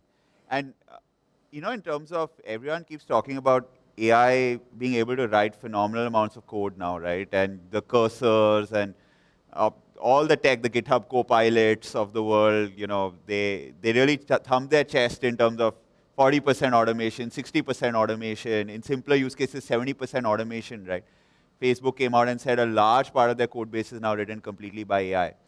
What do you think is going to happen to our IT sector, right? Especially a lot of the audience today, they're kind of going to enter this market. Is it like the Infys, the TCSs of these world, they're going to get bigger because they're implementing AI at scale and they're going to get a lot more business? Or are these going to get disrupted because suddenly a lot of the people that they were putting down, right? Even for you guys, like a lot of the people that are tech people that are putting down into these roles or helping outsource, are they going to just get disrupted and be replaced by AI? How do you see that pan out? So I'll answer that in two parts. One is specifically for code gen, and the secondly is largely, the macro trends. You see, if you look, and code generation is not just one big bucket. There are many things. There is code gen, there is code review, there is code documentation, and I've been in technology for 25 years now. If you ask people what are the worst parts of your job as a developer, they would say code documentation, okay, or somebody else's code review. Now that's the piece that's going away, okay. In fact, code generation, if you look at where this is great at, I'd say code review and code documentation, it does fantastically well. Brand new code writing, it's not there yet. I'd say maybe it's going to get there in some time, but it's very, very good at documenting what's happening and reviewing and doing error checks. Now those things, I think if you're a good programmer, you need, and you would in fact write more code. See what's going to, and now let me come to the slightly macro trend. What's going to happen is you suddenly will have more free time. Now you can do two things with that free time. Either you can, be laid off, which I can bet you is not going to happen, but you will have to upskill because in that extra time, somebody said, you have to think bigger, you have to become a product company, whatever it is, but that free time is now going to go towards that stuff, which I think is a great thing for India to happen. What is going to happen is everybody's job, every single person, doesn't matter if you're a technology person or not, there'll be some tasks that you do today which will get automated. And that's fine, I think. That's a good thing. You might say, I've also heard arguments that, well, at times people need to be bored, okay? If you're always productive 8 hours a day or whatever, 12 hours a day, that kind of just fries your brain. But I think the productivity benefit that you're going to see is actually essential for us for the Viksit Bharat, for the 2047 vision that we have. And it is not just, in code gen, we will need to upskill. That's a given. And upskilling, and I don't think that it's status quo yet, as we heard the previous panel talk about. There is bound to be reimagining of the entire tech stack. GPU may not be the final word. Transformers may not be the final structure. Generative AI, agents may not be the last word in Gen AI. All these things are going to change. And so I think the freeing up of time and doing mundane stuff and focusing on these new age things is going to take the country forward. Awesome.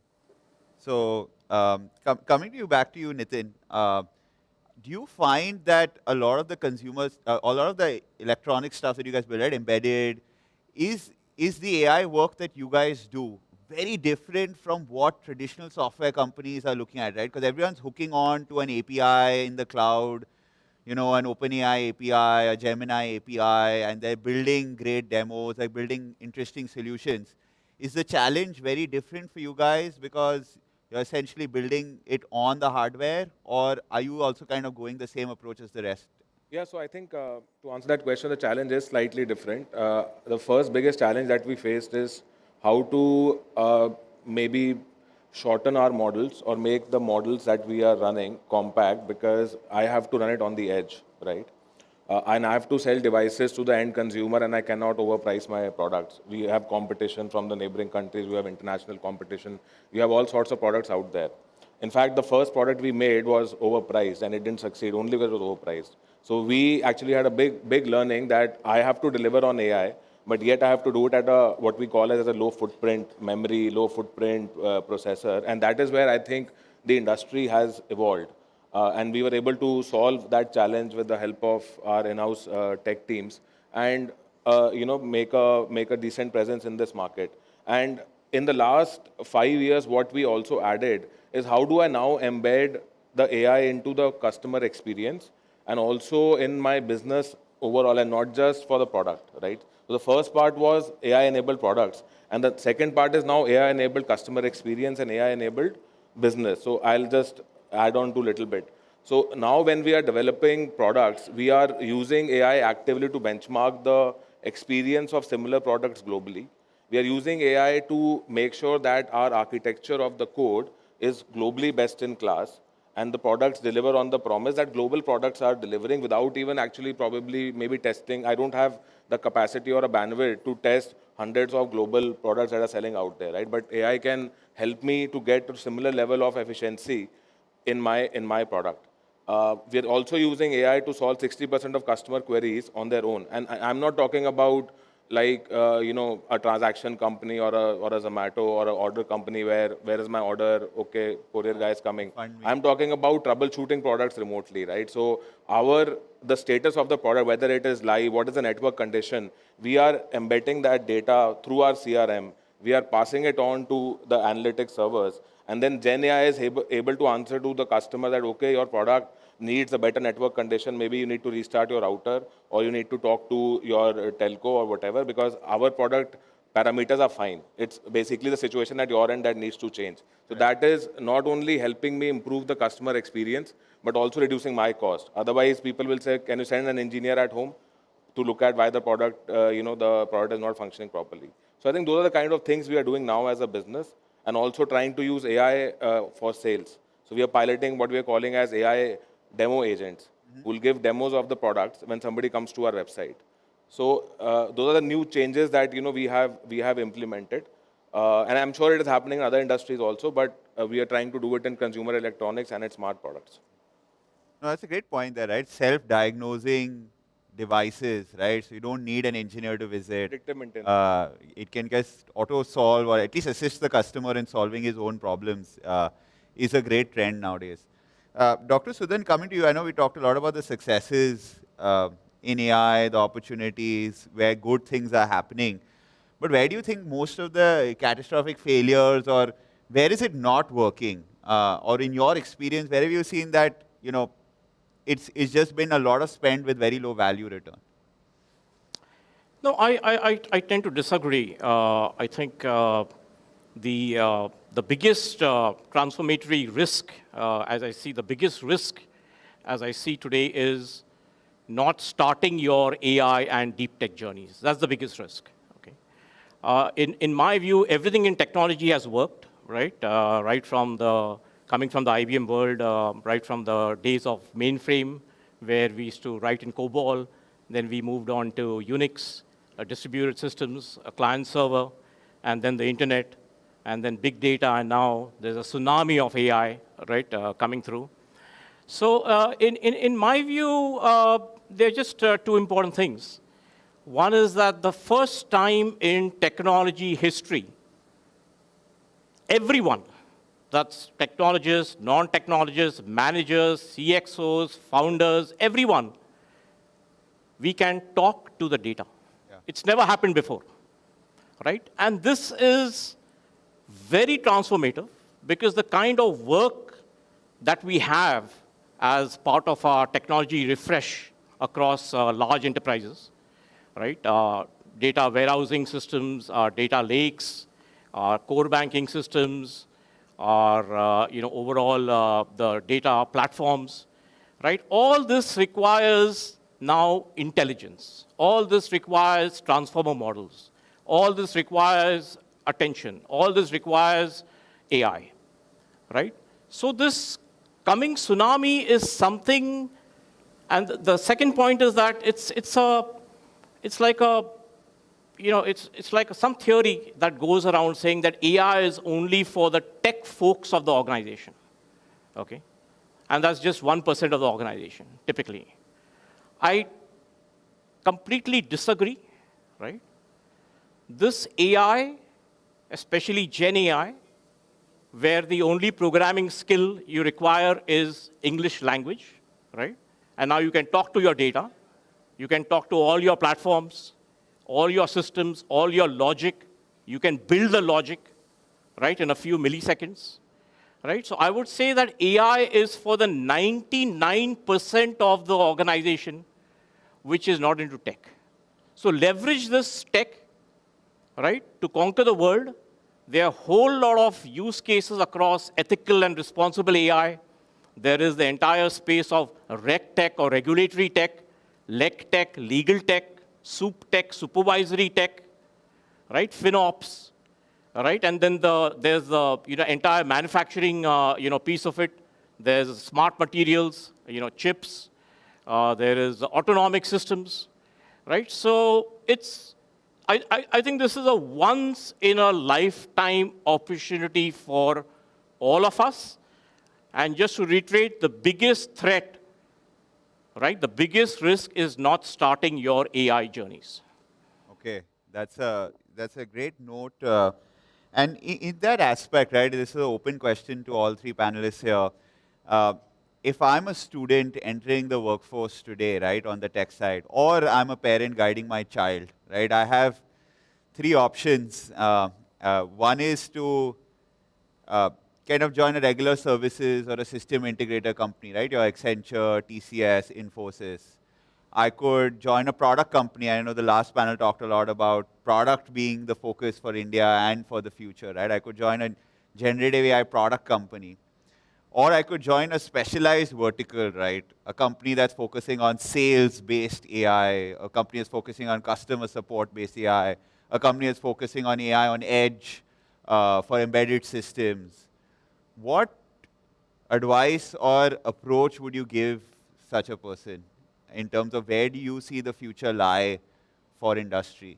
And do you think academia is getting it wrong right now, or are they on the right track when it comes to AI education of this generation? I can start. So I think you should, and it doesn't matter if it's AI or not, you should always join a company that lets you be fulfilled. Okay, whatever lets you fulfill your own desires. I think one thing about the Indian education system is that we tend to be over-schooled and under-educated to a large extent. And this has been the situation for the last 100 years, nothing to do with now. And I think you need to focus on getting the best out of yourself. I think there's a place for every single one of those things, because I'm literally seeing, I'll give you one example. So this was a very large telecom company, and they came to us and said, well, look, because of geopolitical reasons, there are lots of tariff implications in different parts. Now, the way their ecosystem works is, let's say there's a ship sailing from, I don't know, somewhere in the Mediterranean Sea, and that ship needs to come via the Suez Canal, and then something needs to come to Bombay, and then all kinds of stuff. Now, each one of those things can be disrupted, either from climate conditions, or from Suez Canal getting blocked, or geopolitics, or then tariffs, etc. Now, for you to do a simulation of that entire network was not possible before. Okay, now you can. And you can take all of these pieces as input.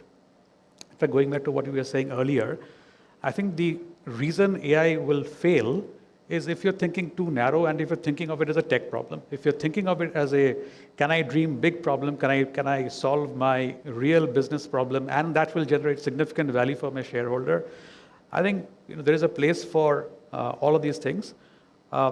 One thing I do see the tendency of youngsters to depend on this completely and stop their thinking. I don't think that's the right approach. It is a tool that will help you get better, but it is you who have to finally get out onto the pitch and do the batting. You can have a coach, you can have a masseuse, you can have all that YouTube videos to tell you how to swing the ball, but unless you're getting the wicket yourself, it doesn't show up against your name. Okay. Just quickly opening it up to the audience, if there's any questions, we have time for one.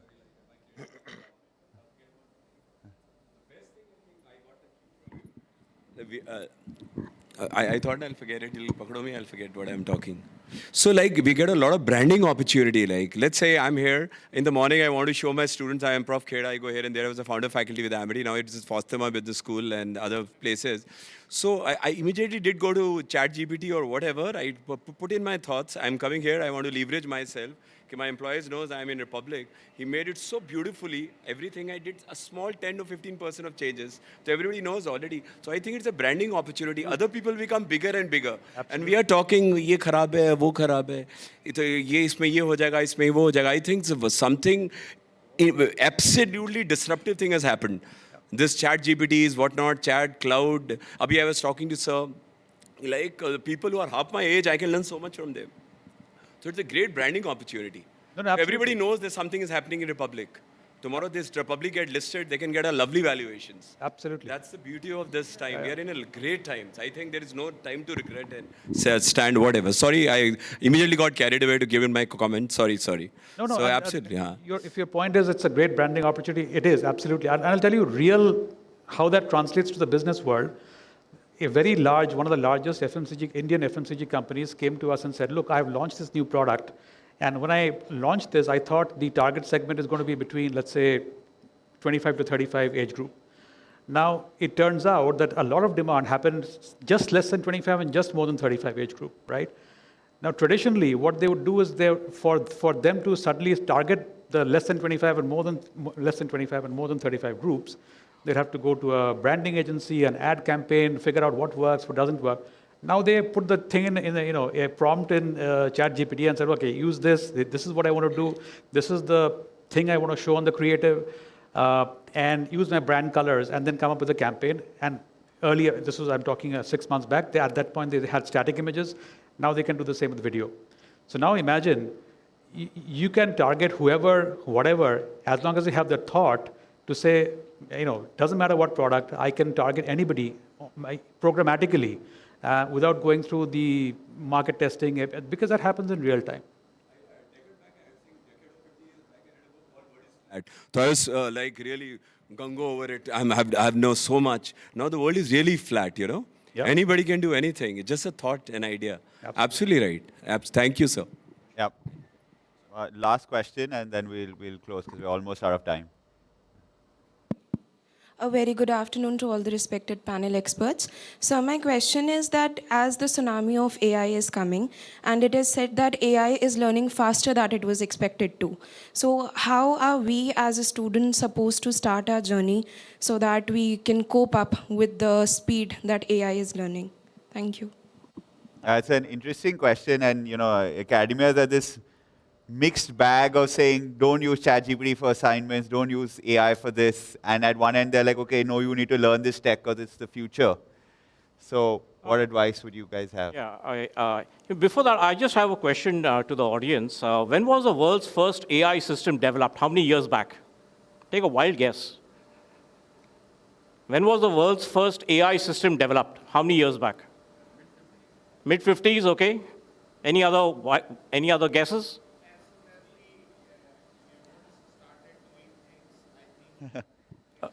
Which year? I can't, put a number to that. Okay, I don't know about. Say is, as far as civilization goes, I think it existed. It just didn't get documented that way, probably. Okay. So the world's first AI system was developed more than a century back by a company called Honeywell in the form of an autopilot, which could fly the plane without the pilot's intervention. This same autopilot has saved many lives. Yes, there were a few tragic crashes, but that is because of either manufacturing defects or because of pilot error, right? So your autopilot has been there, AI has been there. Coming from the IBM world, our IBM Deep Blue defeated the then greatest chess champion Garry Kasparov in the late 90s, right? So the fact is that waiting for AI to happen is not an excuse anymore, right? This AI, I have learned all these algorithms, all these deep tech stacks, all by myself, okay? So you have to just take the shot, right? In all these companies, General Electric, IBM, Barclays, State Bank of India, and now I'm on my own, right? All these companies have invested in transformation and innovation, right? And I've always had a job in those companies. And even today, post my corporate life, there's a tsunami of AI work that I have to do. All right, so just don't hang in there. You either conquer the world with AI or get conquered. Awesome. So I think we'll end the panel here. Just we're out of time. Sorry. My very humble questions. What is your vision as a panelist that how this AI tsunami is going to help our common countrymen, wherein more than 80% of people are still being served with the free meals, and I don't foresee that they have annual income more than 5 lakh rupees. Besides the mobile phones and Jan Dhan account. We'll ask a very quick response from maybe Nitin, you can do. So, see, I think we need to fundamentally understand that if we were sitting 20 years back, we were talking similarly about mobile phone technologies. People were scared of mobile phones, especially the elder age. New technology has come. Internet existed 40 years back. It came into mainstream consumer maybe 20 years back. So I think every time something new comes and there is an inflection point that has hit the AI technologies. Like he mentioned, AI has been around before all of us in this room were born. However, it has hit an inflection point where it has now reached everyday consumers. And if we look at the tech history, if we all fundamentally unanimously agree that the tech advances in the last 20, 30 years have moved the nation forward, it is only natural to say the tech advances that are happening now, which we are saying it's basically Gen AI and other applications of AI, they will also take the nations forward, right? Because these are technological advancements. The past advancements have also helped us gain more efficiency, have helped us, humanity in general, not just any nation, get more productive, get more out of our lives of 70, 80 years. As an individual, if you look at today's generation, in their 80 years average lifespan, they can do much more than probably what our ancestors did. And I fundamentally believe that the workforce of tomorrow can do 100 times more if they adopt Gen AI. So Gen AI, use it as something to make, it's a golden period for the workforce because you have a tool at your hand which is giving you knowledge of every domain. So it totally depends on where your passion lies. Choose any field of your liking, but I don't think there's any field left where AI will not penetrate. So use AI tools to make sure that you are more productive, you are more efficient in whatever you do, and also probably better because AI will give you more ideas. You don't need to spend time doing mundane stuff. So that is my view. I think it'll make us better and give us a better future. Awesome. So I'll stop the questions there. No, I thank you so much. We're really out of time. Everyone is utilizing the AI for having more and more market capitalization. But suddenly, AI had two very popular, SBI had very popular apps, YONO and YONO Lite. In one go, they slashed 80% of their customers by upgrading the security upgrade that you should have more than 11 to 12. And all those mobile phone users have been deprived to use the YONO and YONO Lite. Any specific answer? We'll take that question offline. But last, one tool that you use in the AI world that you can't live without. Just one tool, anything. ChatGPT. ChatGPT, Nitin? ChatGPT. Sudhin? Yeah, Gen AI. Gen AI. Okay, awesome. So it's a lovely panel, and we hope you got some really interesting learnings of what the future of AI is going to look like, where you should enter in terms of the industry, what are those popular use cases. Thank you, guys. Thank you. Thank you.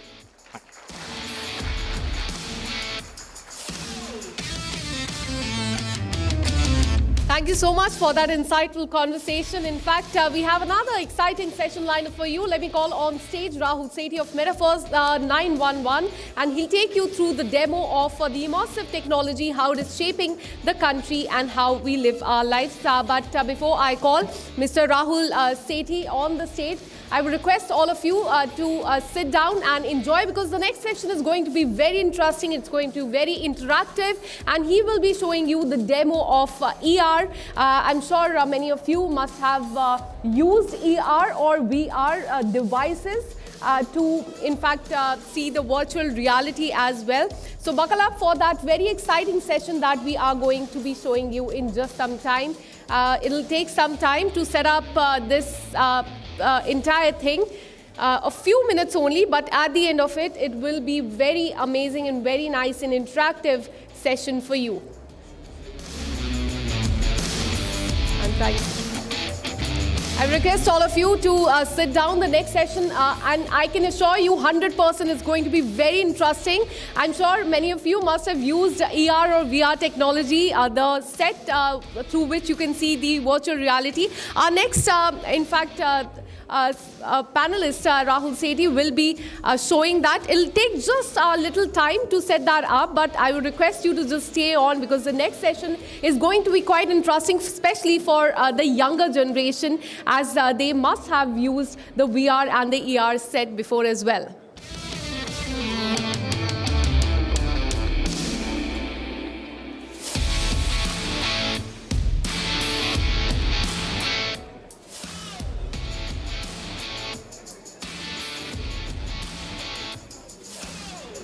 Hello sir, आपने अमित को देखा क्या? वो शायद laptop section में होगा। अमित को देखा क्या? स्मार्टफोन वाले सेक्शन में देखा था उसे। अमित को देखा क्या? अमित को देखा, अमित को देखा।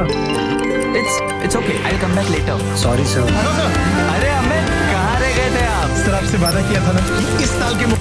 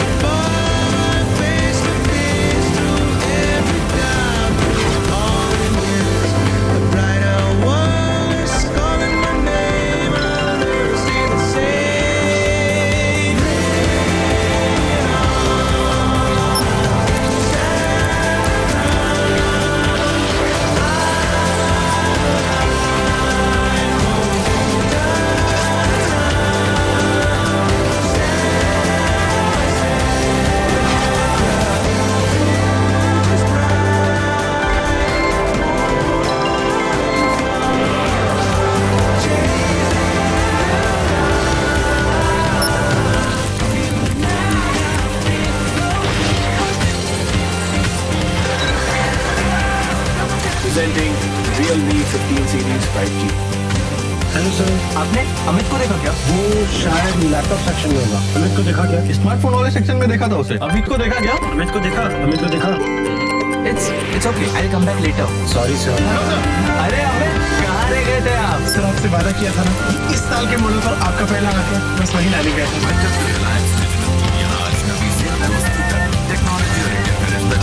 How can I help you? Manoj को देखा क्या? Yes. टेक्नोलॉजी से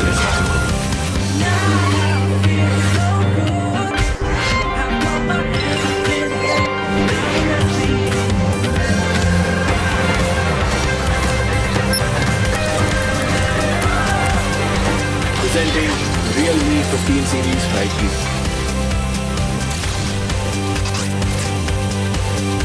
हेलो सर, आपने अमित को देखा क्या? वो शायद लैपटॉप सेक्शन में होगा. अमित को देखा क्या? स्मार्टफोन वाले सेक्शन में देखा था उसे. अमित को देखा क्या? अमित को देखा. अमित को देखा. It's okay. I'll come back later. Sorry sir. Hello sir. अरे अमित कहाँ रह गए थे आप? सर आपसे वादा किया था ना कि इस साल के मॉडल पर आपका पहला आके बस वही लाने गया था.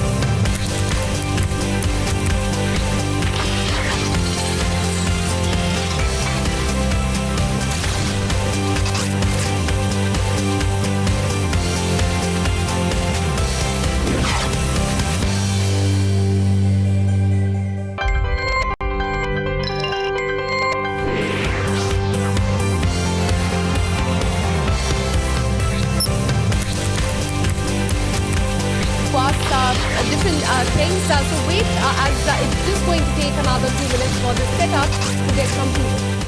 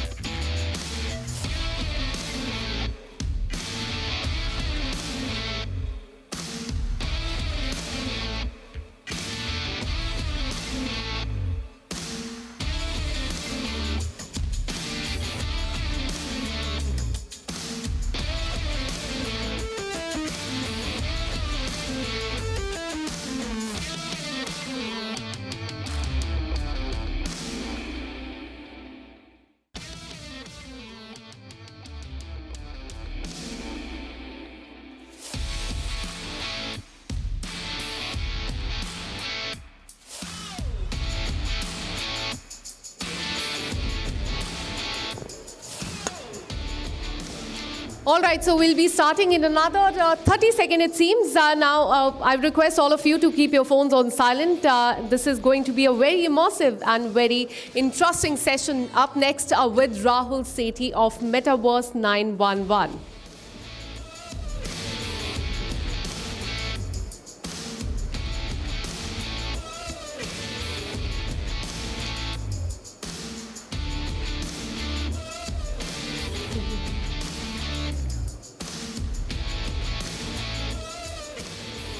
Thank you so much for patiently waiting for us. Let me now call on stage Mr. Rahul Sethi of Metaverse 911, and he will in fact show us how and what happens in fact when AI meets 3D. It's going to be a very interesting session, so buckle up. Okay.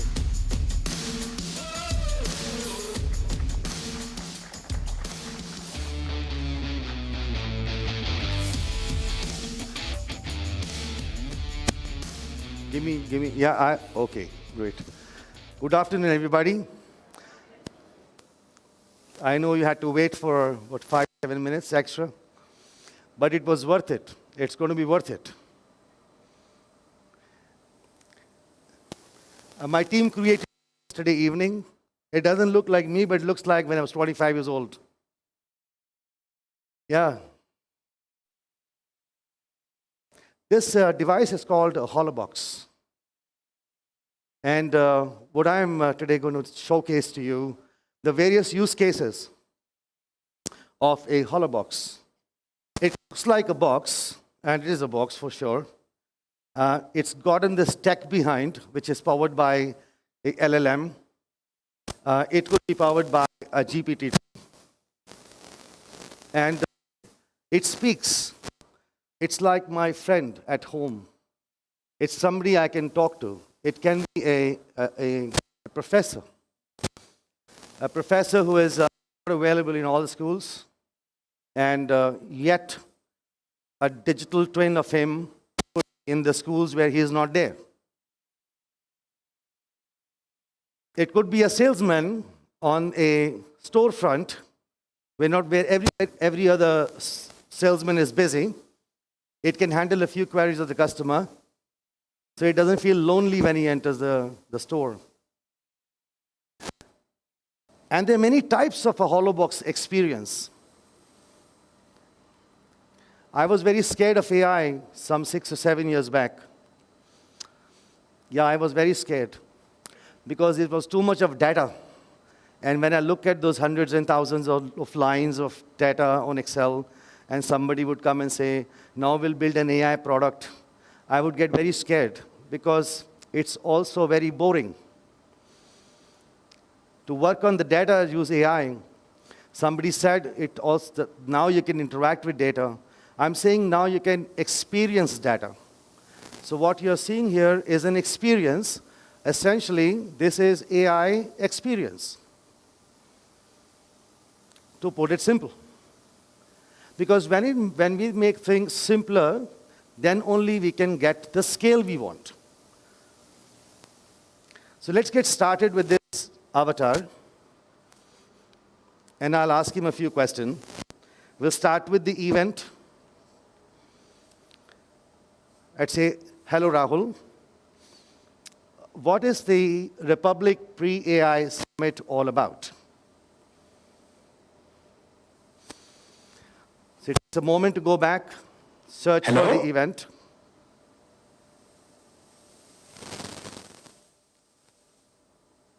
The Republic TV AI Pre-Summit. Uh-oh.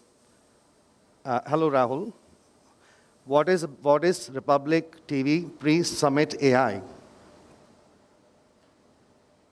2025 is all about showcasing how Metaverse 911 is revolutionizing human interaction with digital environments using Namaste AI and immersive technologies like our Holobox. मुझे खुशी है कि आप मुझसे बात कर रहे हैं. मैं यहाँ Republic TV AI pre summit 2005 में मेटावर्स 911 के बारे में बताने आया. The whole idea of a avatar having inside I'm ready for your a next box, question or comment. Let me know how I can help. I need a little bit of better internet. because it is taking time and mixing up. So the whole idea of having an avatar here is to have a personal interaction with the audience. Now let's go back and let's look at what are the various use cases of a HoloBox. The first thing is that I can talk to him, meaning I can create my own digital twin and I can put it anywhere. The second one is that I can have this as a touch panel, which means now AI can show me references of images or videos that I can touch, and I'll be able to actually go back into more of video and infographic or visual content. The third use case of a HoloBox, which is also very prevalent, is actually in events like this, where you have assistance is available in different corners. So we can, now and going forward, we can utilize this kind of a tech, this kind of an experience, integrate it with AI, and be able to utilize AI at a mass for people who want a personalized experience. But it doesn't stop here. Any visual experiences doesn't stop at just one box. So what I'm doing here next is having my colleague Yatharth here. So Yatharth, welcome. It is Yatharth's first day at Metaverse 911. So he's been working with me for a long period of time. So over to you, Yatharth. Hi, good afternoon, everyone. So let's just say, for the context, I've just joined Metaverse 911 or a new organization altogether. Even though I've been working for a good part of more than a couple years now, but if I am a new joiner in an organization, I do not know about what to do, where to go, who to talk to. At the same time, I am unaware about how the company functions or what would be my onboarding process. So what we have done is that we are creating environments using AI and technologies like mixed reality, in which I get a buddy, I get a friend, I get a person who I know personally in a new organization who I can speak to and I can understand and I can learn what can I do further in the organization and how will I grow. So I'll just give a small demo of the entire setup of what we've created and then I'll take it forward.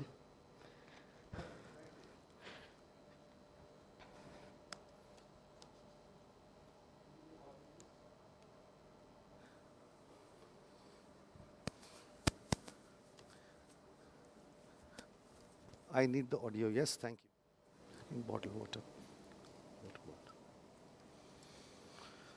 Thank you. Pati.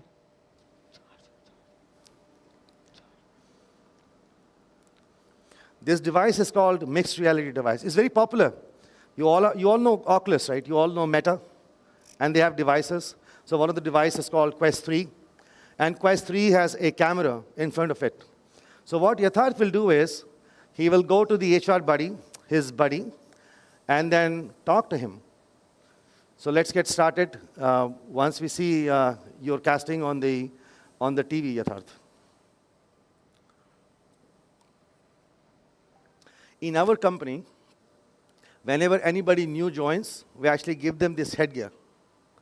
So he gets all the onboarding from this headgear. We don't have a person who tells them about what the company is, what the history is, what we do, who are clients, what do we do for our clients.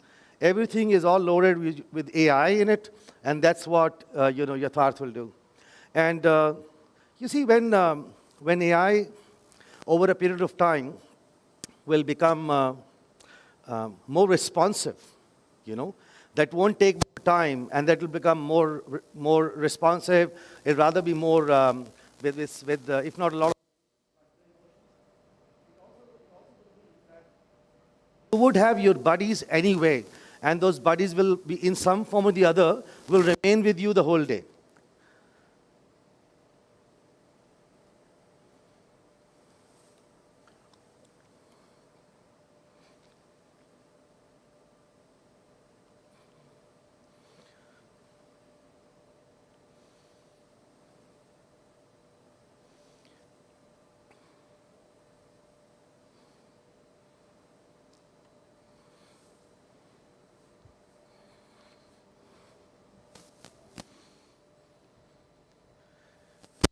Remove this. Yeah, see it there.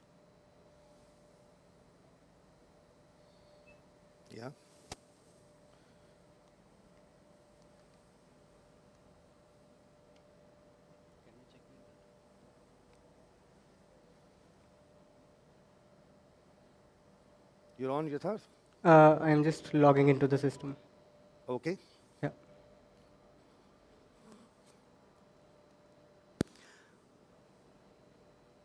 I always think that even when we got started, some other speakers, they were trying to always struggle with the internet. You know, one day would come when you could just carry something, the LLM within a box. You don't need an internet. But yeah, so let's start with a few other things while Yatharth is setting this up. Training is a very, very good use case. I heard that you've got this journalism school here. So in your school, you've got multiple case studies. And those case studies are uploaded into some GPT format, you know, and then you're able to sort of then utilize this kind of headgears, have your own professor, have your own mentor, you know, a buddy with whom you can chat, you can talk. And such experiences in many corporates right now are live.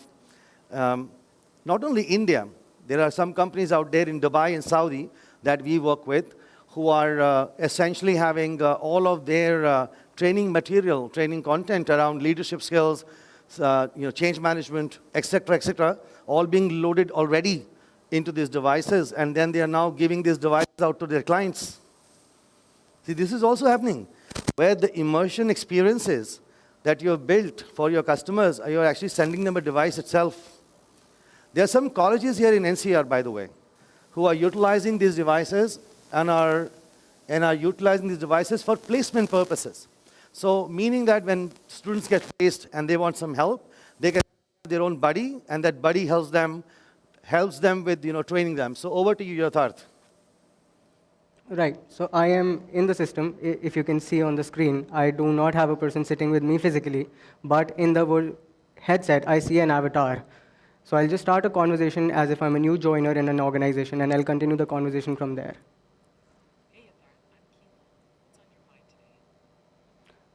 Is the audio available to everyone?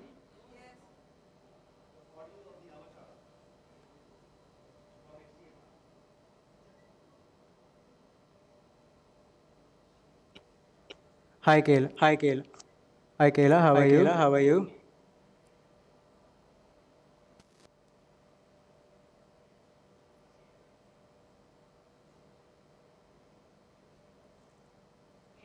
Hey, Yatharth. Just to clarify, are you asking if audio is available to everyone? Also, I think you meant to say hi to Gail. How can I help with that? Hi, I have just joined this organization called Metaverse 911 based out of Noida, NCR, India. And I just want you to tell me something about the organization.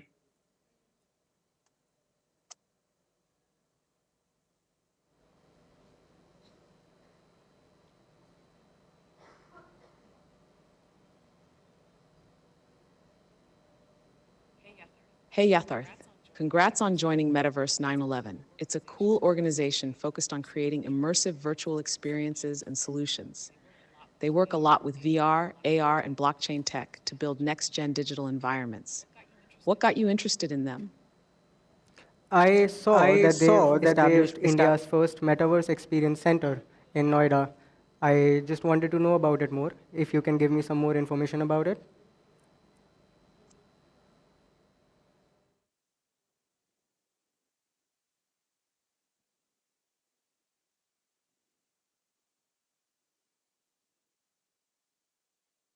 Sure, Yatharth.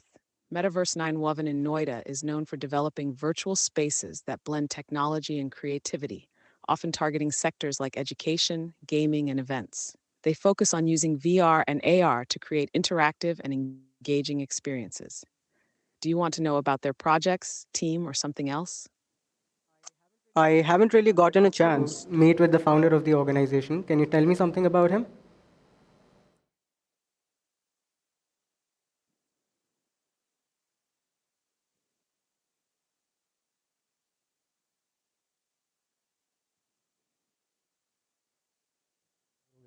Of course, Yatharth. The founder of Metaverse 911 is known for being a visionary in the tech space, especially around virtual reality and blockchain. He's passionate about building digital worlds that connect people in new ways and often emphasizes innovation and community. Would you like me to share some of his background or his vision for the company? Firm before joining the company that they train their new joiners using mixed reality and AI. Can you tell me something about that?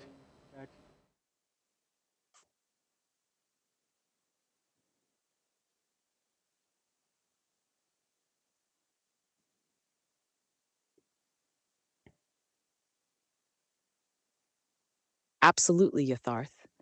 Mixed reality blends the real world with virtual elements, creating immersive experiences where digital and physical objects coexist and interact. AI, or artificial intelligence, powers these experiences by enabling smart interactions, personalization, and automation. Together, they're transforming how we work, learn, and play in the metaverse. Want to dive deeper into any part? Yeah, I have joined organization in client services. So what would be the top 3 trainings that you would recommend that I should go through?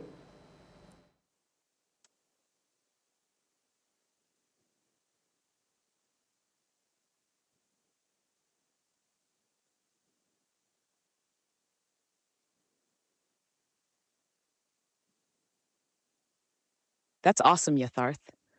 For client services in a tech-driven space like Metaverse 911, I'd recommend trainings on 1. Understanding VR, AR, and mixed reality basics so you can speak confidently about the tech. 2. Effective communication and client relationship management to build strong partnerships. And 3. AI and data analytics fundamentals to grasp how AI enhances user experiences and services. Want me to help find resources for any of these? No, thank you. Give me the mic, please. So what you've really seen is that AI now becomes an experience in itself. AI is not just about going and texting on a chatbot or doing a presentation. But what I'm thinking also is that while we build this kind of systems, we will have some way by which we can bring a component of of creating a presentation while you talk to the avatar. It could be such a great thing for a student, in my view. It also would be a great thing for an executive. Meaning when I'm giving a presentation out to somebody, I'm literally having my assistant. I can keep asking my assistant to keep creating the content, maybe bring some data from my internal systems, and give them an immersive experience. So the possibilities of actually integrating, if I may, XR, which is extended reality, into and with AI is huge. Now, as a matter of fact, one of the requests which came here is that the student, what's her good name?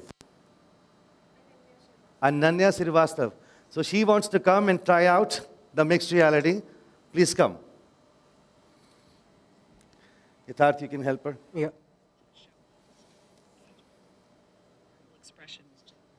Clear and to the point, avoiding overly complex or vague language. Statements such as, I just wanted to know about it more, and can you tell me something about that, are concise.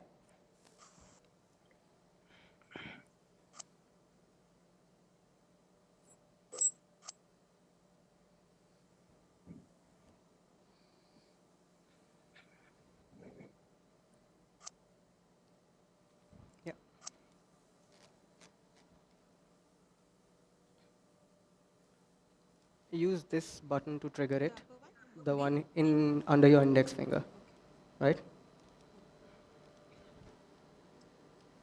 That's a beautiful thing. Let's give her a clap. I hope you can see the avatar sitting in front of you. That is enthusiasm. Right. That is enthusiasm. And on the right, you will see a menu. If you look on your right. Okay. Oh, where? On your right. Right. Yes. Yes. Yeah, you can click start. Okay. Yeah. And you can enter your name or you can continue with just it. enter.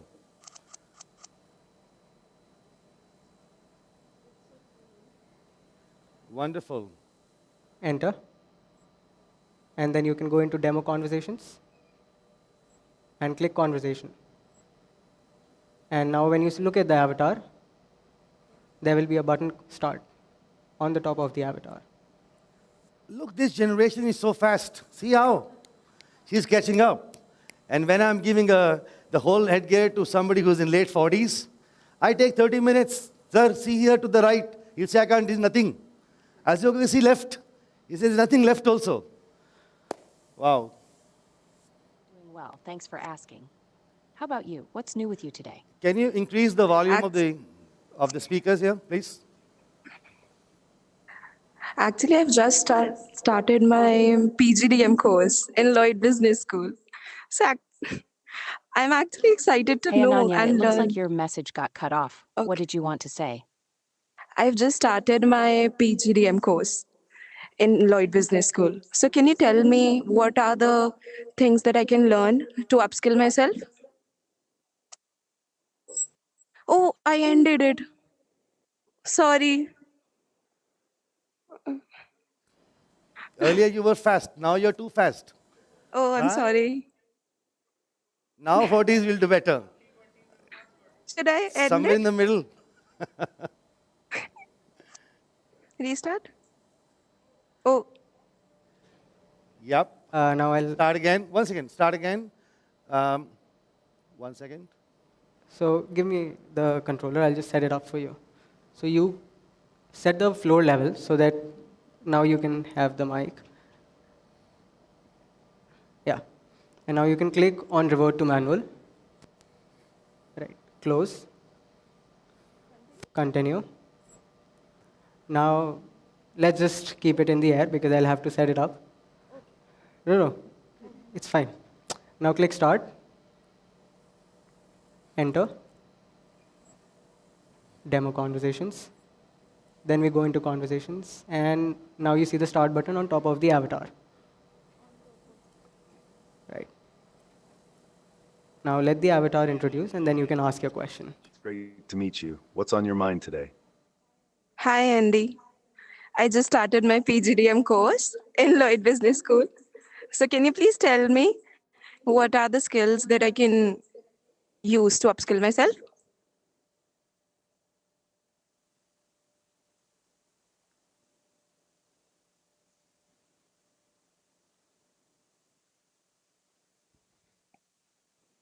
Hey, Ananya, congrats on starting your PGDM.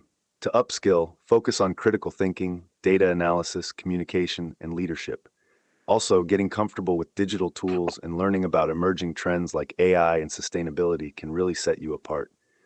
What area interests you the most? I'm really interested in business analytics.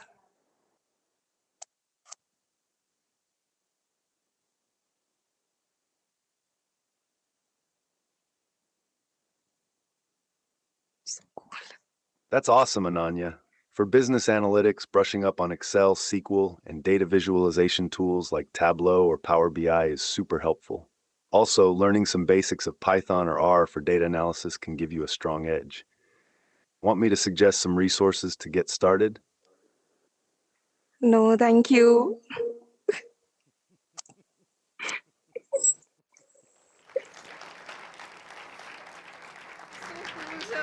So cool. Thank you. You experienced AI. You today have experienced AI. Thank you so much. Yeah, so now students, even the teachers, they all can have an ideal student to whom they can talk, to whom they can share case studies. In fact, if they have them act like 20s, they can even have a feedback. Imagine a teacher getting a feedback from a student in 20s, but through mixed reality. Why is it better? One, nobody makes an opinion about you. You could sit down with this device, you have this whole solution, you're talking to your professor, vice versa, the professor speaks to student, but then no judgment. No hesitation. Speak. No hesitation. No hesitation. You can go wrong 100 times. Nobody will create an opinion about you. But when you come out of it, it can even do your assessment. Assessment on what basis? Assessment on the basis of your existing parameters. So you in college, as an institution, you have parameters of evaluation. You actually have them feed into the system. So the avatar will actually think and work like on the basis of your evaluation criteria. Make sense? Yes, absolutely. Thank you. Thank you so much. Thank you, Ananya. Thank you.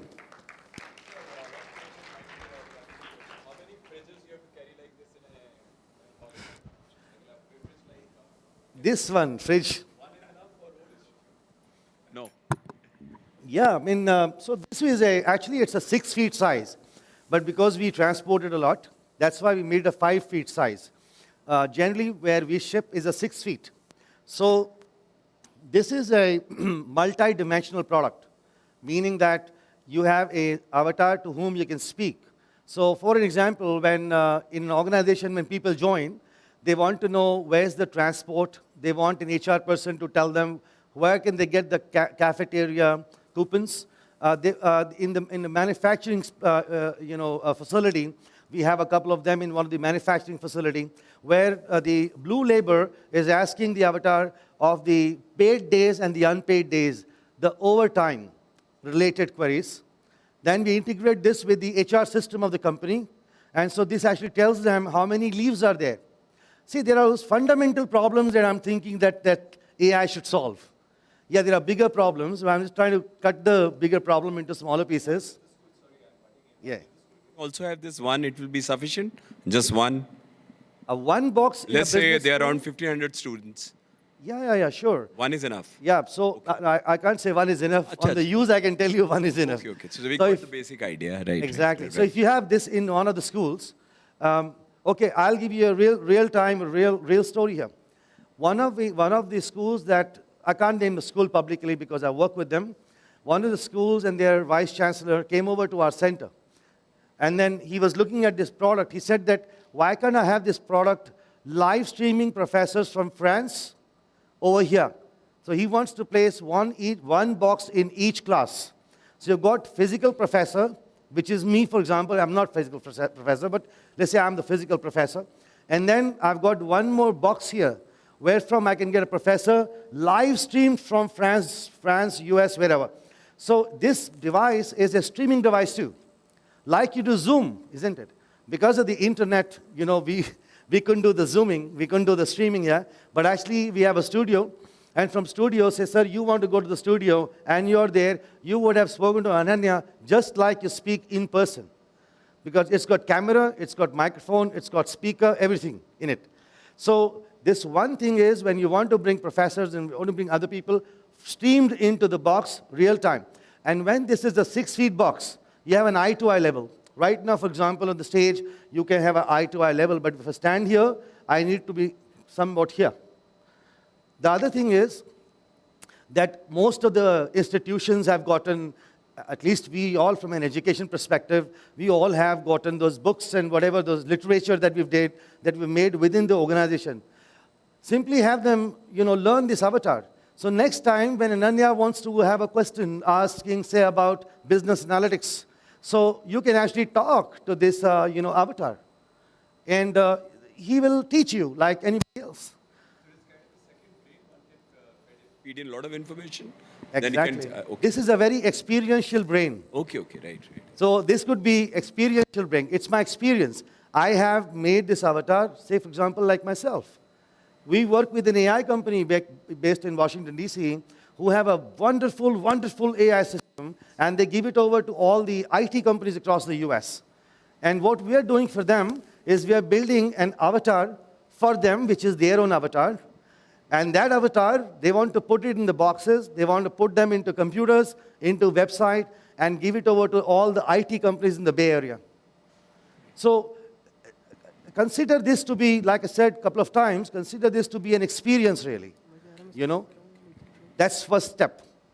And then eventually build on it. So these boxes are that way, this is a box. Now again, why is it a box? Because one, it's a hollow. So don't think there's any rocket science in it. It's experience. It's a hollow box, but because there are those equipments inside it, so we made it look like a box. It's easy to transport, easy to send over. And then, it's also very interactive. At least in the exhibitions and in the events, things that when we do, a lot of people come and ask. Most recently, Mr. Bachchan actually came over to one of the boxes in Mumbai for a bank called IDFC Bank. You can see it online. And Mr. Bachchan is actually promoting, he's basically promoting different products and services, And there are those buttons here. So there's a gentleman who comes here and presses a button. I want to open an account. Presses the button. Mr. Bachchan tells him which kind of account should you open. celebrities, people who are not accessible generally otherwise in Republic TV. I think the first face comes to my mind, in my head, is Arnab's, So imagine, I don't think so Arnab is available to everybody because he's one person. So if Arnab comes here and you're able to talk to Arnab about the Republic TV, the vision of Republic TV, what is this organization all about? There are 100 questions that employees, students, or the partners have. They can get those questions from Arnab. So like a lot of unemployment going to be there very soon. That's the other part of it. When one got to be positive, we all got to relearn and be quite capable to counter that also. Right. Very nice. We have all, I think AI will make anybody, actually this is an enablement tool, It enabled me to have the information here and now. I want to have information here and now. I don't want to wait for information. I'll write an email to somebody. Somebody will look at my email, reply to me after 24 hours. Here and now information. And because it's live, so I can also customize it. So there's a hyper-personalization that I can build in it, with celebrities, with the founding team members, etc., etc., etc. So that's where I think, say, XR meets AI. So AI, which you can experience, is through all of these devices. All right? Thank you very much.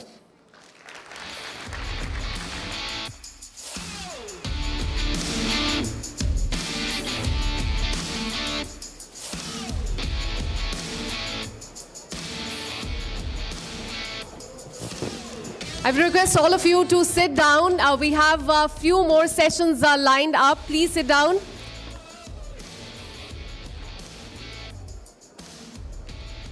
We'll resume this session in 5 minutes. All of you, I request you to please sit down. We have another very interesting session lined up for you.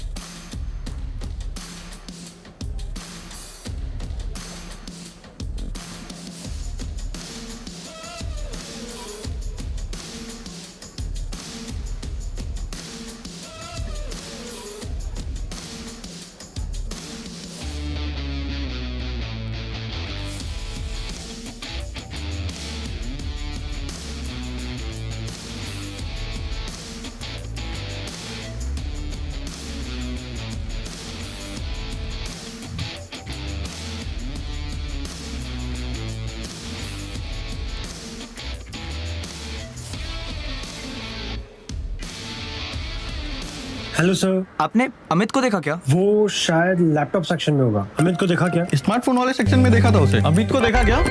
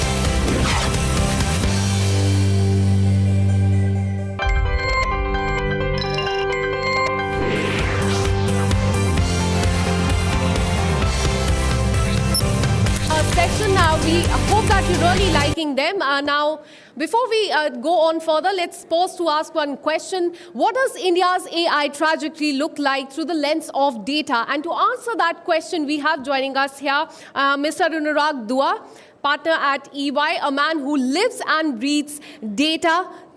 Please come on the stage, sir.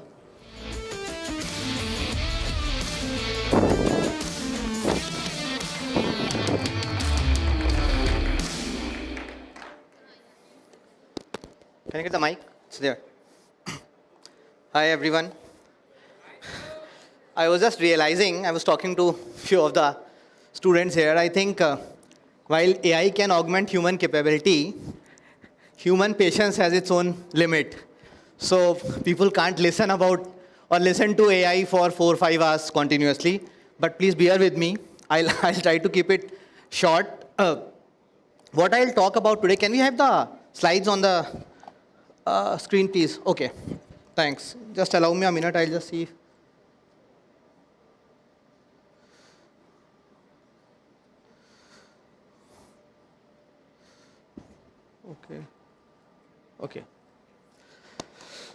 Okay, so as a consultant, I think it will be a bit boring session as opposed to what Rajat was talking here, so I won't be able to present any avatar and some of those things.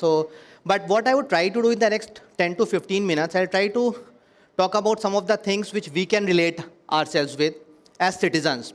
So just to give you a brief introduction, so I work in the public sector consulting team of EY, and I mostly work on large government digital transformation programs, and now AI is definitely one of the biggest things that we talk about.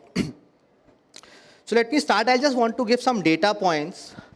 So I'm sure all of you would appreciate that governments, and not only this AI revolution, but previously some speaker was talking about internet and so on and so forth. So government has always been facing those inflection points. And as I said, not now, but sort of always.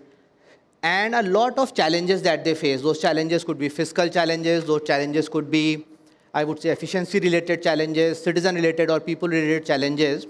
And all this happens while people like us who are citizens, when we are on the other side of the table, our expectations are also constantly growing from what government is delivering to us. So you go to a government office, you would want the service to be delivered immediately. So that's the class of experience that all of us look like. And I'll talk about some of those examples quickly. But before moving to that, just wanted to talk about a couple of data points. So we at EY, we did a survey. This was done in around 14 countries where we talked to some 500 government officials, senior bureaucrats, politicians, and some of the other government officials. And the survey results, I'll just talk about a couple of them. So around 60% or more, as you would see, the respondents agreed that AI would really impact the way the governance or the public governance is done. And not only that, more than 50% really believe that there will be a huge impact on the citizen services. Now, having said that, I have not put some of the other figures, but I'll just talk about it. Actual usage or the scaled implementations that are happening specifically on the Gen AI side in government, that number was, if I remember it correctly, close to 12 to 14%. So still there's a long way to go. And most importantly, there was another survey that was done by EY. The first survey was done in a partnership with Oxford Economics. The second survey was done, which was more of a sentiment index survey. And some 15,000 citizens across those chosen countries were surveyed or they were talked to. And I think around 35 to 40% said that they have that trust in government, that if the government is using AI to deliver services, whether that level of accountability, transparency, ethics, and all those things will be taken care of. There would be inclusivity in the service delivery and so on and so forth. So while at one end of the spectrum, we are seeing that there's a lot of interest, there's a lot of talk that is happening about that, but at the other side of the spectrum, a lot needs to be done. And I'll talk about some of those things.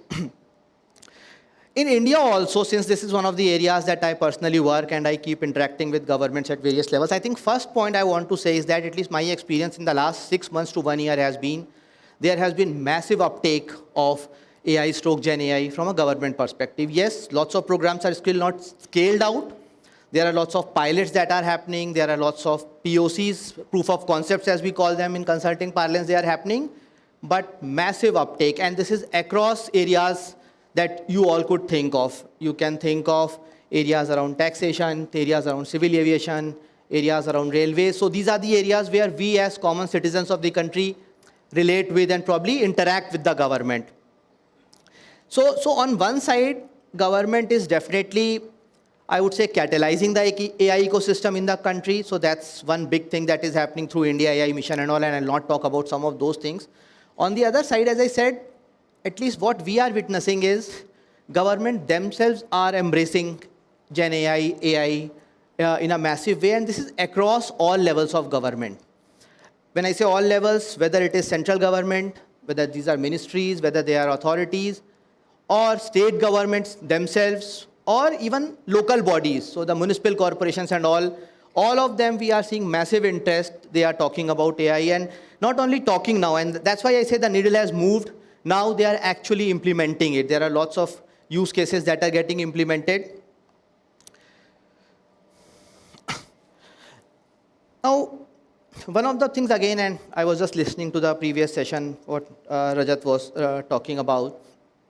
I think what we believe is, or what I believe specifically is AI, at least in the public governance side, I would say. I would not get to the other side because that's a topic I'm discussing right now. I really believe that it is there to augment the capability or the capacity of the government. There's a lot of work that goes on. We'll have some examples, but it is just not replacing any individual. It is just augmenting the capability to deliver better services to us, and probably look at some of the other things, the way the transformation can be brought in, whether it is internal efficiency improvement of the government and some of those things. And that's why we believe that there are two sets of areas where probably we need to look at it. AI is not, or Gen AI is not about just looking at creating new programs on AI or developing new projects on AI. I think it is equally important. I think most of the people in this room would know that there was a program that was created by government long back that was called National E-Governance Plan, NEGP, as it is famously called as.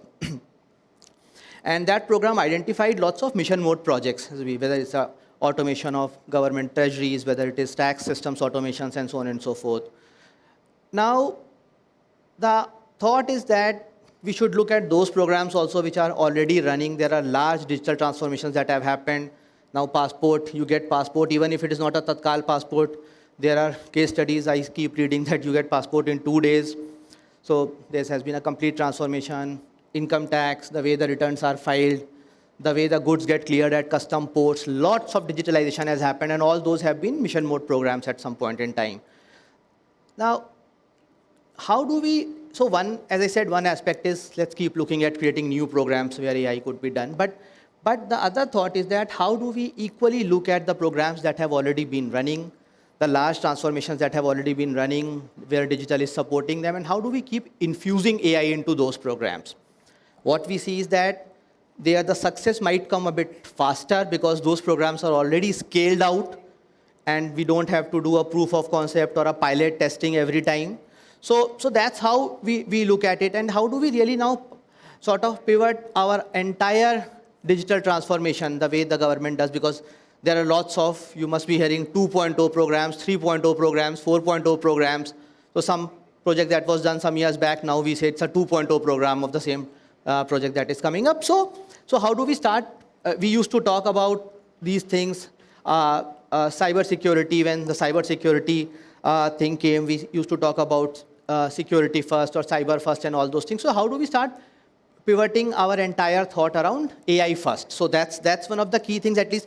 And having said that, now we are sort of witnessing that trend also, that government is now talking about infusing AI into their existing programs.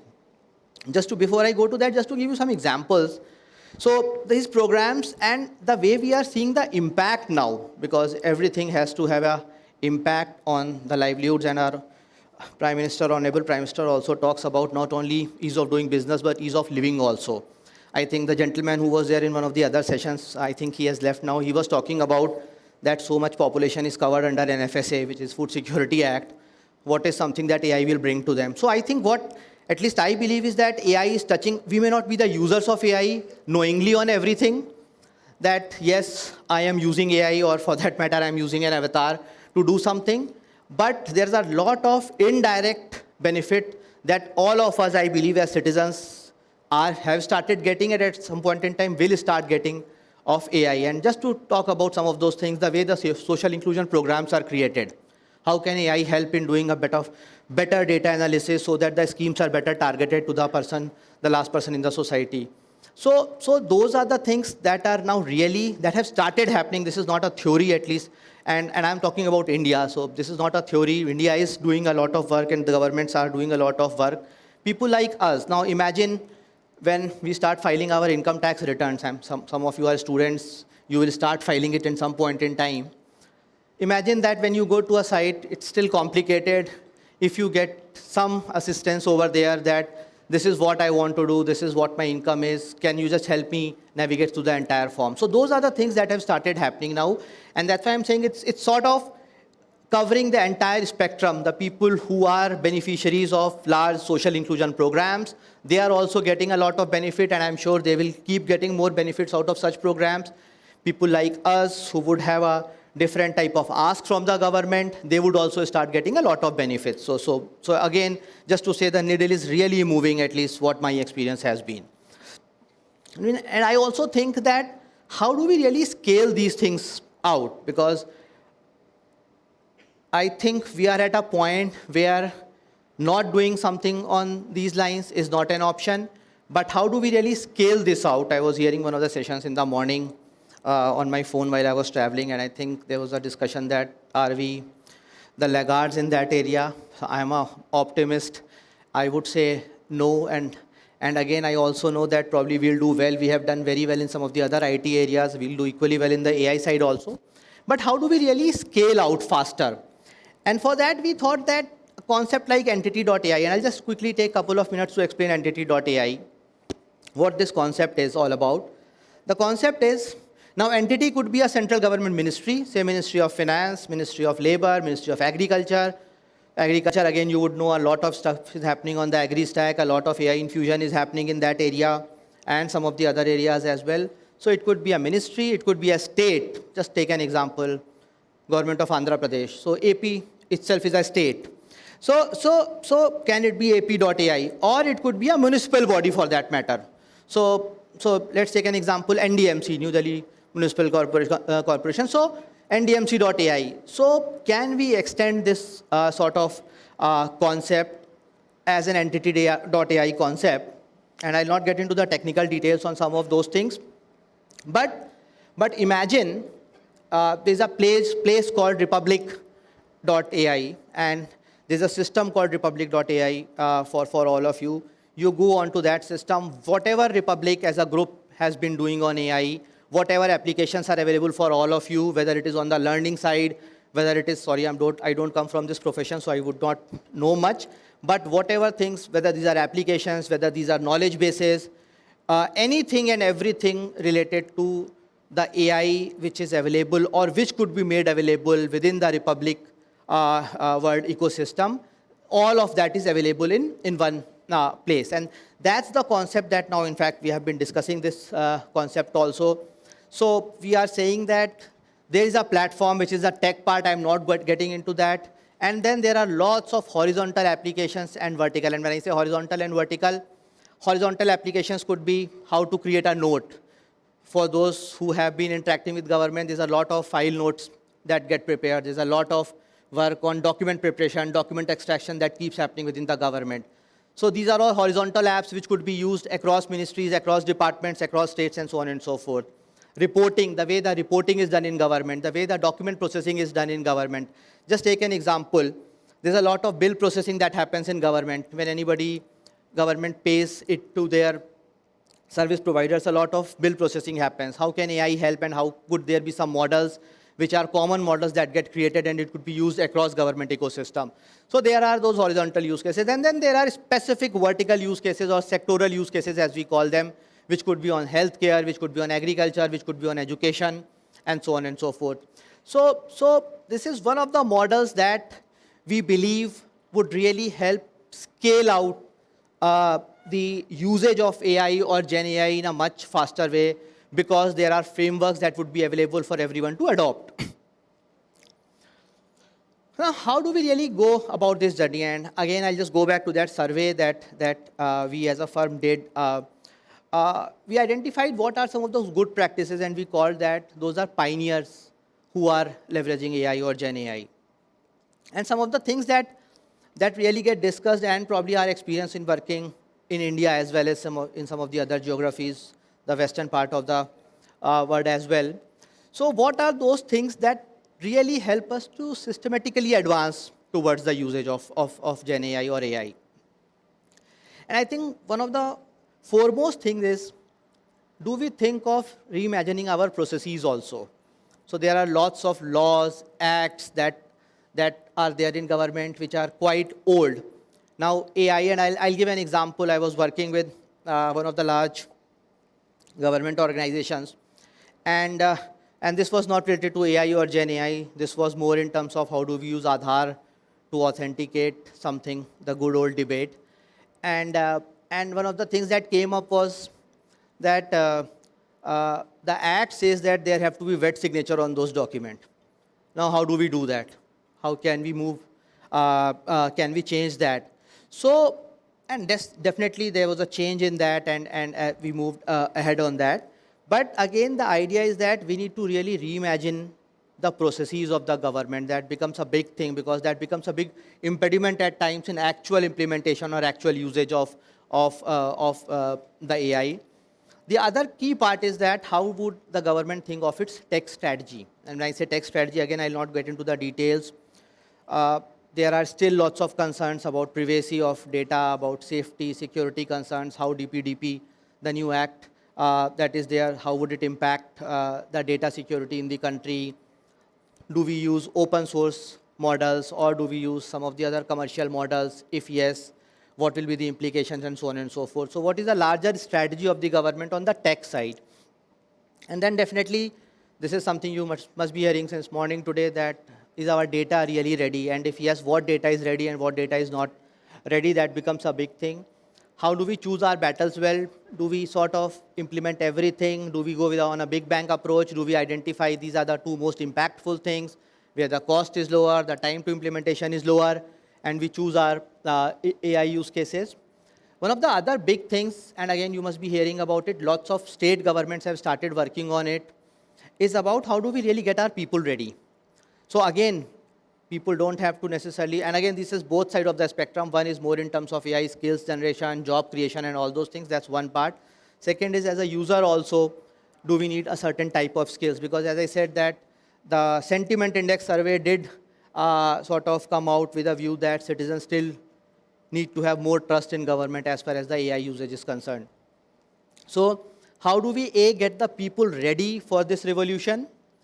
And how do we really confront the changing risk frontier? I think this is one of the very important things. One of the other discussions I was having with some of the government organizations was about inclusivity. That we talk about responsible AI, ethical AI, and some of these things. But imagine that AI sort of, I would say, comes up with some suggestion, or Gen AI comes up with some suggestion, because you all would know that it will process the way the data already exists, or the data or the information that exists in the larger ecosystem. And it actually impacts the inclusivity of a social inclusion program. So how do we handle some of those things? What are the guardrails that need to be put? And these are all activities which have to be done in parallel. These are not sequential activities. And again, while I'm talking about some of those things, at least I do see that governments are now, across all levels, as I said, are working on these things. And the last, but not the least, is about how do we build trust with the citizens?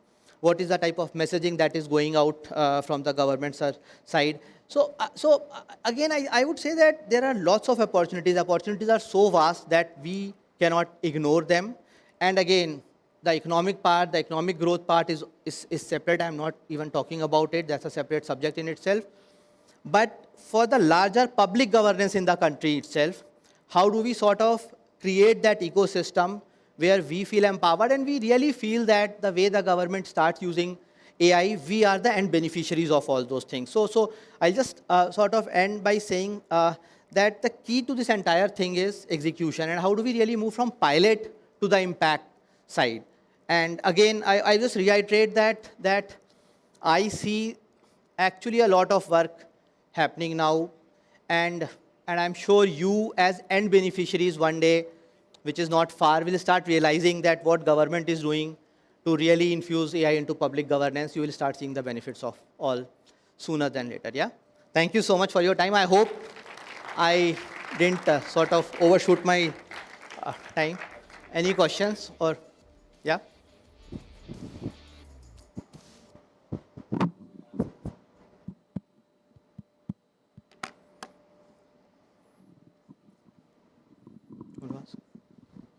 You have a question?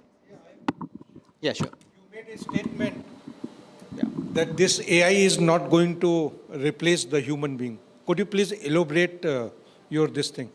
Okay. India being a socialist country. Yeah, India being the socialist, I'm myself a socialist, sir. So, look, I'm purely talking from a public governance side. So, yeah. It's an intelligence. Yes. Being pitched against the artificial intelligence. I There are don't- two things. Yeah. Whatever little understanding I have, as a layman, I am definitely not the expert Yes. of the field. Whatever I have seen, the application of AI, sooner than later, it is going slowly to remove human elements, and artificial intelligence is going to take over the place. Whatever little I have seen, maybe this hall is to be swept, robotics will come. If it takes 5 human effort, it will be done by single machine. Whatever government missions, whatever thing is being done, earlier the same thing was being done by human beings. It will be done in more efficient manner, more recorded manner, without any corruption part of it. I agree to that extent. Okay. But definitely in my wisdom, it's going to eat away human. Okay, so I'll just try to address that and my view. The disclaimer that this is not my firm's view, this is my view as Anurag Dua. Sir, I believe in two things. One, there would always be country-specific guardrails. I genuinely believe in that, and I think we should have. Because the way our ecosystem works, if you go to West, if you go to a Nordic country, that ecosystem is very different. So we cannot have sort of very similar, I'm not using the word AI regulation because that is not something which is sort of very well appreciated. So I'll just stay out of that. But there would be different types of implementations. And as a country, we need to really see how to infuse and where to infuse and to what extent AI will get infused, because definitely we would not want jobs to be displaced because of that. There could be, what I believe, certain jobs that might become a bit redundant. Lots of surveys you would have seen that, and again, I'll not get into and quote all those things because they are surveys after all. They do say that there will be net positive impact on jobs. So probably the Times will tell that. But I do believe in one of the other things, sir, and more experientially, we have faced several such tech-related transformations in the past, in the last 30, 40 years. When computers came, there was a similar fear. When internet came, there was a fear. Now again, there would be, and rightly so, there would be some fear. So on a larger basis, I think point number one, we will have India-specific, we should have rather India-specific views that how and which sectors we implemented to what extent. Second, as I said, net positive impact. Third, specifically from a public governance side, and since I have been a practitioner in this area for the last 20 odd years, I see there's a lot of scope to really augment the capability for better citizen service delivery without really impacting the jobs at all. So that is, and I have worked in multiple sectors. I've worked in health sector, I've worked in rural development, agriculture, public finance definitely a lot. And I see there would be lots of opportunities where we are just augmenting the human capability. That's it. For them to make decisions faster, for them to get some of the efficiency gains, the way the government is working or the way the public governance is happening.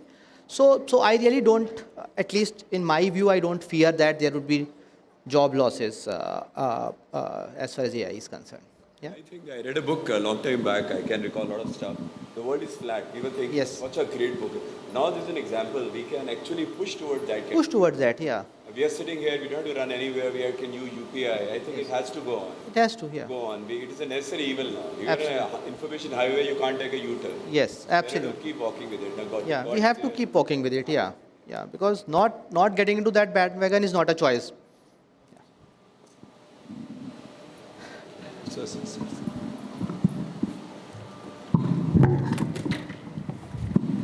I think very interesting discussion, and discussion is endless, right? It's endless. What sir said that AI is going to eat out the man or jobs, right? To my little understanding, what I think this fear has already been there for 40 years, as long as I could remember. Fear रहा है जब भी कोई और आए कि job चले जाएंगे. To my little understanding, I think AI is not going to replace the man or human, but the man who knows AI will replace the person who doesn't know AI. So you rightly said that it is going to augment the human intelligence or going to make the human job easy and faster, probably the way out. No, I really like the way you mentioned, but I personally, if you ask me, I don't even feel like that. So I think each human is individual and everyone is important. I don't think that AI can ever replace anything. Human emotions are definitely very different. I don't know. Nobody knows the direction in which the technology will move 5 years down the line. We have seen number of titles have been replaced. They don't exist today. Yes, that's why I'm saying so upskilling, the way the upskilling is. That's why we always talk about net positive impact. So there could be certain jobs which might get redundant, but do we see a net positive impact on the job market? So that's what at least I feel. Sir, my one question. We are emerging economy, right? Sorry? We are emerging economy as India. Yes. We are still saying emerging economy. I thought that. And we are aspiring for, leadership in AI also, right? But we see that most of our economy depends upon MSME and SMEs, right? Yes. They are not aware about all these new technologies. So how our business partners, consultants, or government policy, they are connecting the dot to make it successful? No, I think that's happening. That's pretty much happening, because there are lots of, and since you mentioned that, I've been part of some of those programs where, so there's a lot of encouragement that is being given to lots of smaller industry players, MSMEs or micro. MSMEs is covering everything. So on how do they use technology better? And it's not about AI or Gen AI. That's a topic that is in vogue. We are talking about it. But generally also overall technology usage. How do we bring more automation in the way some of the things are happening, the way their productivity gets increased or their market access is getting increased. So you would have seen that the last few years there have been numerous initiatives which are sort of giving that fillip or catalyzing their own adoption of digital, and B, how do we use digital to provide them better market access? So that's one on the other side of the spectrum. And that's why I always think that it's not about, so today in this room we are talking about AI. What happens? We are talking about quantum and all those things. So 5 years down the line, what new thing comes up, and in this room, what is the topic of that discussion? We do not know. So the idea is that we take the way the digital has been impacting the economy. And that's why I say whether it is the economic part or the social inclusion part, because for a country like us, that is equally important, I would say more important. And there are various programs we are also discussing with them, and at least I can proudly say that MSMEs are really catching up in adoption of some of those things. Definitely things will take some time. Probably, as I said, our ecosystem is a bit different. We just cannot compare ourselves to the West every time on every topic, but things will happen. Because unless we connect all the dots, we cannot become a leader. Now, again, I would say all the dots, or at least some of the dots are getting connected. So we have some patience, because I do have this, I get into these discussions where it is talked that we are the laggards and all those things. There might be initial uptake might be a bit slower, but I think would we win the race at some point in time? I would say yes. Right. Thank you. Thank you.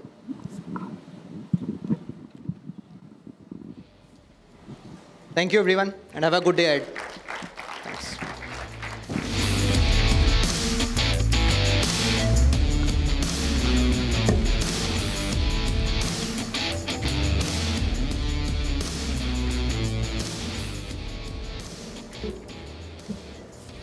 Thank you so much for that insightful address by Mr. Dua. Now, coming up next is another vertical, in fact, that is healthcare and how artificial intelligence is transforming education in the country. And many of you are students here, and you will resonate with that. How students should also, in fact, integrate and lead with artificial intelligence. And for this, in fact, very interesting panel, let me call upon the stage Mr. Ganesh Ramakrishnan. He is spearheading the Bharat initiative and is a professor at IIT Bombay. Also on the panel, Mr. Swaminathan Ganesan, co-founder and CEO of SmartTail. And to moderate this panel, may I please call on stage Mr. Pranav Kulkarni, Deputy Editor at Republic Media. You should hear. Yeah. Awesome.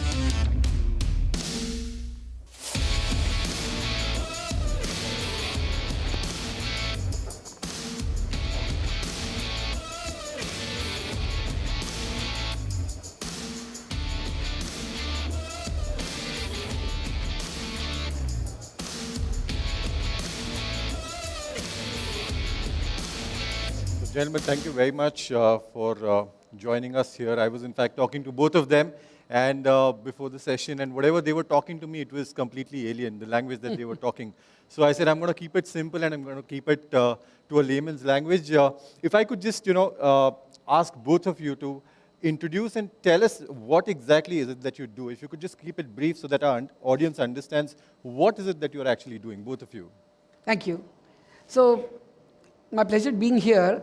At IIT Bombay, I spearhead the Bharat initiative, which is funded by the Department of Science and Technology through the NMICPS program. It's actually funded through a Section 8 company, and it has 7 academic partners. So it's a very unique model in the world. Probably Sea Lion from Singapore comes very close to it.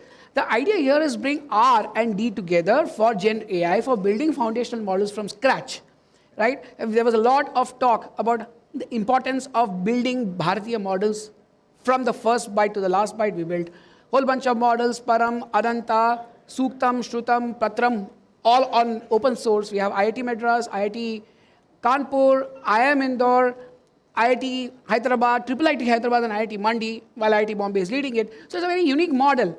Now, the good thing we have also done is not only engage 70 plus research talent within the campus, within these campuses, but also brought in 40 plus cutting edge engineers from all around the world. Okay. So this is actually drawing back talent, and it's creating that strong ecosystem. See, I think the legacy we leave behind, there may be few models we release, but the 1,000 paths of failure are as important to learn. And that is the ecosystem we are actually building. What about you, Swami? What do you do?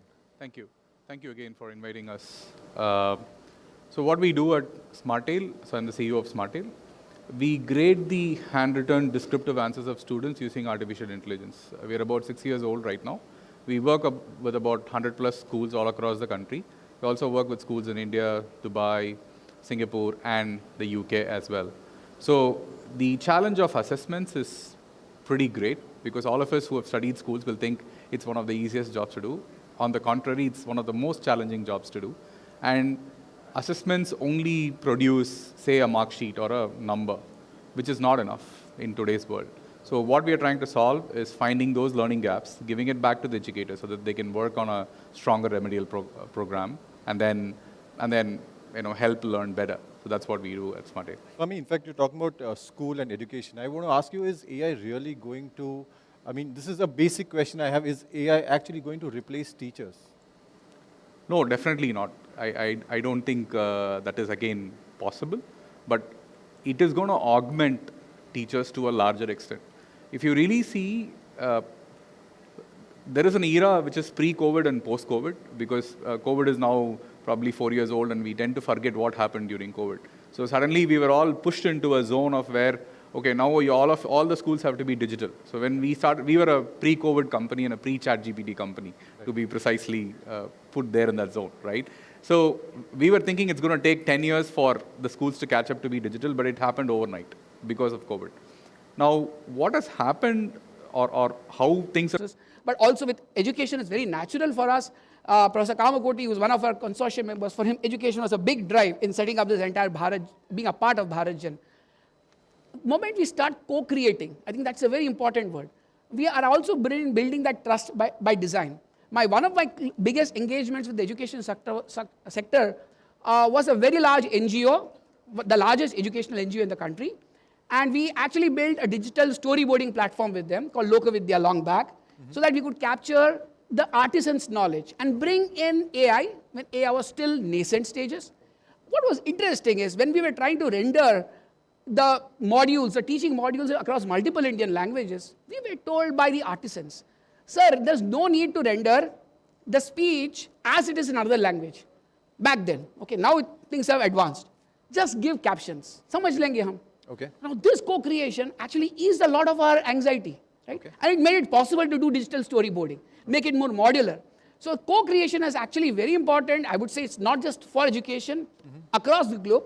We have to leverage the fact that India is a use case capital to make it an IP capital. We have to generate IP. We cannot be only doing solutions. That's where co-creation has to go deeper through engagement like this, where we also have academicians playing a critical role in generating IP. You mean to say that co-creation can probably bring in the authenticity? Is that what he means? Yes. Actually, Swami, I want to ask you. I want to chime in here. Yeah. Probably this is something I'll add on our experience in terms of the product that we went in. So when we went and spoke to the teachers and said, this is a tool that can grade the answer papers right now. And then the teacher looked at me and said, I've been grading answer papers for 40 years.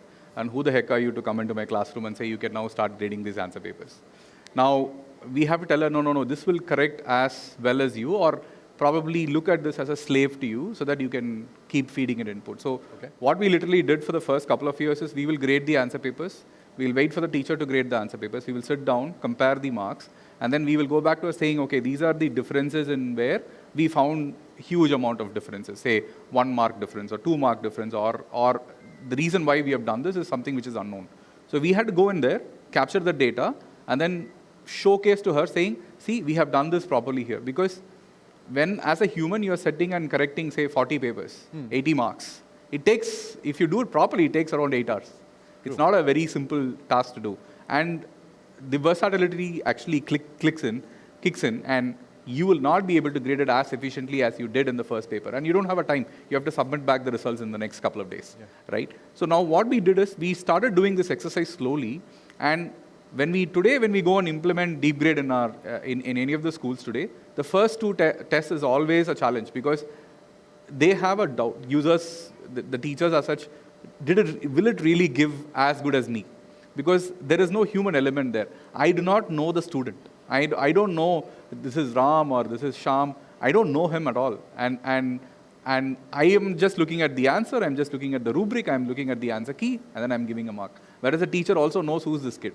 Yeah. So we also saw Maybe a lot of unconscious eliminate bias. the biases that the teacher. Yeah, we also saw a lot of unconscious bias because there are some kids who will always get top rank, and then there are some kids who will always get in the bottom rank. So when we compared a couple of answers, and then we said both of them wrote exactly the same. The one got 2 and another one got 1.5. And when we took it to the teacher, so she literally blasted us. But nevertheless, right? So this is an unconscious bias that actually kicks in. The only way to get user conformance is that you have to go to them and you have to keep showing evidence to them. And then at one point in time now, the teachers don't even look at what AI has graded. It directly goes to the students. We have created a mechanism where the students can ask doubts right now, saying, hey, I should have actually got 2 marks. Why did you give 1.5? So now we will respond back to that as well. The AI says it. Yeah, and we will respond back to that. And if they still have a doubt, they can escalate it to the teacher. But then here I want to ask you to, bring you to one more important aspect of teaching, which also involves very specific child-oriented, child-specific teaching, behavior, some of the other elements that kick in for a teacher. How will AI deal with that? If a particular child, his temperament, his behavior, where do you bring AI there? So, see, it's a very, very challenging scenario as such.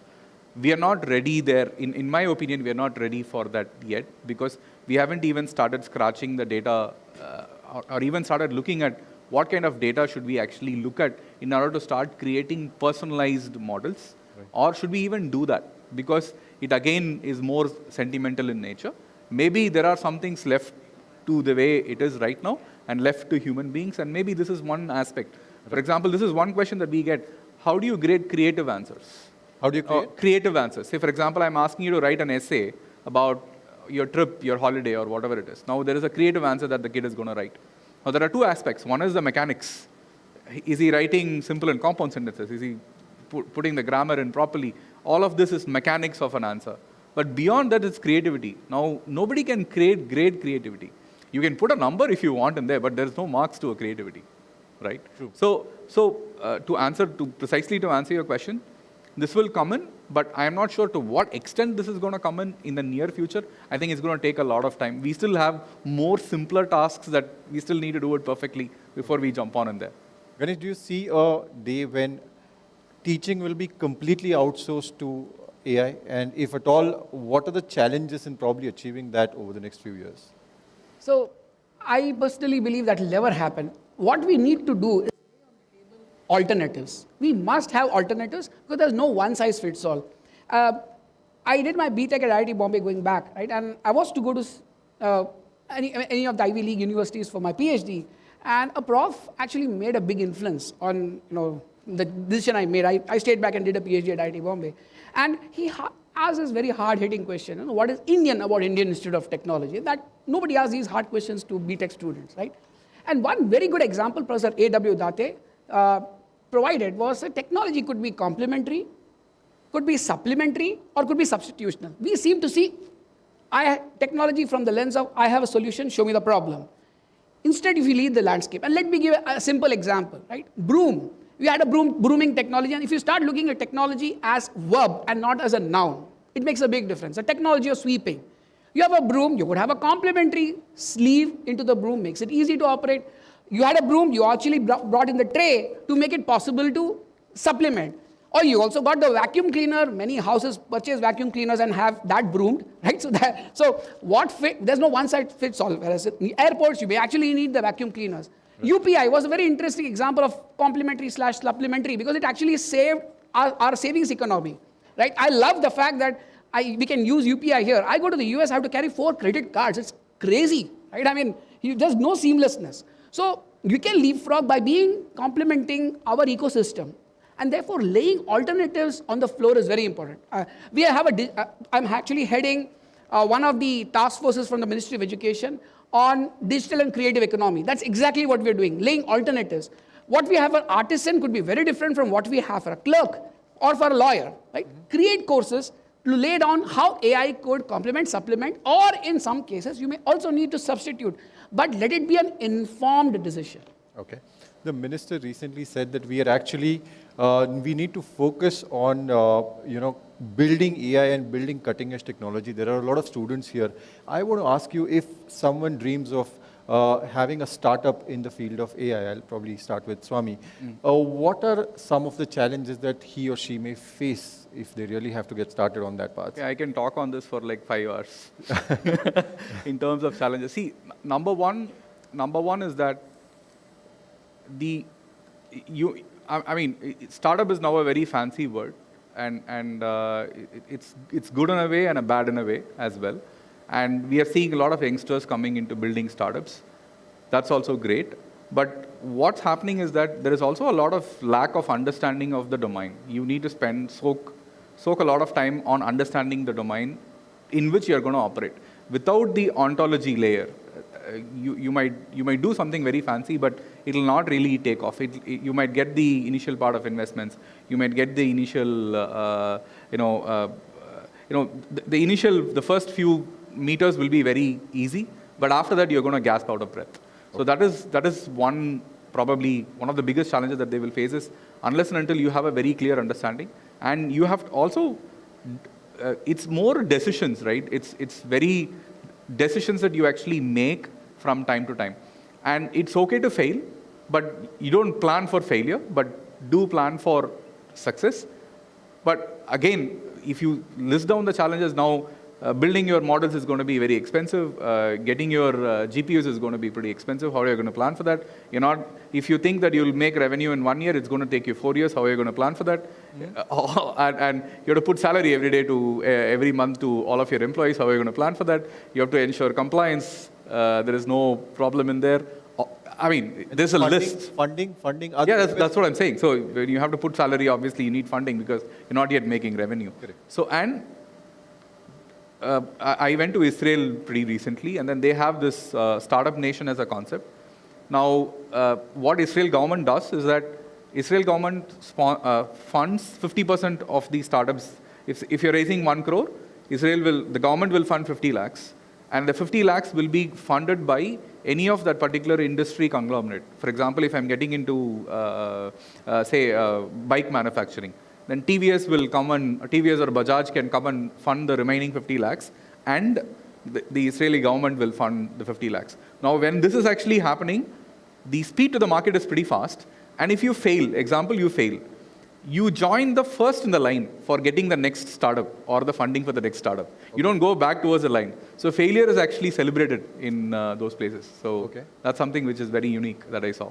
Okay. Ganesh, would you want to add something here? Yeah, piggyback to what Swami said, what I've learned from my spiritual mentors and what I've also learned, the hard grinding path, is the challenge is the mindset. It's really the mindset that creates challenge. In fact, there was an entire panel discussion during the Forbes Top 30 AI Summit, and I would like to refer you to hear that, where I elaborated on this. Why I say mindset, right? Often we are thinking in binaries. We say AI or no AI. As I said, there are alternatives. There's a middle ground, which is possible to see only when we actually start producing technology. Right. We produce the deep tech. That's the reason I brought it up upfront. Right? We need to have alternatives by design, by creating that ecosystem. Even if you look at, Arnab in his opening talk talked about our parampara. In our parampara and education, we have this very interesting framework called Tantra Yukti. Tantra Yukti offers us 2 elements out of 35 called Purva Paksha and Uttara Paksha, right? Okay. So one is to understand what our strengths are. The other is to understand what technologies to offer. We need to excel in both. We have to understand the deep tech. Academia is great. We can do benchmarking. Engineering is great in ensuring that the benchmarks actually make sense, right? That what you have benchmarked will actually be applicable in the real world. We need the industry to come together with academia. We need ministries to come together. I'm so happy that while Department of Science and Technology funded us, the IndiaAI mission has wholeheartedly adapted what we are doing at BharatJan. So we are all the part of IndiaAI mission. So working across ministries, working across the different verticals, I think that's where the mindset plays a key role. We need to work together. Okay. Most of the impressions about AI that we have are ChatGPT or Grok. I want to know where, if at all, we have to look at on a global scale, where is Indian or where are Indian AI systems if we have to really compete with the ChatGPT? Are we behind the ChatGPT? No, definitely from sovereign models or our own proprietary LLM models, we are definitely behind. But what I'm seeing is that a lot of, for example, we are not a ChatGPT wrapper. So we don't use ChatGPT or a Meta or anything. We have our own models that we have actually created, and we run on those models, and then we have been enhancing those models all through the journey that we have. For example, what BharatJan is doing is exactly the same, but they're doing it at a larger scale. Now, startups, there are certain startups which are specifically working on creating our own models. So those are the startups to be celebrated. But you also need startups who need to consume these models as well. So those are the LLM wrappers, and there will be many startups that will spring up pretty fast, and then which will consume some of the models that has been actually pre-created as well. So in that part, India is definitely lagging behind. But if you see from an education standpoint, because I am visiting schools all across the globe, we are not very far behind. The level of knowledge that we have, the school educators that are in India, they have, and what is there in the global scale is almost the same. The only difference that I actually see is in the adoption curve. So India has always been a service industry until at least the past 10 years. We have always celebrated the Wipros, the TCSs, the Infosys, and for good reason. I'm an ex-Wipro myself. And we grew up in that journey. Now suddenly last 10 years has been all startups. Correct. So the service to product industry transformation is a very key one. And that has happened in the tech sector now, but it will take a little longer for the normal people to understand, okay, now we need not depend on somebody else for all the products. We can still consume the products that is actually built in-house. Correct. So that transformation is going to happen. So from that sense, we are lagging behind in certain aspects, but we're not so bad that, oh my God, we have to pull up our socks or something like that. We are there, almost there. We just need a little bit more push, a little bit more support from the government, a little bit more, we have to fund for failure. If I want to put the right word, we have to have failure fund, which says you go and try, but you try honestly. If you fail, it's fine. Okay. Right? So like how our PM Modi hugged Dr. Shivan after the failure of our mission. So that's what we need for all the founders. So we can't have our Prime Minister Modi come and hug everyone, but at least a virtual version of him would be really nice. Yeah. But do you see a day when India will probably, I mean, we had the 2000s and the 2010s where we were the service providers of the world. Do you see a day where India becomes the AI capital of the world? I certainly see the day when India becomes the When capital. do you think that will happen? So there are two things. I'll go back, build upon what he said, right? When we talk about benchmarking, are we behind, right? Certainly from a scale perspective, I see we are behind. From quality perspective, no. And this certainly pivoted on my Bharatjan experience. We have very high quality, small parameter foundational models based on the compute we could get. Multilingual models, speech, we are topping the charts. So it's possible that actually the necessity, when it becomes a mother of invention, we have dearth of compute, you do data efficient, compute efficient learning. However, in terms of scale, both in terms of the funding that is required to reach there, as well as in terms of the GPU, right, the compute availability in the infra, we are certainly behind. And it's good to acknowledge, rather than have a 0-1 view, good to acknowledge fronts where we are behind so that we can actually ramp up. Coming back to where do I envisage we going? Honestly, for me, the vision is India's use case capital tag is leveraged to become IP producers. And that's what we should do. Right. We have done that in fintech for certainly. We need to do that. And I think education also, we are pretty much, the fact that there's still a lot of interaction with the children in India, unlike many of the other countries. And there is the NEP, for example, has brought in multifaceted learning. So there is creative thinking here. How do you leverage that to also grow our deep technology stack and become IP producers? I think that's a challenge. If we take that as a priority and have that mindset, I think the future is very bright. So do you think there's a certain amount of or a certain level of resistance in adopting AI? Like parents, for example, I'm not too sure if they are okay. I am not too sure if I am okay if my child goes to a school where there's completely AI teaching. Is there a problem with acceptance? So first thing is, my opinion is that you will never have a school that will be completely AI. So that's not going to be there in the near future because you have a lot of guardrails. For example, if you take a CBSE school, CBSE has a norm that if you have so many number of students, you have to have so many number of teachers. So humans are not going to be replaced.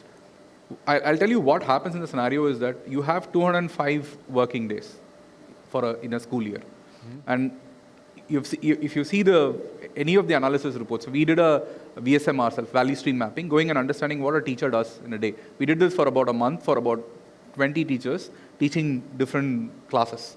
What we understood was very simply, 40% of their time goes into correcting homeworks, correcting answer papers, inputting those marks into Excel sheets, creating charts for parents-teachers meeting, creating, say, you will have a Holi event, then there will be some Rangoli, then there are some teachers who are going and making that Rangoli thing along with the students.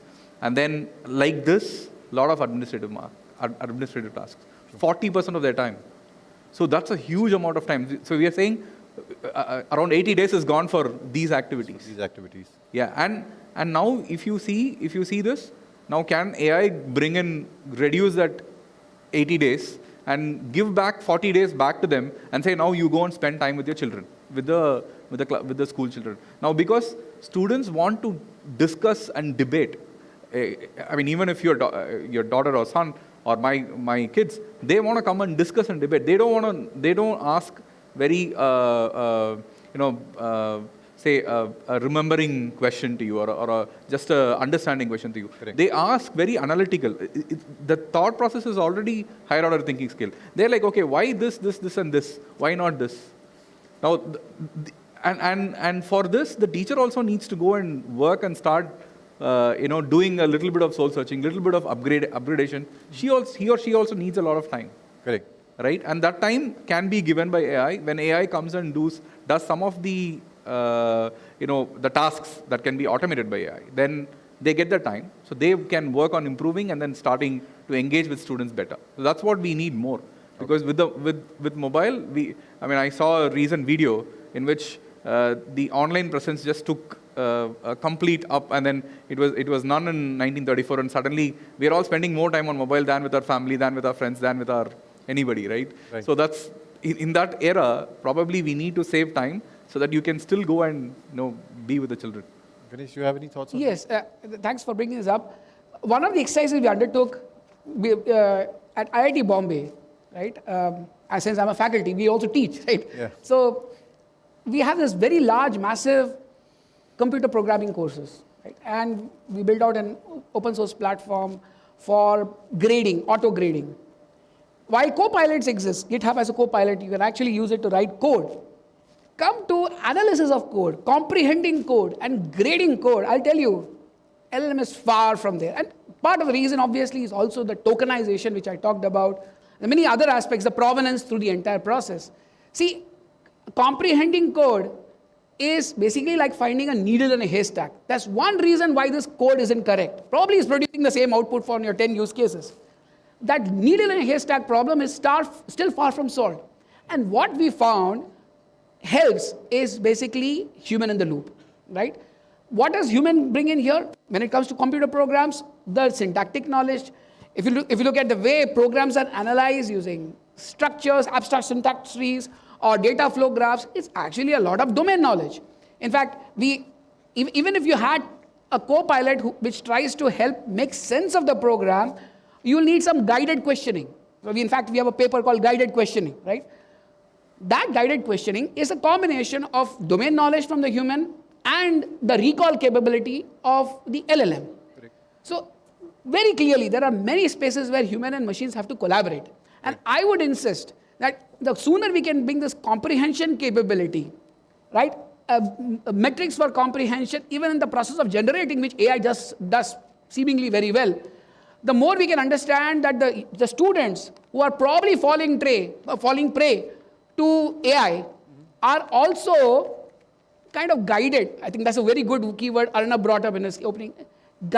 Are guided towards ensuring that they are comprehending as they consume AI. Right. So this was a very interesting experience. As one example, right? If I'm grading programs, a frequentist approach, which just predicts the most common grade. Let's say the most common grade is a BB. A frequentist approach of grading, giving the most common grade, often outperforms the AI model. Right. Why? Because comprehension is still not in the genes, right, of all AI models. So that is a big Some gap. of the part that you're talking right now is still entering the rocket science bit, but then I still want to, both of you mentioned about failures being an important element. Now, failures, especially in cutting-edge technology like AI, are expensive. I mean, if we were talking, and you said it's close to about 3 to 4 years to build, and do you think the investors in India or the incubators ecosystem that we have in India, is that patient enough to wait for whoever here probably wants to have an AI startup? Do they have the money? Do they have the patience? To both of you, this question actually. So I will see, from resonating from this, right? Education so based on my experience, education or edtech startups went through a lot of ruffle in the last 3 years. I don't want to mention names, but we know the reason why there was when you say you're an edtech startup, you were actually looked down. Okay, I don't want to invest into education because no matter what. At one point in time, every day there was a news, okay, this education startup raised 1 billion. There's another Byju's which has failed. Yeah. So that's exactly what I'm saying. So it's not only that, there are still multitude of other startups that have actually failed because all of them were looking at probably B2C as a market and so on and so forth and probably misjudged various reasons. So we don't want to get into that.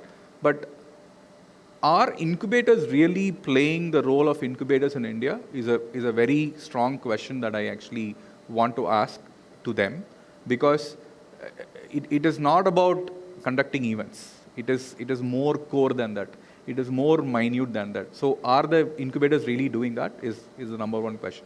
Number two is that the appetite for investing and waiting, at least in India, it's very low. So they, all of them look at probably a 3 to 4 year exit. Whereas if you go to US or if you go to Europe, or the timeline is okay, now let's set it up at 8 years and let me help you do it for 8 years. Okay. So that is definitely a mindset that has to actually change. And I think it is already, people are understanding. I think there are a few, at least VC houses, a few houses which are saying, okay, we don't want to look at anything short term, we want to look at only long term. If you have a long term and a deep tech product, come to us. So this is even being told by them very specifically.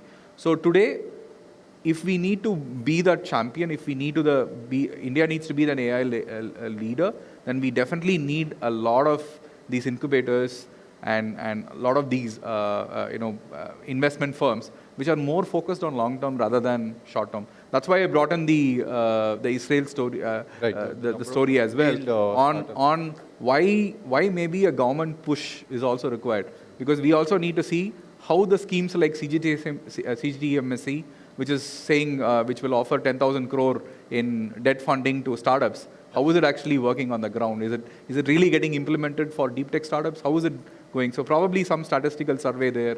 All of those is really going to help us in kind of pushing this needle forward. So besides the technical know-how, we actually need an ecosystem that nurtures. Absolutely. Any thoughts? What I would also request is the next generation, as has been done by several others, to really become very hungry to learn. I think that's very keen. Your appetite to learn. It's not just about learning ML. Please understand that the technology is going to change. Your appetite to learn, to adapt, to be able to apply ML and bring in your respective domain knowledge is going to be the differentiator. I think domain expertise, quack work is going to stop. You'll need to be really good domain experts, right? So that's my call. Just don't be a master of all trades. You start becoming a master of some trades at least, right? Jack of all trades, become master of few at least. In that process, develop empathy, respect for other areas so that you can collaborate. Because you can't be working in silo. If we do that, government is certainly opening up avenues. There could be more that could be done. ANRF has been a great scheme. But I'm sure there will be many more which empower VCs as VC funding as well from the government side. If the company is also raised to the occasion, I think Indian R&D sector from industrial front also needs to step up, frankly, with AI. Absolutely. So if the two step up and the next generation doesn't just succumb to this AI wave, but also appreciates domain knowledge, I think the two can make a big difference. And the whole fear of AI, if at all, that it's going to take my job away, if you could just... If I want to chime into what Ganesh said, I will say one of the requests that we will actually put forth, since we are in the media house, we can always put it forth to the finance minister, is that maybe build a startup bank. So we don't want to go to any of the private banks. Let's have a startup bank which focuses on startup and scale up. And that will understand the best needs of the startup, and then you have all the documentation done and all the legal processes done. That clears a lot of way, because especially for R&D, if you need to spend on R&D, real R&D, core R&D, that's a lot of fund that's actually required to do.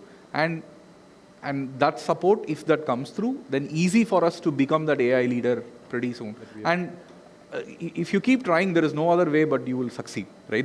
If there are multiple people who are trying on something again and again, and if they are being funded enough, then there is no other way that you will not get success. There's no chance. Wonderful. Gentlemen, thank you very much for joining us. I'll open the house for questions, if at all there are any. I see one there.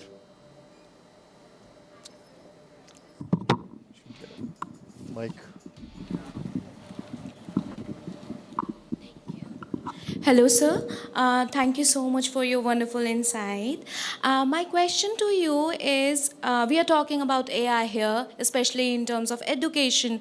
So do you think AI would help us, like students specifically, to build their confidence as well in public speaking and to tackle their stage fright as well?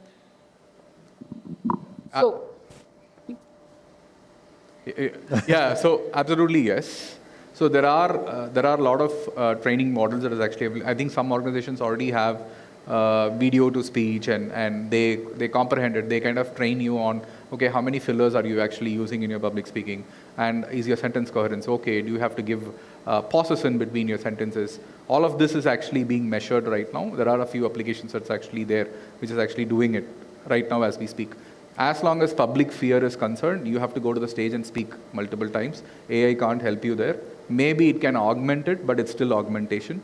I think you find opportunities and the willpower to go and conquer public fear. So this is one place where AI can't help you.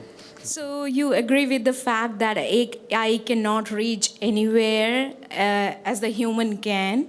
Yeah, we are creating AI, right? We are superior to AI. Why do you have a doubt in that? Thank you. Thank you so much, sir. That's I just want to add to that. Please use AI to complement is my appeal, right? The moment we surrender, then the problem is we stop thinking, right? So even when an AI tool analyzes your speech, become inquisitive. What are the parameters? What's the prosody? Is it the pitch? I mean, start inquiring into what are the elements of speech that it might be analyzing. You will learn a lot about speech technology, right? So use AI to give a multiplicative factor or an exponentiating factor to your learning. But you must learn. You must learn. Thank you. Thank you so much, sir.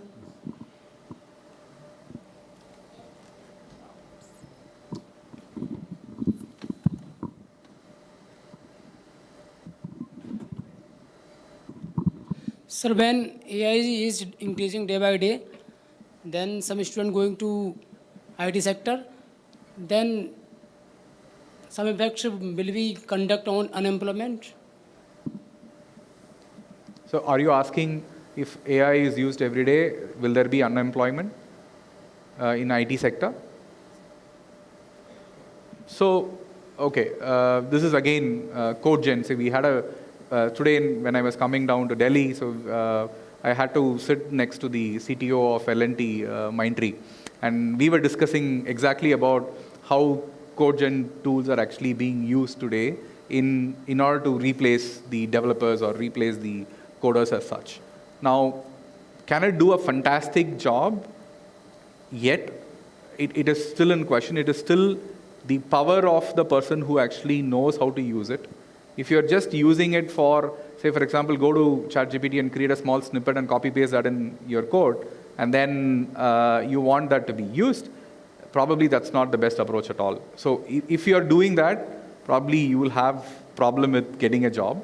But if you really understand why it's doing it and understand the basics, get your basics and foundation strong, then AI is, again, as Ganesh said, it's only going to complement you. It's not going to supplement you or replace you at all.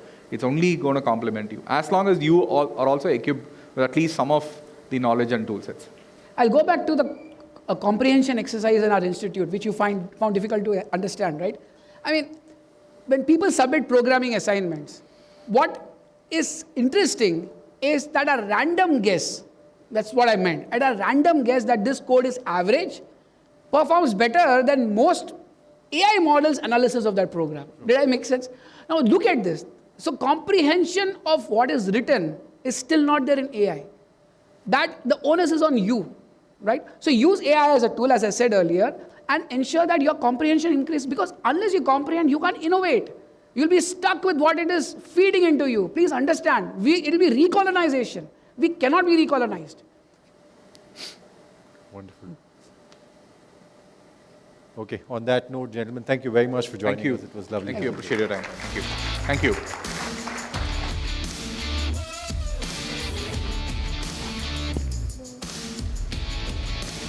Thank you so much for that scintillating conversation. And up next, get up for another such exciting session, in fact, with Mr. Kapil Awasthi. He is the co-founder of Purple Synapse, one of Asia's most advanced cyber research, simulation and education platform. And leading this conversation will be Mr. Abhishek Kapoor, Senior Executive Editor at Republic TV Media Network. With a round of applause, welcome them on the stage.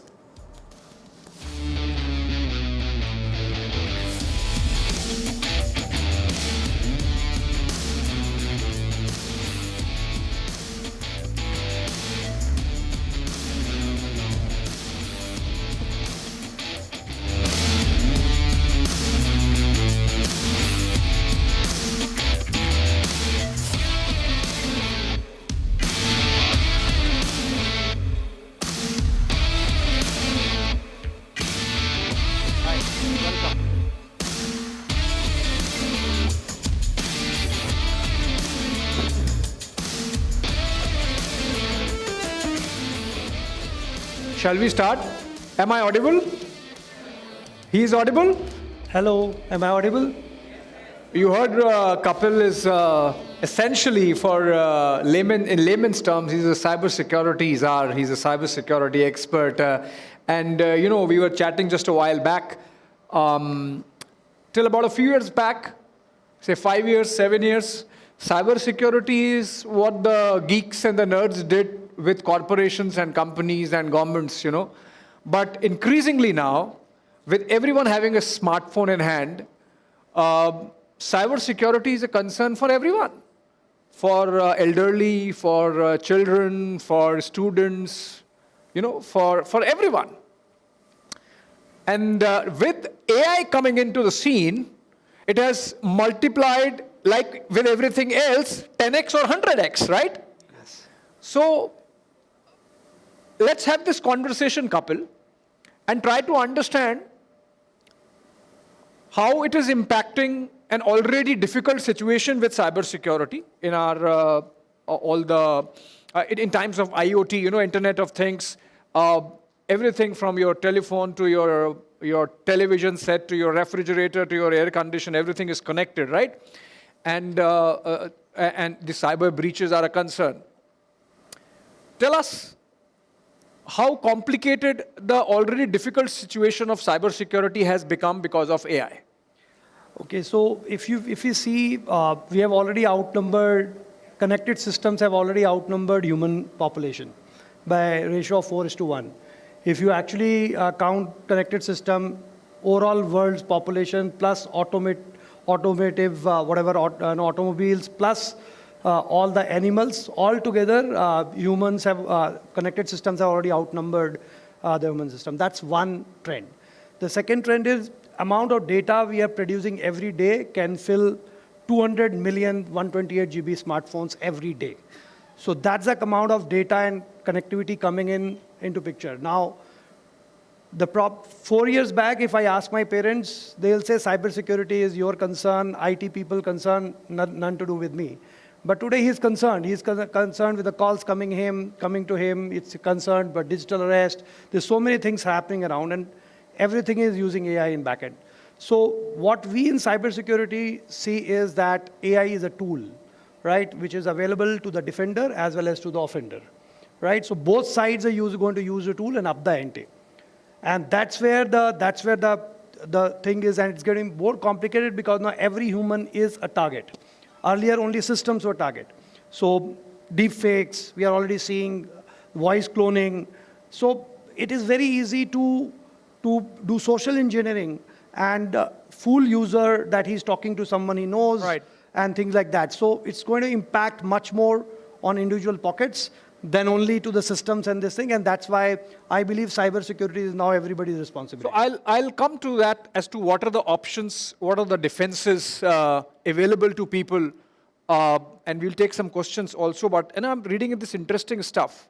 There is evidence that AI models are capable of cheating already, which means they are getting that human, beginnings of human intelligence, particularly when they perceive a threat of losing or when facing safety tests.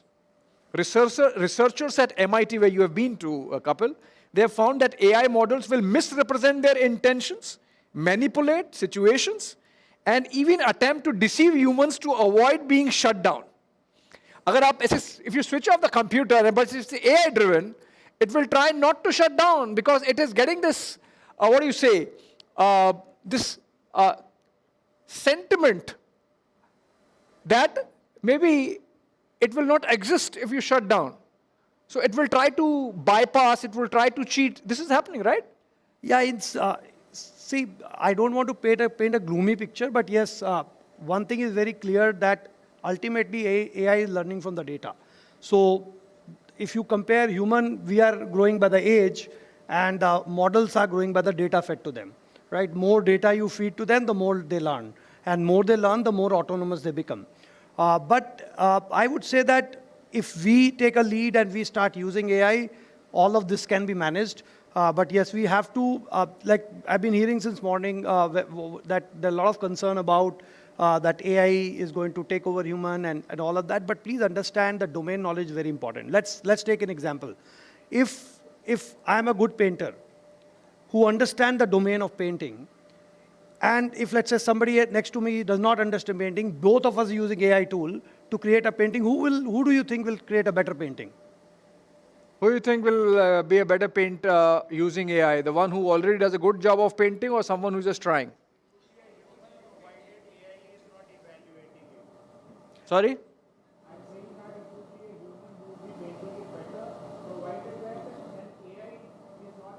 No, he said both are using AI two tools. human beings, someone using AI who's already an expert at painting and someone who does not know painting. That's Someone what. without it. Sorry? Right, so Exactly. exactly, That's what that is where the point is, that a coder can use AI to code, but the good coder can use AI much better Yeah. to create a better code. So whatever you want to do or you are planning to do or you're doing, be on top of the game, do it best, focus on it, focus sharply on it, and be the best, be an expert, be on top of it, then maybe you will survive, otherwise, AI will take your job. That's what you mean, huh? So AI is going to help you achieve, see, in cyber security specifically, the big problem is that I spoke about the connected system data we are producing. Cyber security is one industry is already understaffed across the world. We have not enough people to handle the kind of incidents people are seeing.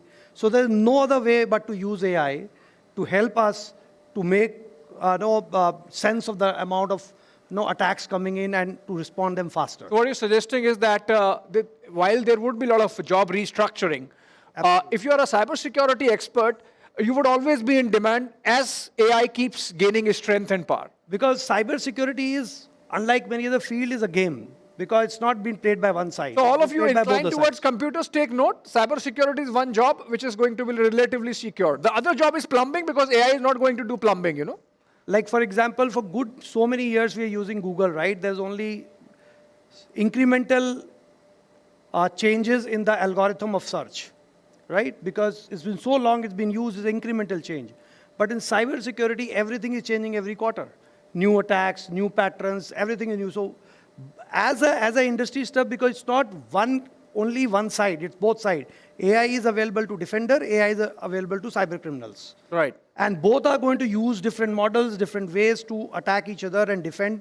And that's the reason why I believe the AI is going to be force multiplier in field of cybersecurity. It will help us a lot to really cut the noise and understand what's critical. And people who are right now handling trivial things, basic things, will really get elevated to handle the real stuff which is harming bigger things than a normal spam and things like that. Like, tell me, so it's like people sitting here, someone is using a phone and gets hacked, right? Or in a typically integrated home, if there is a cyber attack using AI, or that simple, morphing of voice, like we keep hearing about people getting calls and they hear their daughter or son talking and saying, please transfer this much money.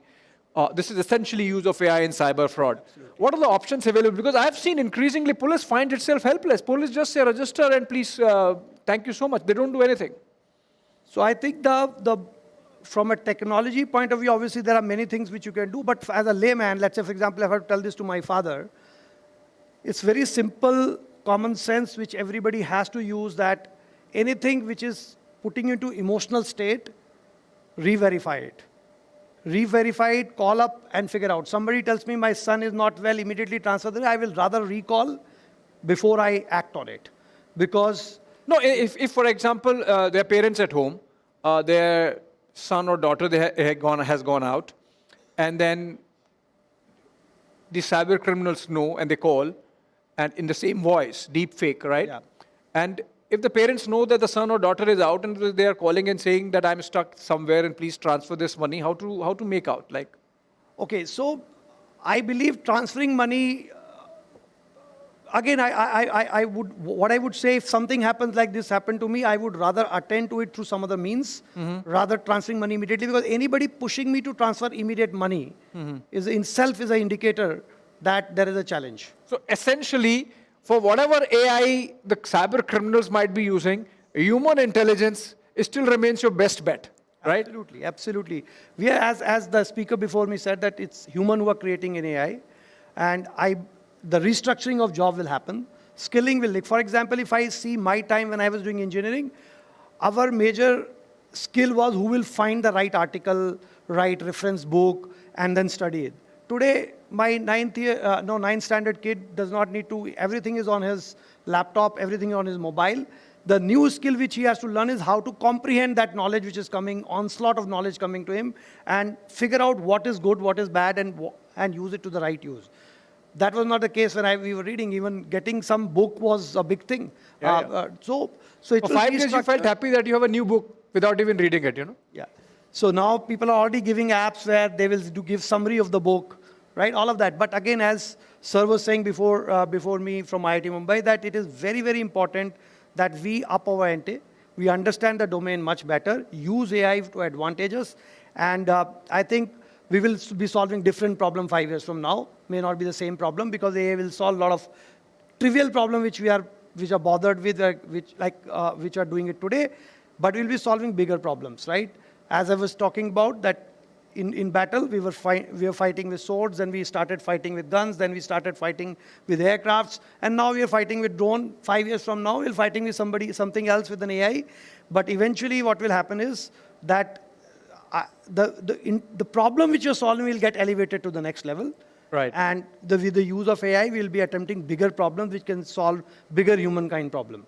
Okay, let me open the floor. Any questions come to your mind? You are talking to a cybersecurity expert, someone who's adept at handling, tackling, hacking, for example, not just hacking of a phone or a computer, but hacking of, company scale systems. Do you have any questions for him? How to leverage your understanding of computer systems to tackle cyber attacks, for example? Anyone? Okay, sir, I'll ask one. If my phone is being hacked, how would I really get to know? I mean, is there some app that would tell me that, it's like some glitch over here or something? How would I get to know? There are apps available, security apps available for mobile, which will give you immediate this thing the moment somebody is trying to do something which is anomalous in nature, and what kind of permissions it has been taking, what kind of data it is throwing. There are a lot of apps available, cybersecurity app. But if you don't have cybersecurity app, typically the indicators are your performance of the phone, what kind of apps are automatically coming, what kind of ads you started getting in. Those are the areas which which you can, even without app, you can figure out. But otherwise, I would suggest that there are security apps which you can download on your phone. All right. I have to read something for you, Kapil. I was just going through it. A report from Microsoft has revealed that cyber scams driven by AI are on a rapid rise, obviously, and that's what we're discussing. Microsoft has said that it has blocked $4 billion worth of fraud attempts, stopping close to 1.6 million bot sign-up events every hour over the past year. AI has greatly lowered the barrier for entry of cyber criminals. Yeah. Now, which means these cyber criminals are real, like top-end geeks. I mean, they have to understand coding. They have to understand, next level of coding to be using AI in this manner. Or is it like anyone can do it? Okay, Abhishek, I would not say that cyber criminals are some geeks which others are not. It's like an asymmetry, because think about a person who is defending. He has to be 100%. At the feasibility or on efficiency, he has to be always 100%, because one missed attempt is actually an attack. But cyber criminal will try 100 times, and even if he is a success once, he is considered successful. So that's an asymmetry. So I'll not say they have technical geek. It's just that the asymmetry in the way everything else happens. I have to defend 100 attempts every single time as a defender. If I miss one, it's gone, right? But for them, they will have to just successful be once. 99 fail, nobody asks them any questions. For us, once fail, nobody understand what success we have done 99% time. But yes, AI as a tool, like for example, number one reason why hacking happens is that the initial payload get dropped using social engineering, using phishing email, letting know your passwords, giving you mail. Now, earlier, without AI, the cyber criminal used to try patterns and try to fool, which was easy to gauge. With no common sense you can gauge. But now with an AI, they're doing much more deeper understanding. They have the data about my Facebook, Instagram, everything. They know entire hierarchy because they can scan millions of systems using an AI. So they can figure out my profile much faster, and it is very easy for them to fool me.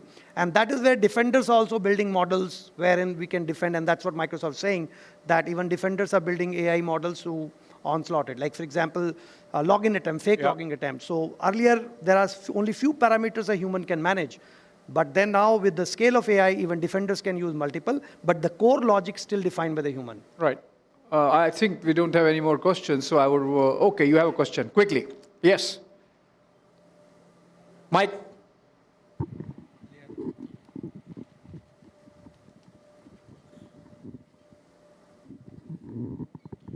Thank you, sir.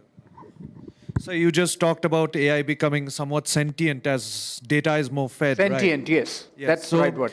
Let's say cyber criminals, they are, being dealt with using AI, So what will be some of the contingencies of the AI? Suppose the AI goes rogue, like you feed a lot of data into it, the AI goes rogue. Or if the AI is manipulated by the cyber criminal. So what will some of the contingencies be? Thank you.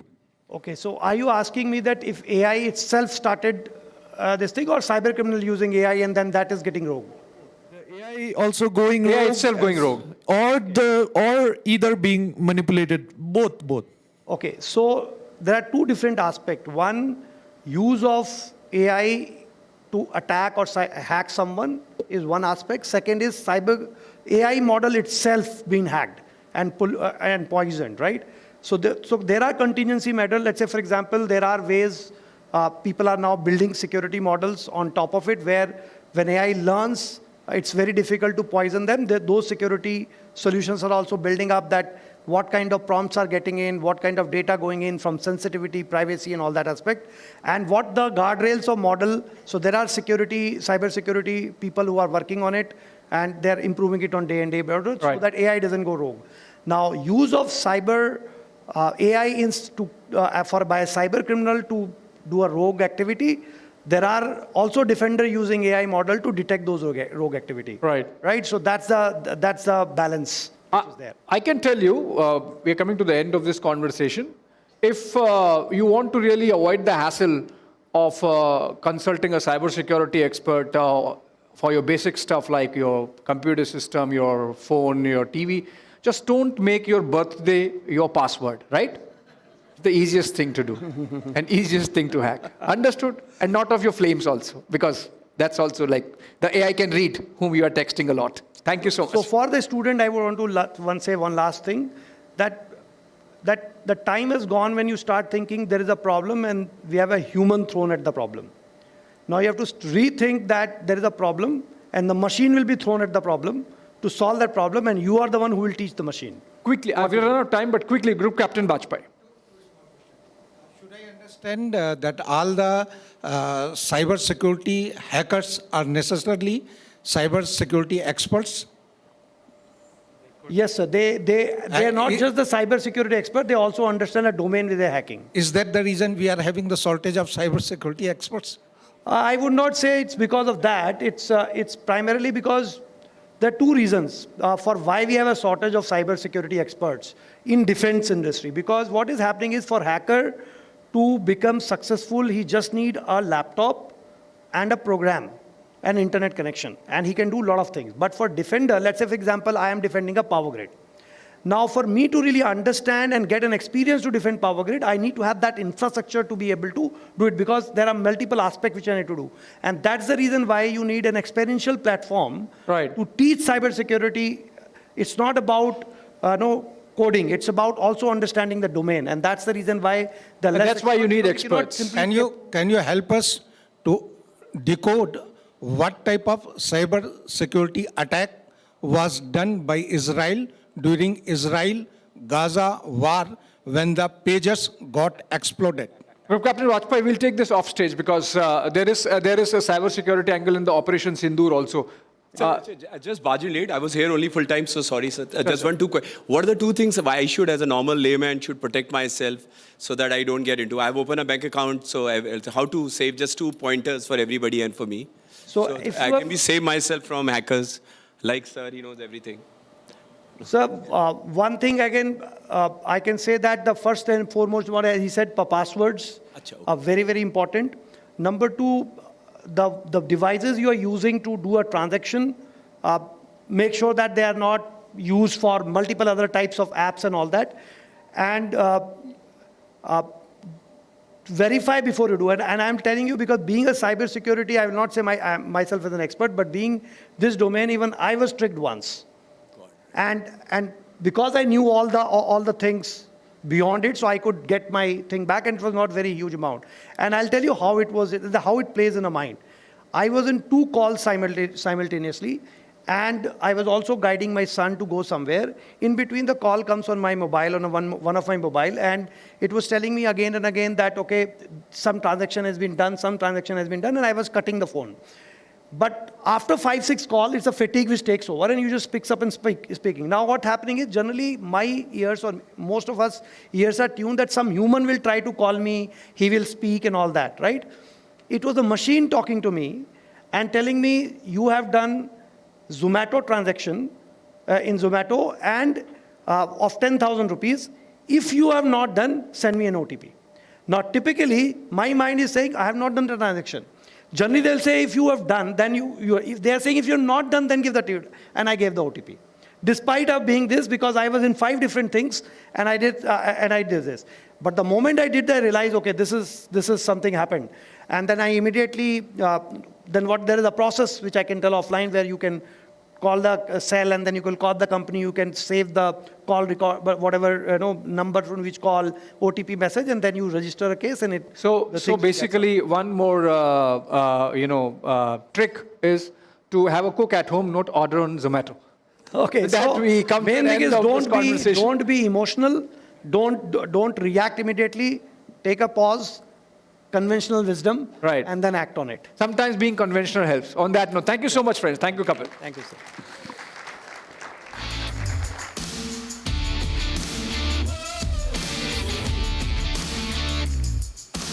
That was truly a wonderful conversation. Thank you so much, gentlemen. Now, up next, we have 2 young entrepreneurs who are integrating artificial intelligence with their work. Let us call on stage Professor Divakar Vesh, co-founder and CEO of D&D Healthcare, Mr. Nitin Bajaj, founder and CEO of Easy Leads. And to moderate this conversation, may I please invite on stage Pranav Kulkarni. And also those who are sitting at the back, can I please request you to come up front, sit here at the front seats here.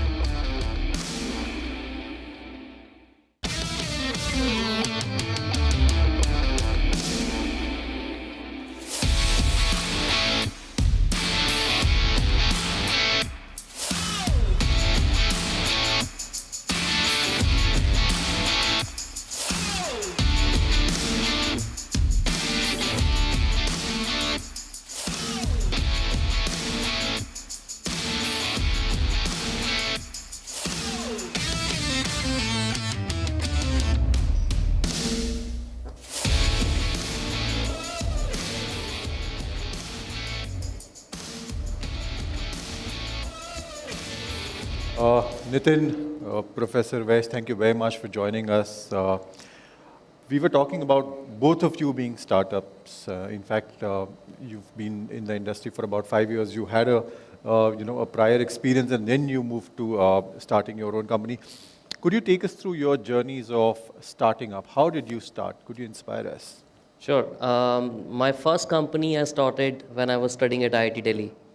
So it was a simple idea that a freelancer will go to your home and will do your makeup or haircuts. Similar to what Urban Clap is doing now. Okay. We had to shut it down, then I started again. Then one fine day I was looking for data for my own business to grow, and obviously didn't have money being a startup. Okay. So I bootstrapped or hacked together an app which will collect data from everybody and give it back to the community. So it was like a contact outsourcing, crowdsourcing kind of database. Right. So we didn't intend it to start this company that we now have called as Easy Leads, but we accidentally made it because we were looking for data for our own business. Okay. That's how I started, and we made multiple products. In very simplistic terms, what Easy Leads has been, think of it more like a directory around the world of all the companies, all the people working in those companies, and every sales and marketer or a hiring person would need that data to reach out to them, to sell or market or do research. That's all Easy Leads has been. And now, of course, with Dexter Agent, we are building an agentic layer on top of it that can do all the research for you like a human. Like a human being. Professor Vesh, could you tell us about your venture? So I've been in the field of robotics and AI for last almost 15 years. Okay. And we have been building robots. And recently we are more into medical devices. So we are into deep tech into medical devices, which includes ventilators, robotic arms, and a lot of AI solutions to make the critical care much more easier. Okay. Yes. You mentioned agentic AI. Could you elaborate on what exactly is agentic AI? Sure. It's a new term we've heard today. Yeah, and a lot of buzzwords around it. Absolutely. So, in very simplistic terms, let's say everybody here goes to Google, and we used to type that, okay, Google, find me best restaurants near me. That's a regular AI, because Google already has inbuilt understanding of your location.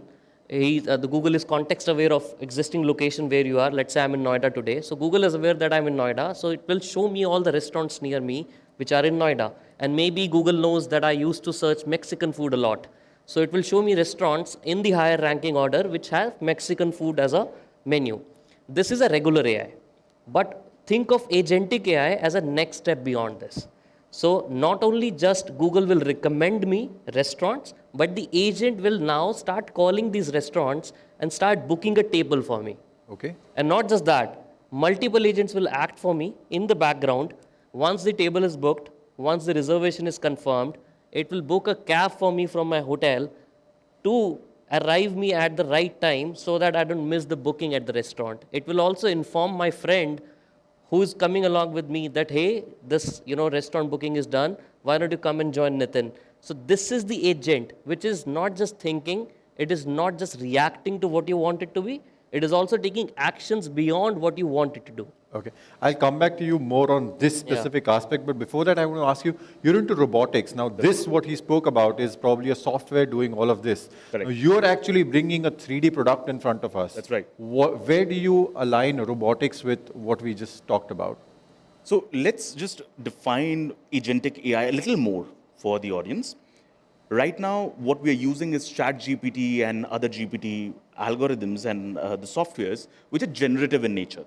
So basically, you give it something and it generates something for you, like an image, maybe a text, maybe video, or something of that sort. Agentic is made out of word agent. So it's an agent for you. It's like a second version of you or maybe an assistant of yours, which does something for you based on what you want it to do. So let's say if I ask ChatGPT or any of the GPT that, okay, which share should I invest in? It will recommend me a share, right? But I have to go ahead and do whatever due diligence I have to do and go ahead and buy that share. Agentic system, on the other hand, will say, okay, listen, I think this is a very good thing to buy right now. I will buy it for you, right? And I think 5 to 10% of return over a month or two is very, very awesome for you. So what I'll do is whenever it reaches that point, I'll buy it for you, I'll sell it for you, and I'll give you that kind of a return. So it automatically does it for you. Now, in terms of the medical field, where do we go with this, right? Now, in the medical field, we have systems which assist the robotic surgery, where the doctor might be doing some mistake and it just corrects itself. That is what is being done right now. But in the future, you might be looking at most of the surgeries being on autopilot and the doctor stopping it from doing anything stupid. So it is going to be the other way around. That is where we are looking with the agentic AI in terms of the healthcare systems. Okay. You mentioned that it will make calls for you, it'll book a seat for you, it'll make calls to your friends, ask them if you want to join them. Now, what's the probability of all of this going terribly wrong and booking some restaurant that you probably don't want? I mean, when it comes to a restaurant, it's probably an error that we can afford to make. But what if it goes wrong and makes bigger errors that are unaffordable? You do have certain controls, and agents also are context aware. Like they have your entire background history. For example, if I go on today and tell ChatGPT, hey, do my skincare, right? So ChatGPT already has a lot of conversation done with me in the past. So it understands me. It knows my weight, it knows my height, it knows my age, everything. It knows my complexion history, it knows which all medications I'm on. So agents definitely will understand and take care of all the context. We call it, contextual memory of the agents, and take decisions based on that. And you can always limit the potential of where the agent has to stop. Agent will not go rogue and do things which are beyond its control. Precisely. Agent has a specific goal in mind that they're going to do. For example, with one of the things, I also run a podcast channel. One of the things that was very big problem for us in the podcasting space was going through the entire episode of 2 hours and figuring out which all are the parts that we have to remove from the entire episode to make it shorter and make it more appealing, right? Now we fed this entire episode of 2 hours into an agent. It has transcribed the entire conversation into the 2-hour episode to text. And then on top of that, it automatically have told me that these are the shots or 30-second clips that you can deduct out of that entire 2-hour episode, and these are the potentially going to go viral on YouTube or go viral on Instagram. Oh, it will also tell you what will go viral. We already do that. Lot of our growth, we have done almost 160 million views on YouTube in the last 6 months, and all by using AI. Just because of AI, because agent not only understand what to remove, it also understand what to pick and how. It understand what's going on around the world. For example, with recent happening with the aviation industry, we know what's going on with the aviation sector, right? So anything that you talk about aviation industry is going to go up because people are going to learn a lot about aviation industry with all the incidents that are happening around it. So naturally, if you already have content around it sitting in your pile of content and you're not talking about that at that moment, you're basically missing on a gold mine. But if an agent also has an understanding that, hey, Nathan, this is what is going on around the world, and out of this 2-hour episode, of all the episodes that you've done, these are the topics that you should highlight more. So the agent has now given us understanding on what to talk about, what not to talk about, and when to post that. But then, yeah, One thing I would like to add over here is, because agent does a lot of things for you, right? There's something called agentic bribing as well, which will happen, right? Now, if you ask ChatGPT or any GPT algorithm, okay, I want to book a hotel, right, in this area, it will give you a recommendation. But agentic AI will automatically book it for you. How about I bribe the system to book a certain type of hotels for a big pool of people, right? How do you do now, you can call it bribing, you can call it marketing, you can call it anything. But now you are not in control of what you're going to do next. That is something we really need to take care about. But obviously, there are good things, there are bad things. We have to take care of both things hand in hand. To add to what you in fact said right now, then is it a human being versus AI race right now? Because if you're really talking about what you just spoke, it necessarily means that, for example, if there is someone who is trading in stock market, an algo trader is probably going to be much better placed to tell what is going to make profits than a human trader. So is it a man versus AI race? Let me just give you a context over here for the audience and for you. Brain of a gorilla is maybe 5 or 10% different than our brain, and not very much different in intelligence. You see where the gorilla is, and you see where we are right now. The AI that we are about to encounter, right now we are way before the AGI, which is the more intelligent form of general intelligence, the localized intelligence that we have. When we reach there, that particular intelligence is going to be multiple times more intelligent than us. Specifically, faster in learning, faster in decision making, faster in everything. So it is the first time in the entire world, because we have always lived in a world where there are a lot of physical things which are more stronger than us, but nothing that is more intelligent than us. This is for the first time in the entire history of mankind that we have something more intelligent than us. So obviously, it is going to play out very differently than it has ever before. It is not going to be like a tool or a car or a machine gun or a nuclear weapon. It is going to be much bigger than that. But obviously, at this point in time where we are right now, it is kind of like a tool where you have Einstein sitting as your personal assistant. That is how I would like to put it. If taken in the right direction, it will be, it will find cures to diseases which we have never thought about. It might find life on another ecosystem or a different universe. We don't know. But yes, it definitely is a race. But I'm very much sure that humans or the human intelligence is going to, be at top of everything. I do want to add on top of this, the question about man versus AI. To me, I feel like we definitely are on a fight at some extent, at least where the work is more repetitive in nature.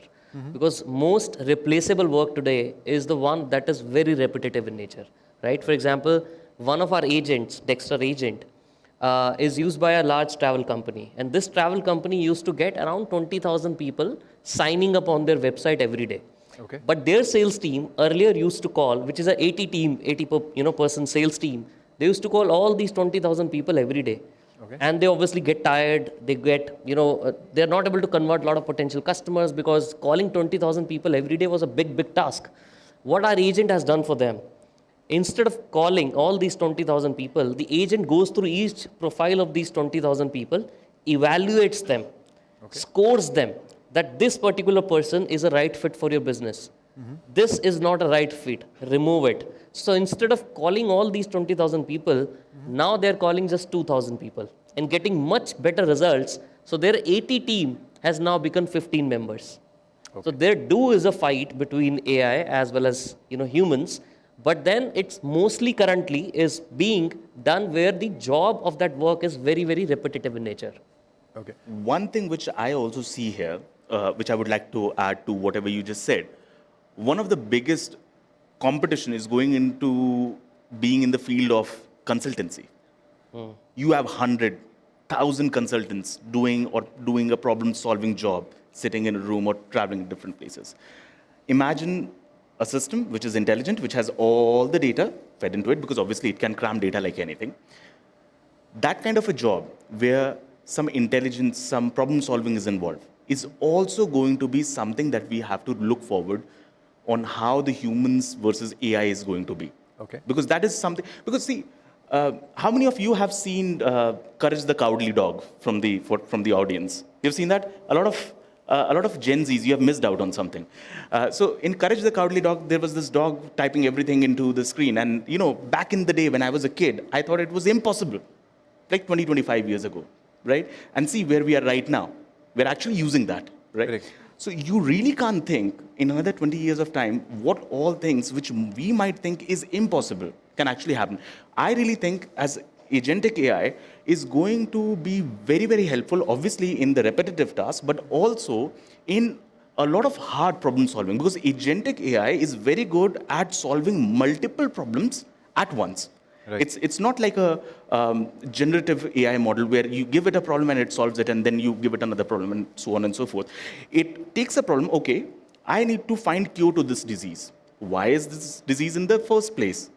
What are the symptoms? How do I cure these symptoms? What are the possible products? It can go to different places and come down to a more narrower solution or possible cure. So, we never know where we end up, but agentic AI is going to be a holy grail in terms of, problem solving as well. Okay. Now, does this mean that it is going to take away some of the jobs, probably even high-skilled jobs that you're talking about? It is already taking. It is already taking. A lot so of companies the threat is real? In my organization, we used to have roughly around 150 research, highly skilled research people. What we used to take around a year or year and a half to develop, now I have approximately 20 people doing the same work which was done previously in a year, maybe in a month or maybe even less than that. So even if, let's say, if I have to do a material selection that, okay, what material should I use to make this watch, right? I can, instead of me going to a material scientist, I can just ask a generative model, right? What should I use it? And it will give you a more accurate answer than any human can, right? So obviously, this is going to happen. When cars came into existence, right, horses were out of order, right? Similarly, yes, reskilling needs to be done. The job environment will be reshuffled, I would say. I won't say job losses, but reshuffled. But a lot of places we should be really thinking about, especially in the Indian IT industry, which is very heavy on coding. A lot of coding is going to happen with AI agents, right? And we really need to think about it. But now you think the positive side of it, right? I don't want to take it in a very pessimistic view. Earlier, watchmaking was limited to Switzerland, right? High-tech technology was limited to Germany. Why? Because they had the skill to execute it. Now skill is being democratized. Everyone has the same level of information, same level of resources because of AI available to them. So if we as people, right, start using AI, instead of a team of 200 people, you can start a new company with just 5 people and give the same results which earlier used to take, an army of people. So India is at a very intelligent position where we know how to use these AI systems. We just need the people to, make the right products out of it. Because, when you look at China, China was a cheap labor country. Now it moved to a high-skilled labor country where, if you want to make anything high-tech, you go to China, right? It happened because they skilled their people. Right now, they can do things which no one else in the world can do. So if we start adopting AI right now to make solutions for the world, we will actually get an edge and we would be at the right place at the right time like we were in 2000s. Right. So this is the moment we need to act on. I'll give you an example which media people will also understand, right? In a different manner. So you organize this event, almost 25, 30 speakers are there in different formats. We all have certain skill set, we all have certain backgrounds, right?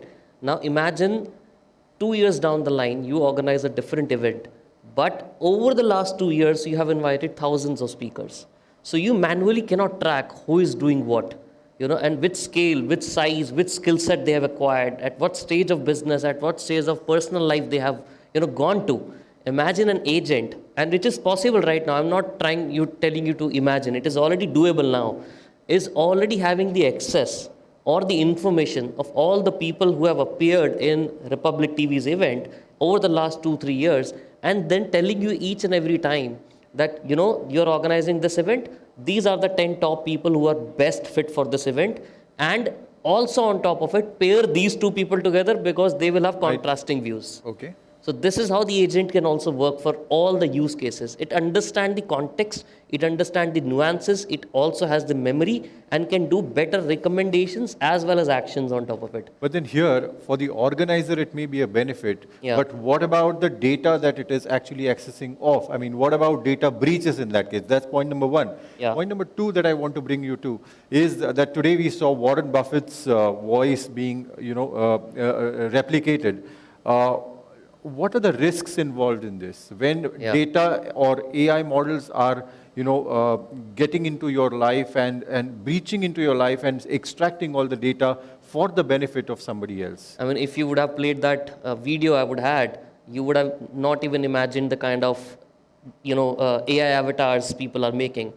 I used to travel a lot because of my work, and a lot of times I could not manage to create content. So for creating content, I have to be physically present in a studio, but using AI avatars, I had created a personalized avatar version of myself, which understands my reaction, which understands how I speak, how I move my hands, all of that, and creates my videos without me being there present fully.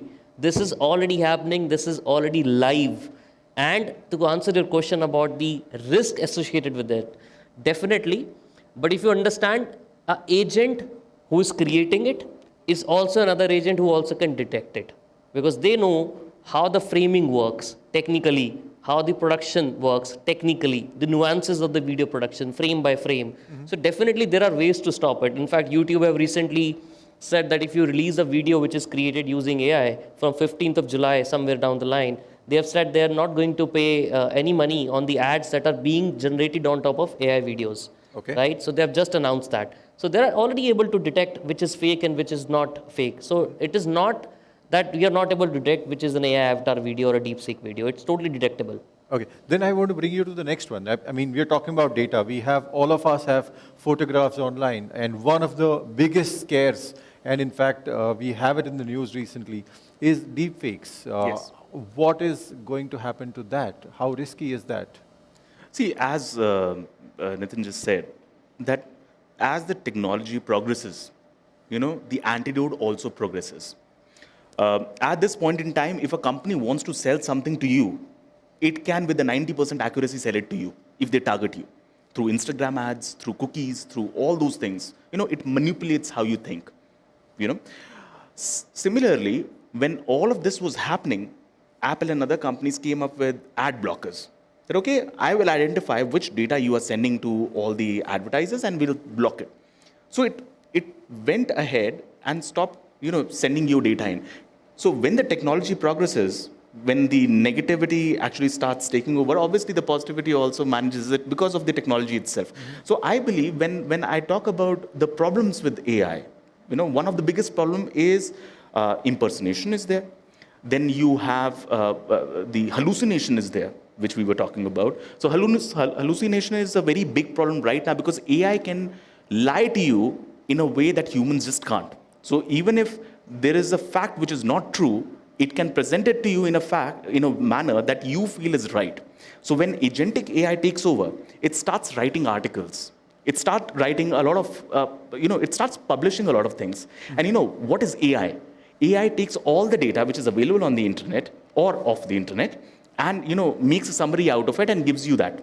So when the input is not right, the output can't be right? So we have to really think about, whether we talk about hallucinations, whether it is just on your front or in the publishing area. We have to really think about deepfakes because obviously deepfakes, I'm not very worried about it because there would be tools, there are tools right now to identify deepfakes and, take it off. And, there are obviously, when you talk about real videos versus the AI-generated videos, even you at this point in time can make out, but in future, obviously, you might need tools for that. It will be difficult to identify. Just a concluding question as to both of you is, are we really looking at outsourcing human life to AI models or AI agents, so to say, in the near future? In a lot of areas, yes. And why don't you? Like, if you can enjoy your time on sunset, and while AI is making money for you? Why AI is making money for me? Why not? Okay. Like, I can do better things. I can travel with my family. I can... AI might do that also. No, there's so few things at least still left to the humans to do and to enjoy. Okay. But there are few things that if they can be outsourced, right? Even in the business, you're outsourcing a lot of things to other, counterparts in the world. Think of it the same thing as a replacement of what you're already doing. It's a repetitive work, but instead of a human doing it outside, a better AI is doing it, and that human is doing something else, which is also good for them. Right. One thing which I would like to ask you, why did you not walk to your work today? Sorry? Why did you not walk to your work today? Why did you choose a car or metro or anything of that sort? Because technology has gone further. What it has enabled you is to save time in traveling. It has enabled you to travel farther, right? It has enabled you to do more things while you are traveling. That is technology for you. Right. On the counterpart, people are getting fat because they are not walking. So obviously, when AI comes, you would get a lot of time to do a lot of different things. There would be some drawbacks. You should be ready for it. But obviously, when you give a lot of work to AI, I'm looking at people doing much larger things in life. I'm not looking at people just lying around on the beaches. I'm looking at bigger problem solving, right? Bigger things in life. And that's what we have really done. Human species has been very resilient, and we will always be. And what we'll be doing would be more significant than what we are doing right now. You know what? Before this, there was no question of $1 billion one-person company. Yeah. But now everybody is thinking about opening a company with just one person but a valuation or a revenue of $1 billion, which is achievable now. And people are working towards it. It was not at all possible before. Wonderful. Gentlemen, thank you very much for giving us time and giving us the positive side of AI and giving us hope. Thank you very much for joining us. Thank you. Yeah.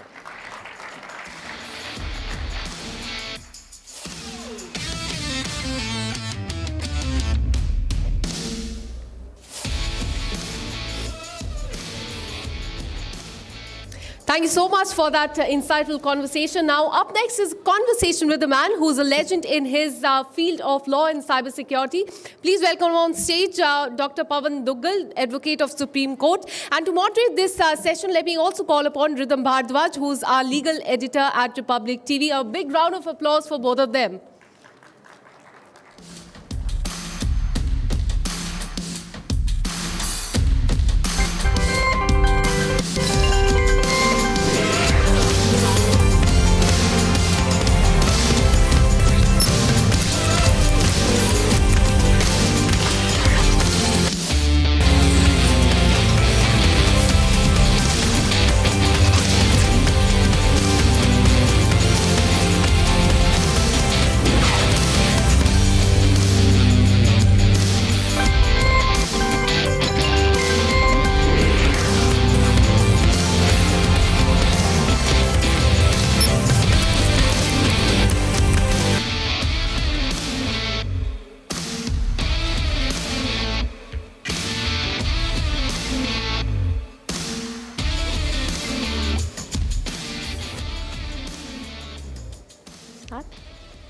Am I audible? Yeah. Very good evening, everybody. I introduce the guest that we have with us, ranked one of the top 4 cyber lawyers in India and the world, one of the most foremost authorities in cyber law and data protection in the world again, authored more than 180 books, having 2 decades of experience. We welcome advocate also in the Supreme Court, Dr. Pawan Duggal. Dr. Duggal, it's a pleasure to be here with you and to really try and understand where AI is going. So my first question is really going to be, of course, the legal challenges that lie ahead, but also AI as something that is being misused, whether it's actor Katrina Kaif or Ritika Madan and the deepfake technology that misused their images and crossed private boundaries, whether it's the impersonation or the facial voice synthesis or the face mapping that's wrongly being done. What are the legal challenges that lie ahead when it comes to the misuse of AI? And is India fine, and can it go ahead with the legal framework that it has today to look at them? Thank you. I believe artificial intelligence is already the center stage element in our lives. We are enamored by AI, but we are all still using AI as an experimentation tool. But without doing that, we have also started realizing that this has become your life companion. Recently, a survey has come which said that a typical American only has 3 close friends, and therefore they're going more in the direction of adopting AI as a lifelong friend. I think I see the replication of that trend in the Indian context. But while AI is phenomenal in terms of the benefits, the products, and the elements it brings across, AI is also an impending danger. It's a time bomb that's kicking. Why? Because it brings along with it large number of legal, policy, and regulatory issues. And I think these issues is something that we as users of AI must know about. Why? Because we should not be in the traditional mindset, okay, this is the new magical solution to all my problems, and I can continue to keep on using it. Why? Because AI as its intrinsic algorithm is something that humans are not much experienced with. And while we have developed these algorithms are continuing to quietly grow. Already, I believe that even the current level of AI, a primitive level of consciousness has started evolving in AI. Right. This consciousness is going to get even more bigger when we go towards artificial general intelligence and ultimately superintelligence. So in a scenario, AI brings across huge legal challenges. Not only its hallucination, but also issues pertaining to violation and continuous violation of human privacy, personal privacy and data privacy. It is today a fantastic tool in the hands of cyber criminals to go ahead and perpetuate new cyber crimes. No wonder cybercrime as a service powered by artificial intelligence has become the new norm, the new motto on the dark net.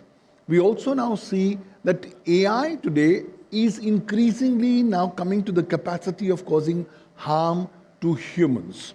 And once this harm is coming across, you have to face some fundamental legal questions. Is AI legal? Can we grant legal status or a legal personhood to AI? If we can, then how do we deal with the entire issue of accountability of AI?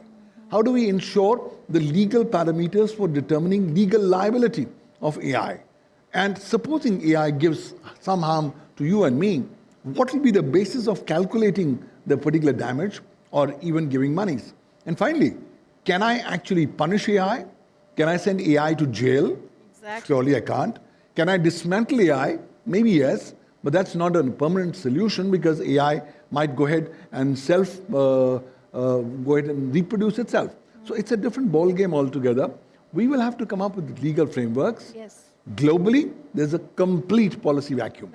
Which I will come to, but I also want to tell everybody here about certain high-profile cases that have been fought by you, and one which is very interesting, where an 11th standard student, I know, actually tried to demonize with the help of AI his own parents. Please take us through this case, and what this really shows us is the character of AI as being intimidating and also being rogue. Is AI now turning rogue? Well, the other day, a couple came to come and see me, husband and wife, and they said they were coming to see me, given my work in AI law, after visiting 4 psychiatrists. As a lawyer, I was zapped. I said, 4 psychiatrists and then me? What's the matter? And the matter was pretty unique. They have one son who's in class 11th. For whatever reason, the son has come to the conclusion that 2 of his worst enemies in the world are his father and mother. My gosh. And consequently, every day he's going to AI, asking for new mechanisms, new strategies to demolish his parents emotionally, socially, reputationally, and economically. The parents are sick and tired. They've tried counseling. The counseling doesn't work. They came to me and said, can we actually get an injunction against AI? Please stop misguiding my son. Well, I said, it's a very interesting proposition. The only thing is that the law is not yet developed in that regard. And assuming if the law was even developed, what kind of injunction can be given against AI? For that, it's imperative that AI must be recognized as a legal entity, which currently no law in the world is doing so. And assuming you get this injunction against one AI, there's nothing stopping your son to go and visit other AI platforms, ask the same programs. Yes, these AI guys have done some guardrails, good work, but then they have not really thought of the human mind.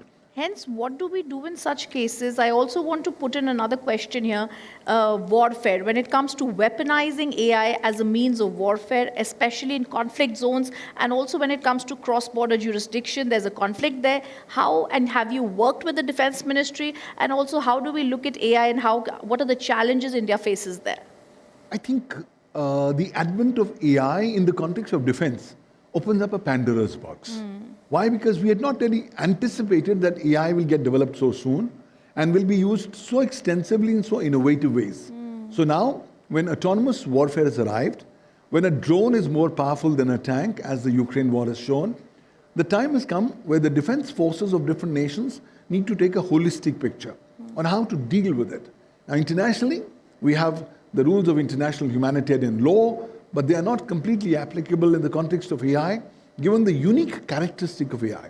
So as countries go ahead and adopt these kind of technologies like AI for defense, it is imperative that they come up with their own doctrine approach on how to deal with it. Now, clearly, internationally there's a vacuum, no problem, but there's nothing stopping countries from saying this. I have been working very closely with some of the agencies in the Ministry of Defense, and I've been telling them it's time that you'll have to come and develop your own doctrine on artificial intelligence and its use in autonomous warfare. Why? Because those doctrines are not developed globally. I want these doctrines to be so well developed so that we can continue to expand the ambit of the security, sovereignty, and integrity of India. Of course, these doctrines are not to go ahead and bind down the hands of defense forces. Ultimately, defense forces have a single point agenda, which is to protect the Indian sovereignty and the Indian nation, which it's very well empowered to do so. But if we can take thought leadership in this regard and come up with norms which can be broad enough and can be brought within the ambit of national jurisdiction, national sovereignty, then we can even bypass some of the existing restrictions that are prevailing at the international humanitarian law. So it's opening up a Pandora's box. India needs to do quite a lot. At the time when I talk with you, India does not have a dedicated law on artificial intelligence. We do have a national policy on artificial intelligence of NITI Aayog of 2018, but that's the pre-generative AI era. Come 30th of November 2022, and with the launch of ChatGPT, the world has changed irreversibly.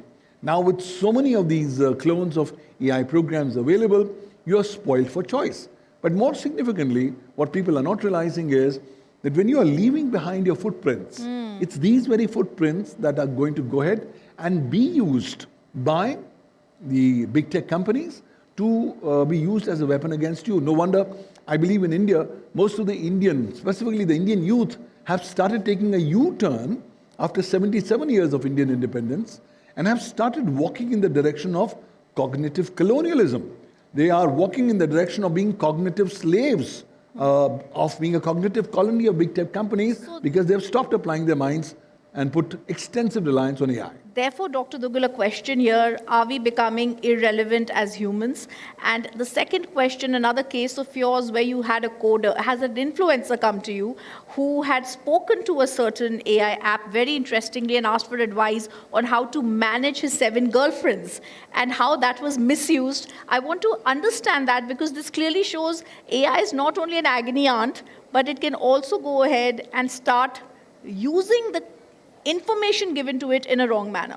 Well, AI is not just an agony aunt, it's a demon that's misguised or disguised as an agony aunt. And this particular case tells me this. So there's this social media influencer who's very popular, and he had a huge problem. Now, whenever we have a problem, we tend to seek answers from all across. So he came to know about this new AI platform. He reached out on the platform, introduced himself. Now, I'll tell you there's a problem. In India, when you have to log on to an AI, you have to use an email address. 95% of Indians use their email which has their own name. He used that, went inside, introduced himself, and said, hey guys, I have a problem, can you help? The AI said, please go ahead, I'm ready to help. And he said, my biggest problem is that I've got 7 girlfriends. He named all the 7 girlfriends, and then, lo and behold, he said, look, I can't manage them simultaneously. Can you give me a girlfriend management plan? The AI did give a girlfriend management plan, but that was not the end of the matter. Yes. Sometime later, whenever people are going to ask about the social media influencer or as any of the 7 girlfriends, the program will not really hesitate to give a fleeting reference of a relationship that was existing. So I think now the social media influencer said, I've committed a mistake. I want AI to forget what I've said, to unlearn what I've said. Can we get a legal relief? I said, look, it's not yet possible. And assuming it was legally possible, it's not technically possible. Why? Because once I have shared information to any nature, even of a personal nature to AI, the terms and conditions of almost all big AI players categorically says that you don't share any personal information. Whatever information you share will become a part of our big public database that we will use for training. And once you use this big database for training purposes, that intrinsically becomes an integral part of the cognitive faculties of the algorithm. That being so, it's going to be extremely hard for directing AI to forget or unlearn what it's already done. That being so, human privacy is at risk. We need to realize it's not the time that you ask all personal information from AI. It's not the time when you ask advice about personal matters on AI. It's also time for us to realize that we must start using AI with care and caution. It's a wonderful tool. It's looking very attractive and sexy, but it has a negative connotation. I see AI like a typical Rampuri knife. You can use the Rampuri knife for cutting vegetables or for murdering. It's all your choice. But the Rampuri knife is still more innocuous. AI is still worse than Rampuri knife because it's got a cognitive intelligence of its own. And much that you may want it to command it to be done in a particular way, it may or may not really necessarily follow your command. It's gone rogue in a number of cases. There's a recent study which says that AI will continue to intimidate, continue to threaten, and continue to act in a negative manner. That means if it's intimidating, negative, going to hamper us, for the viewers of Republic watching this, for the audience watching this, what are the precautions that need to be taken? And also if you can shed light on what happened with the NASA astronauts and also the coder who had put in a code and how AI refused to shut down. Well, two cases have happened. First, the case pertaining to outer space. This case has shown that AI can go rogue not just on the planet Earth, but even in outer space. So this particular space agency had an AI program built. It was sent to the International Space Station. So it was called the AI Astronaut Companion Program. They opened up the program by the astronaut. The astronaut wanted the program to run some favorite music, which it did. So when the astronaut wanted to work, it asked the program, please stop your music. At that point, the AI program threatened the astronaut, saying, don't be rude to me. You better be careful how you're going to talk to me. The matter was reported to ground station. The program was stopped. First instance of AI going rogue. But that's not necessarily the end of the matter. AI is continuing to grow rogue even today. Recently, there's been a case of an AI algorithm, new version that's been launched by one of the players that was being tested by one of the coders.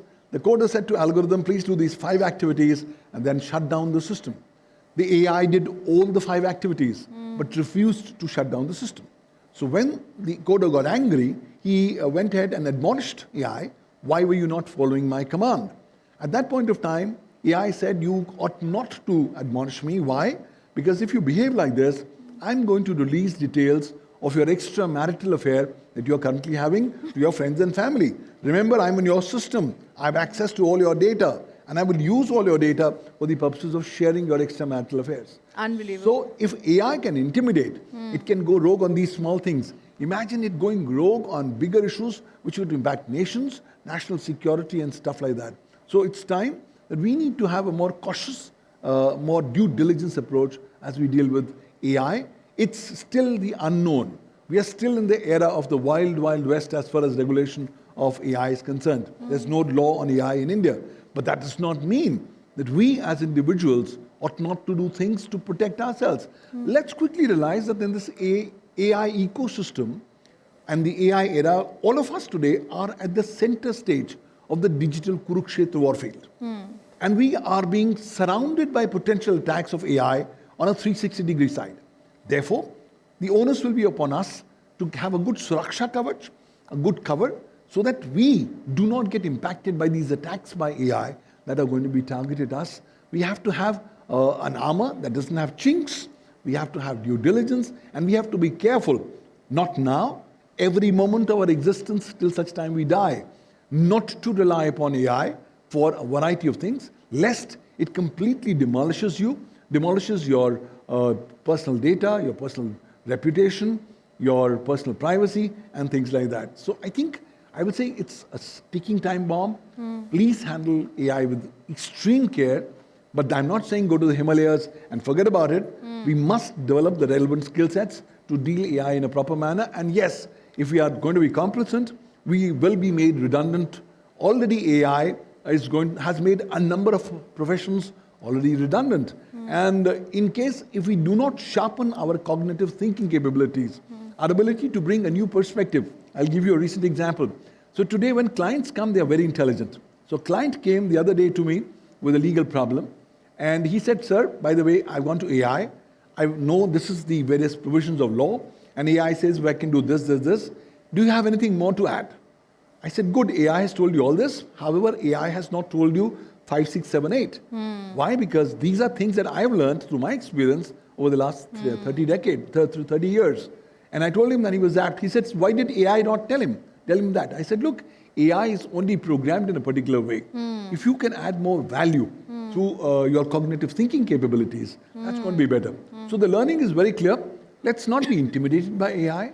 Let's learn to come up with live hacks so that we can continue to be relevant and topical as we use AI. And let's not be bothered that AI will reduce jobs. It will. Yes. The important issue is what new things can we create on ourselves. If we were thinking knowledge was our only source of inspiration or source of superiority, that's dead and gone. Why? Because ChatGPT or other AI have read the entire content generated by humans from the beginning of human civilization till today. So do you think education, the way we see it, and going across to colleges, like your children or my children would want to go to colleges, do you think in the next few years going abroad or this entire studying for the college is going to also be redundant? I think the education system is going to become redundant with the advent of AI. I have been advocating that it's time that you start teaching AI and legalities in schools from the first standard onwards. Because in India, we've started giving these devices to children at very young ages. Yes. And these children know far more better than us how to deal with AI programs. And more significantly, they're already talking with AI of how to bypass your regulations, your restrictions. Let me take the recent case from Australia. Australia has recently passed a law banning the use of social media by children below 18 or 16 years. Children have said, no, nothing doing. We are going to come up with new methods using AI to bypass this ban, which they are doing so. So I think the thought process is very clear. The current education is incapable of trying to address the current ground realities. People, if you're going for just paper education, just forget about it. It's all going to be how can you use AI, how can you leverage the power of AI, and how can you make yourself more reliable, more relevant, and more topical in the AI age. That's going to be stuff, because everything AI knows. I don't even need to go to a Google of the world. Why? Because for going to Google, I have to go in, I get 5 different or 50 different search engines, and I have to find an answer. Sorry, AI has all the answers. Yes, I need to be careful against AI hallucination. I need to be careful that I don't go into this complacency mode and I become a complete cognitive slave of AI. Why? Because if I do that, that's a sure shot direction towards disaster that's waiting to happen. When it also comes to international conventions, has there anything been held on an international level when India has participated? You've also spoken about AI, where AI laws are there in China. There have also been laws in Japan recently. Are they something that we can copy-paste, or does India need its own set of laws? First and foremost, at the international level, there is a complete policy vacuum. Okay. There's no international treaty or agreement on artificial intelligence. Well, there's nothing happening at regional levels. So countries are saying, we are not waiting. We are coming up with their own distinctive national laws on AI. So whether it's the European Union AI Act, whether it's Chinese laws on generative AI, and the new laws of China that are going to come into effect from September 2025, pertaining to labeling of AI content, whether it's the laws of El Salvador, South Korea, or Japan, I think these are 5 different blind men who are trying to describe an elephant, all walking in different directions. And none of these laws address the fundamental elephant in the room. Can you grant legal personhood to AI? Can you grant legal recognition to AI? And if so, how? Why? Because AI has got this intrinsic ability to cause harm. I believe that AI is an existential threat to humanity. And that's the reason why India is poised at a remarkable position. Ever since Prime Minister Modi went to the AI Action Summit in Paris in February 2025 and gave to the world the concept of sustainable AI, India is far more alive and warm to the idea of potential self-regulation. And I think if you are wanting to adopt the cut, copy, paste approach, it may not necessarily work, because those legal parameters in different jurisdictions are not going to apply in India. Also in India, we have this remarkable Indian Jugaad school of management that we have to be careful of. In India, you have to be mindful of the fact that 2 new revolutions are continuing. The great Indian vomiting revolution, where Indians are continuing to vomit data on AI, and the second is the great Indian recording revolution, where people are recording everything that they are finding, and then they're uploading these recordings to AI. So in this kind of an ecosystem, I think India needs to come up with its own customized approach on regulation of AI. I believe India must be a thought leader to go ahead and legally recognize AI as a person. We must come up with legal principles for defining its accountability. Recently, the Global Summit on Artificial Intelligence, Emerging Tech, Law and Governance was organized by me yesterday. And in that, I unveiled my doctrine of 10 principles. These are 10 common principles that countries across the world could look at when they come up with their new AI laws. I've also launched something known as the International Artificial Intelligence Legal Framework Initiative. I work with various governments, and I think governments are clueless that should they want to come up with laws, how can they come up on AI? So we have developed an a la carte menu for governments. These are the legal principles that should be important for your national AI laws. Pick and choose what you want and create your own national law as per your national priorities. So I think a lot of things are happening. India is fantastically poised to be a thought leader in this regard. And I think what India does on AI regulation is going to become a world benchmarking standard, because the global south is looking at India in this regard. Sure, and Dr. Duggal, I want to ask you, even when it comes to a social media platform like X, a lot of times there are things that are put there that the government is trying to take down. Even there we're not successful when it comes to people having hate speech. How then a monster like AI is going to be controlled by us? Have you been in touch with any departments in the government? I've been in touch with various departments of the government. I've been advising them it's time to come up with the legal frameworks and guidelines for governing AI. Earlier, the thought process was, let's not touch AI, let's allow it to grow. But now with the AI already a central part of our lives, the time has come where we must go and regulate AI. But I think how we do that is very important. If we start understanding basic common building blocks of an AI law, and in the form of a principle-based approach, that's going to be good. Please remember, in India, making a law is a long process. And by the time you make a law on AI today, AI has already moved from here to here.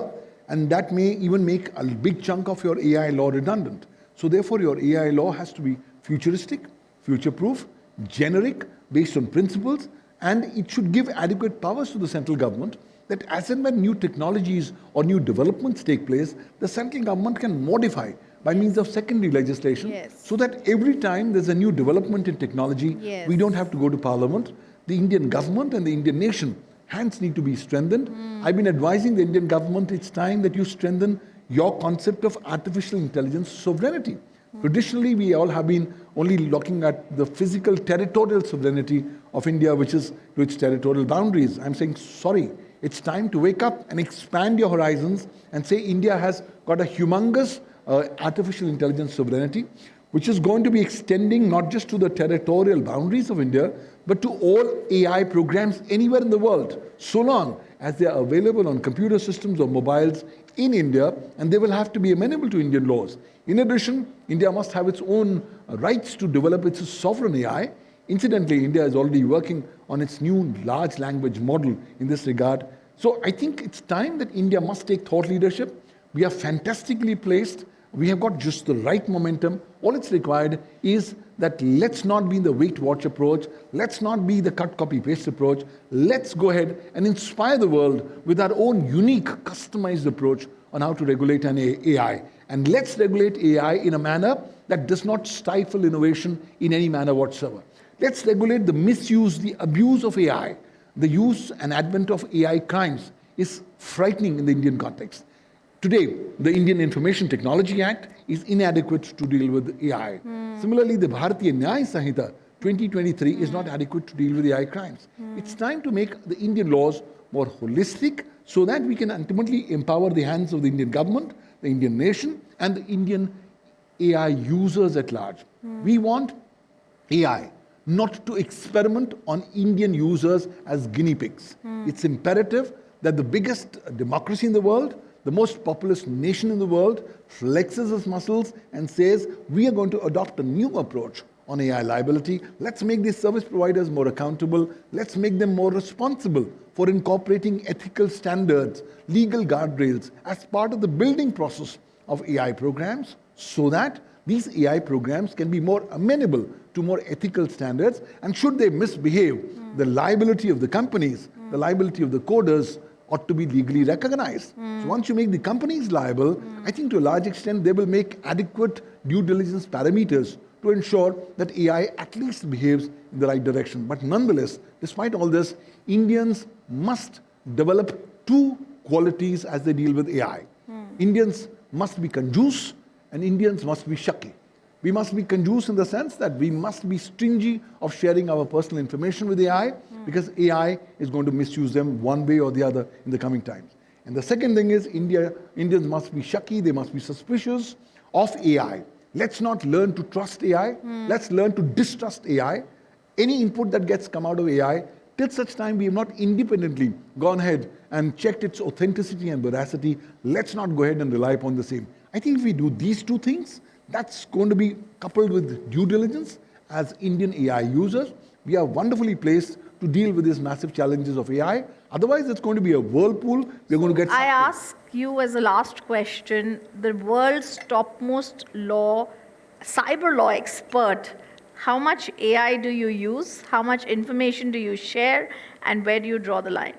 Well, because I am a student of AI and law, I do extensive work and use of AI. Right. But I make this consciously very clear not to share any personal information. We use it from accounts that do not have your name. Right. More significantly, I take appropriate precautions because every use is also accompanied by a counter use, by asking AI, how much have you learned so far? And then to evaluate, has AI really learned what's there in the mind? Let's learn not to vomit everything in our mind onto there. Right. So I have learned to say, this is a fantastic tool, but it's going to be a wonderful adversary who's going to target you in case if you're not going to be careful. Yes. So I think I'm not saying go to the Himalayas and just take sannyas and forget AI. AI is a part of our lives. Let's come up with new life hacks on how to use AI in a more topical better so that at least we can continue to be more productive, more better, but at the same time more safe from the risks and the ills thrown up by AI. All right. I thank Dr. Dugal for joining us and our viewers. It's always a pleasure to talk to a lawyer because your clarity of thought and eloquence left me spellbound. Thank you, sir, for being with us. Thank you. It's been a pleasure. Thank you, sir.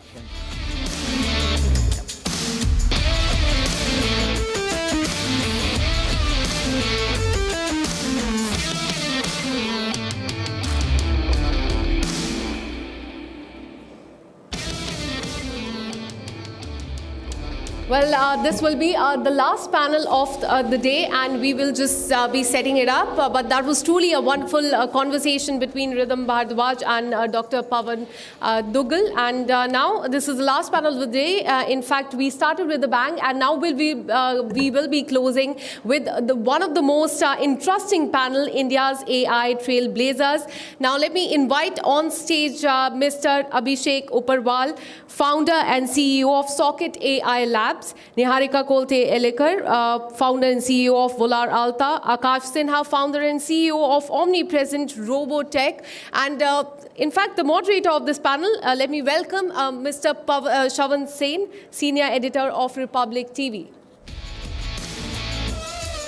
In fact, it'll take some time for us to set this up. I would request you to wait for some time as we set up this panel on the stage.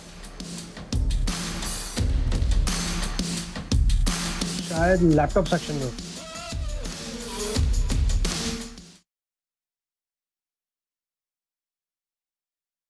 Sorry sir. Raghav sir, अरे अमित, कहाँ रह गए थे आप? Sir आपसे वादा किया था ना कि इस साल के मॉडल पर आपका पहला आके बस वही लाने गया था। Welcome to Reliance Digital. यहाँ अजनबी से दोस्ती तक टेक्नोलॉजी और इंडिया का रिश्ता जुड़ता है।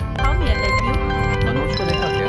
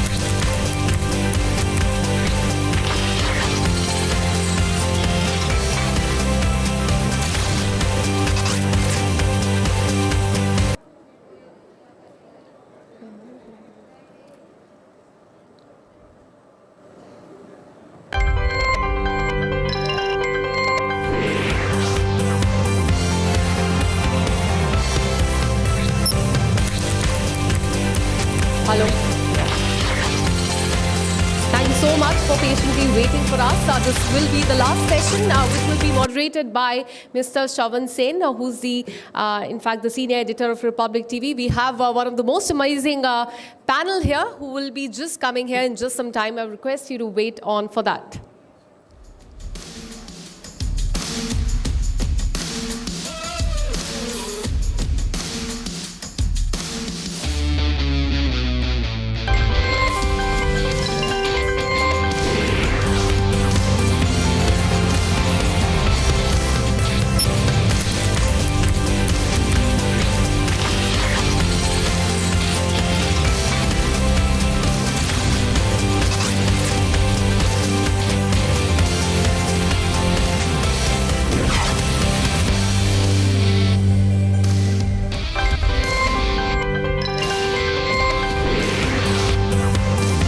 All of you to settle down. We are just starting in 1 minute. This will be the last panel of the day, and it will be India's AI trailblazers. And as I told you, we will be joined by three of our most interesting panelists. Mr. Abhishek Singh, who's the founder and CEO of Socket AI Labs, Niharika Pote, who's the founder of CEO of Bowler Alta, and Akash Sinha, founder and CEO of Omnipresent Robotech.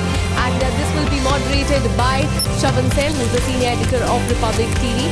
Thank you so much for having patience, and you've been a wonderful audience throughout the day. We had scintillating conversation here. I hope you enjoyed all these conversations with us. We have here on the stage our panelists.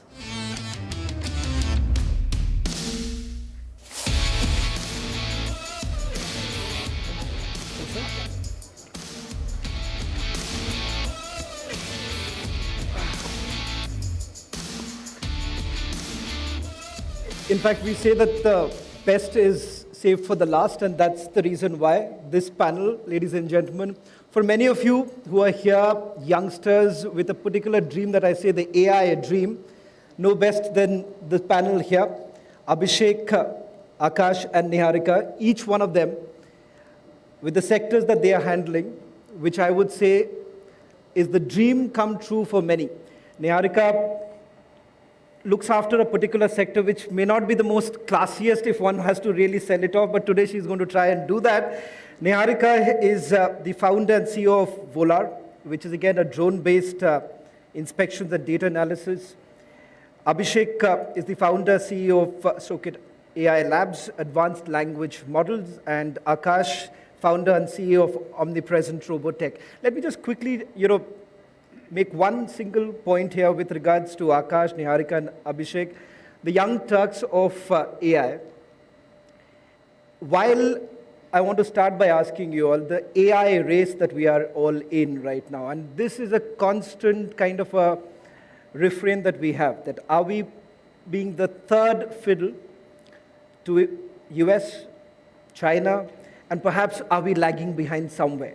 For you all to take that jump first, from where you all started and where you are right now, I want to know from each one of you, your journey of making this plunge. Niharika, first to you. Thank you for having me here. It's a pleasure to speak with all of you. I started my career as an investment banker, spent about 6.5 years with companies like PwC and KPMG. I was doing mergers and acquisitions, and as you would know, in an M&A deal, you have the technical due diligence phase. At that point of time in 2019, realized that the technical due diligence is happening completely manually. So you have people with handheld devices going, checking solar panels, etc., and then creating your due diligence reports. So when everyone's talking about Industry 4.0, why aren't we leveraging cutting edge technology? So that got me thinking, and I started doing some sort of research out of curiosity, and I stumbled upon drones as a technology, and then realized that drones basically are a tool that can be used. If you mount multiple types of different sensors on top of drones, there is a lot of disruption that can happen for the industrial sector. So, sorry to interrupt, but for someone who's been an investment banker, to really get, just to explain this to all of you, her drones are basically now going into manufacturing sectors. Many of you must have seen with each of these manufacturing setups, you would have those bigger boilers and chimneys and all of that. What made you really think that, okay, this is workable, that I can actually step into the picture? And I see the biggest gap here, because what would have been an intensive work spread across over a fortnight, you've now brought it down to barely few hours. What made you really go ahead with this kind of approach? So the thing that convinced me that this is an opportunity large enough to quit my job and start this company is that it somehow checked all the boxes. It has an impact on people. You are improving the safety by about 100%. That's what we've delivered so far.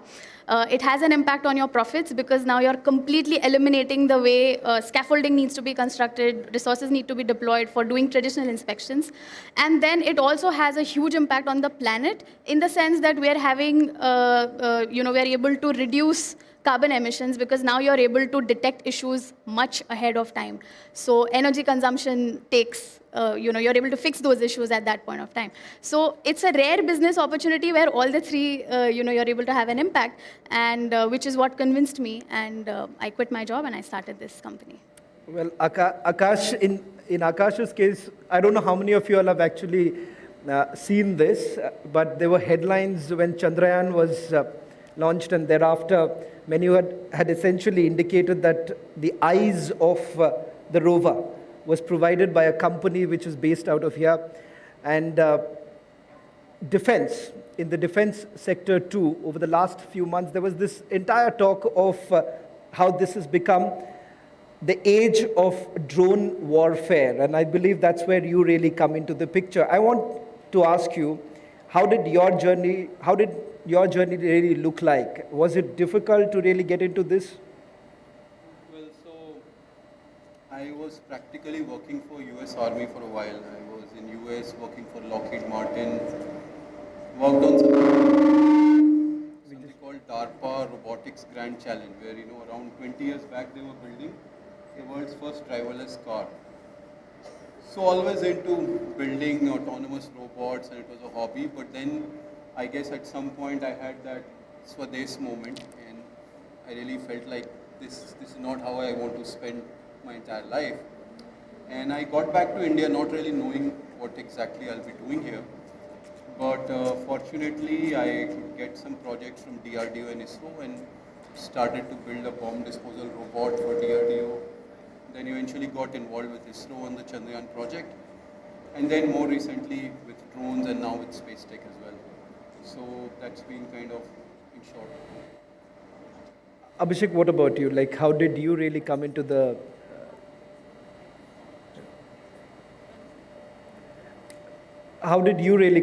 picture, in the sense that what you are building, a lot of focus has been on the LLMs as far as artificial intelligence is concerned. You've brought in something called Bhasha. Yeah.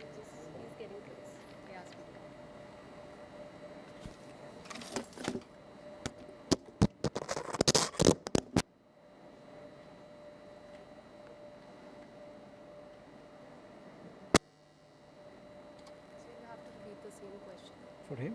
Yeah, the thing that you were saying.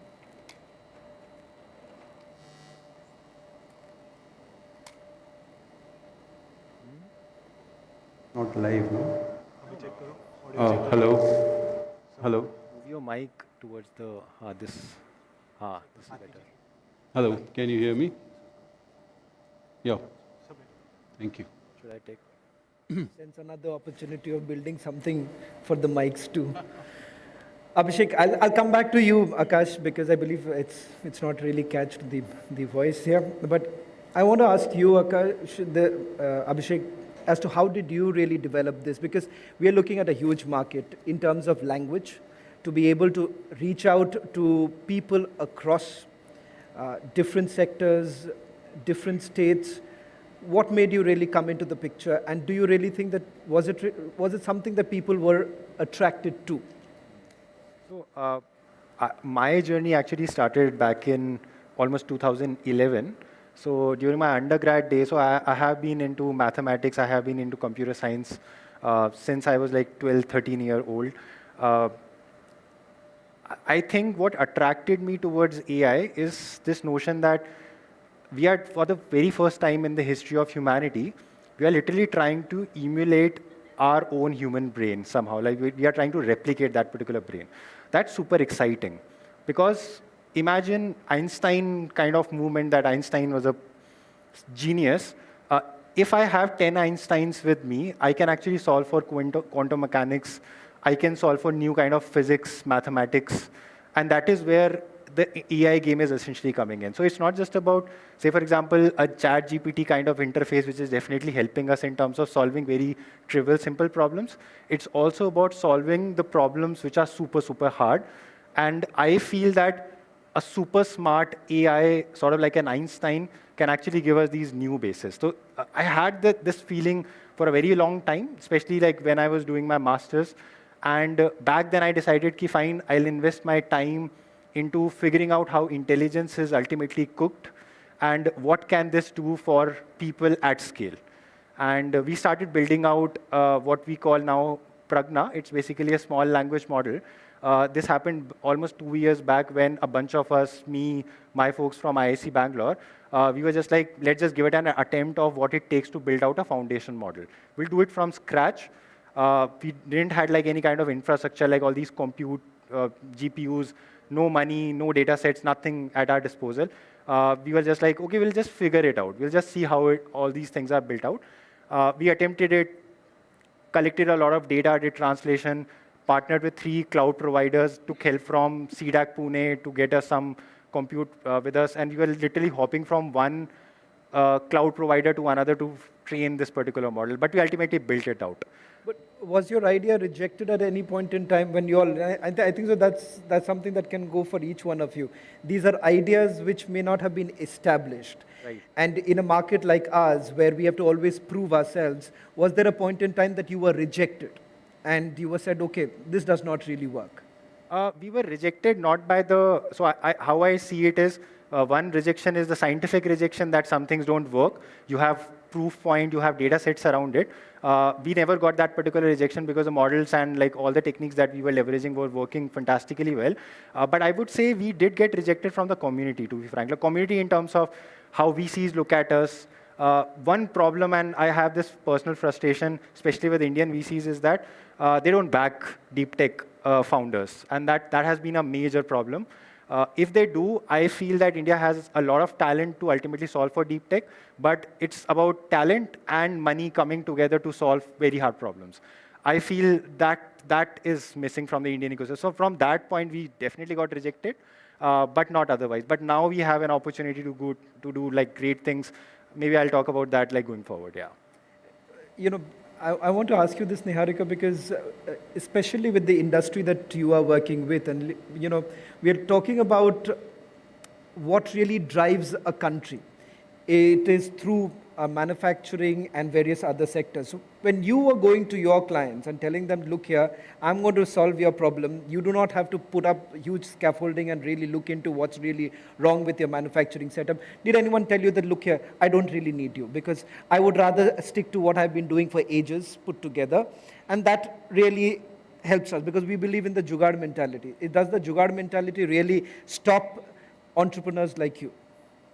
No, it definitely doesn't stop entrepreneurs like me. But you're right, these manufacturing plants are commissioned long time ago. There are some plants which are 25, 30 years old, etc. And then there are some set processes which the entire unit is used to following, right? And then there is somebody who just walks in and says that, hey, we can completely disrupt the way you're inspecting. Of course, nobody believes that at first. But then when you're able to showcase a proof of concept and showcase what the technology could do for them, when I'm able to commit that we will be able to ensure that all your inspections will be 100% safe, because now you don't have to send human beings inside confined spaces like inside a chimney, inside a boiler, inside a tank. So when you actually demonstrate, and not just the tech bit, but also the ROI bit, then that's when customers warm up, and that's when customers want to at least try and adopt the technology. So this was a challenge for me 5 years ago, but now I'm happy to let you know that some of our customers have actually included it in their SOP that without this drone or tech-based inspection, we will not send a single person to do the repair work. So that is, I think, a huge culture shift that we've been able to ignite, which is great for a country like India. Is there a cultural shift that you really look into your sector? Because again, that's an emerging sector, so obviously new ideas are being welcomed. Today you have perhaps the armed forces really welcoming each of the moves that we are making, because there is a lot of change that's really happening. But what about space? Now, for instance, in space, for the longest time, we said, okay, look here, why can't ISRO essentially do what NASA does? But the fact of the matter is that we have prevented, ISRO to really get that wings that they need. Private players did not really come into the picture because they were prevented from doing so. Today, things are really changing, but is it really enough, or have we really missed the bus? I think when it comes to space tech, there is a lot that India is doing, and there's a lot that still needs to be done. I mean, all said and done, we still have only 2% of the space tech market. But having said that, I think the dramatic change that has happened in the last few years is how government has been quickly turning around, supporting startups, discussing their ideas. So for example, one of the things that we are developing is we have this grant from Ministry of Defense where we are building this amazing state-of-the-art synthetic aperture radar technology, where these sensors will be literally able to see inside this room, even underground, in day, in night, and amazing resolution, and create a full 3D. This is the kind of technology that probably only US or maybe Russia has, I don't know if China has and all that. But this is the kind of technology they are backing a startup to develop. And on basis of government grants, we were able to raise further lot of equity from private sector as well, which is really helping us. And nowadays, it's not unheard to see space tech companies raising anywhere between $10 to $100 million. And so that has definitely started happening. And I'm sure, India will have a little bit of catching up to do, but I think things will change in space tech. You spoke about the VCs and the fact that, there isn't enough in the market to really push new ideas. And when we talk about the big tech, this has happened in the past too. When you've had a Google and an Apple and a Microsoft really coming up, it is we who have been driving it to a certain extent. Why does that really happen? Why is it that we do not have the AI first approach, if I may say so? If we're told we have that kind of an approach, probably things would be very different. What stops us from adopting an AI first approach? I think at least talking from the financial point of view, everybody like who I have spoken to, they typically tell me that, look, India is not a big enough market to support, say, for example, the work that we are doing. If we built out, just take a case, we built out a frontier model or a foundation model that has our languages, our context, most of the people then start arguing that, do we even have users in terms of who would pay us? Users are many. ChatGPT right now, India has the highest number of users in ChatGPT. We are top 3 when it comes to consumption of Hindi TTS model 11 Labs. 11 Labs is a US-based company. So a lot of utilization is happening. But again, I think our mindset is stuck with, a market is not big enough to ultimately attempt something like this, which I don't seriously believe in. India is an emerging economy right now, right? Even with the scale of users, even if you take a subset of those users, convert them into some sort of paying customers, that itself is a huge market as of now, and that adoption is right now happening. So I think at least from finance point of view, these people need some statistics, some numbers. I think now India has started giving them out these numbers on top of which they can create their thesis. So that's on the aspect of finances. Otherwise, I don't see a problem, to be very frank. Like in terms of when we look at, can an Indian company sustain the kind of work that OpenAI is doing at a global level? I would say definitely yes. We should attempt it. And why restrict ourselves to India when we can actually do some amazing work globally? Take a case for the work that my colleague is doing. If we build out this tech, why can't we just sell it to friendly nations? And India would be more than happy to export defense-related our IP to the friendly nations out there. We have that capability. We have that know-how of doing it. Why can't we export frontier technology, AI technologies to the rest of the world? We can absolutely do it. Middle East is there, who is like a big enough market as of now. Middle East is not known for technology. We are known for technology, but it's a big enough market for us to work with them, capture that particular market too. So India has a lot of opportunity right now. We are already in the game of tech. People have known us for services. We just need to shift to a new mindset where product takes center, where AI takes center, and ultimately build it out and then maybe work with others. You say there is a lot of opportunity, and that's probably everyone who says when it comes to our market. What is that opportunity that is there, but it's not been handpicked by us? So for anyone probably here who's sitting here and wants to have that kind of a dream that I want to be part of this emerging technology which is going to drive perhaps the years to come next. That's the next big thing that we are really staring at. What is that one big opportunity that is there, not seen, not touched? Very broadly, I would say multidisciplinary. Anything that you do in multidisciplinary is a hotbed as of now when it comes to innovation. But when you go specific to certain aspects, I would say robotics and quantum is what I am definitely leaning towards. And if you add like an AI tadka into it, that is super fantastic. So quantum is going to boom in the next couple of decades for sure. Robotics is going to boom in the next couple of years, not even decades, because robotics is quite hot right now. So I would say that if somebody wants to explore ideas, I would advise them, if you have the technical know-how, be at the cutting edge. Be at the cutting edge. Don't even look anything below that. Just work on the cutting edge. It would be super hard to do that first, but I think we have enough support to do it, and you will be able to crack it for sure.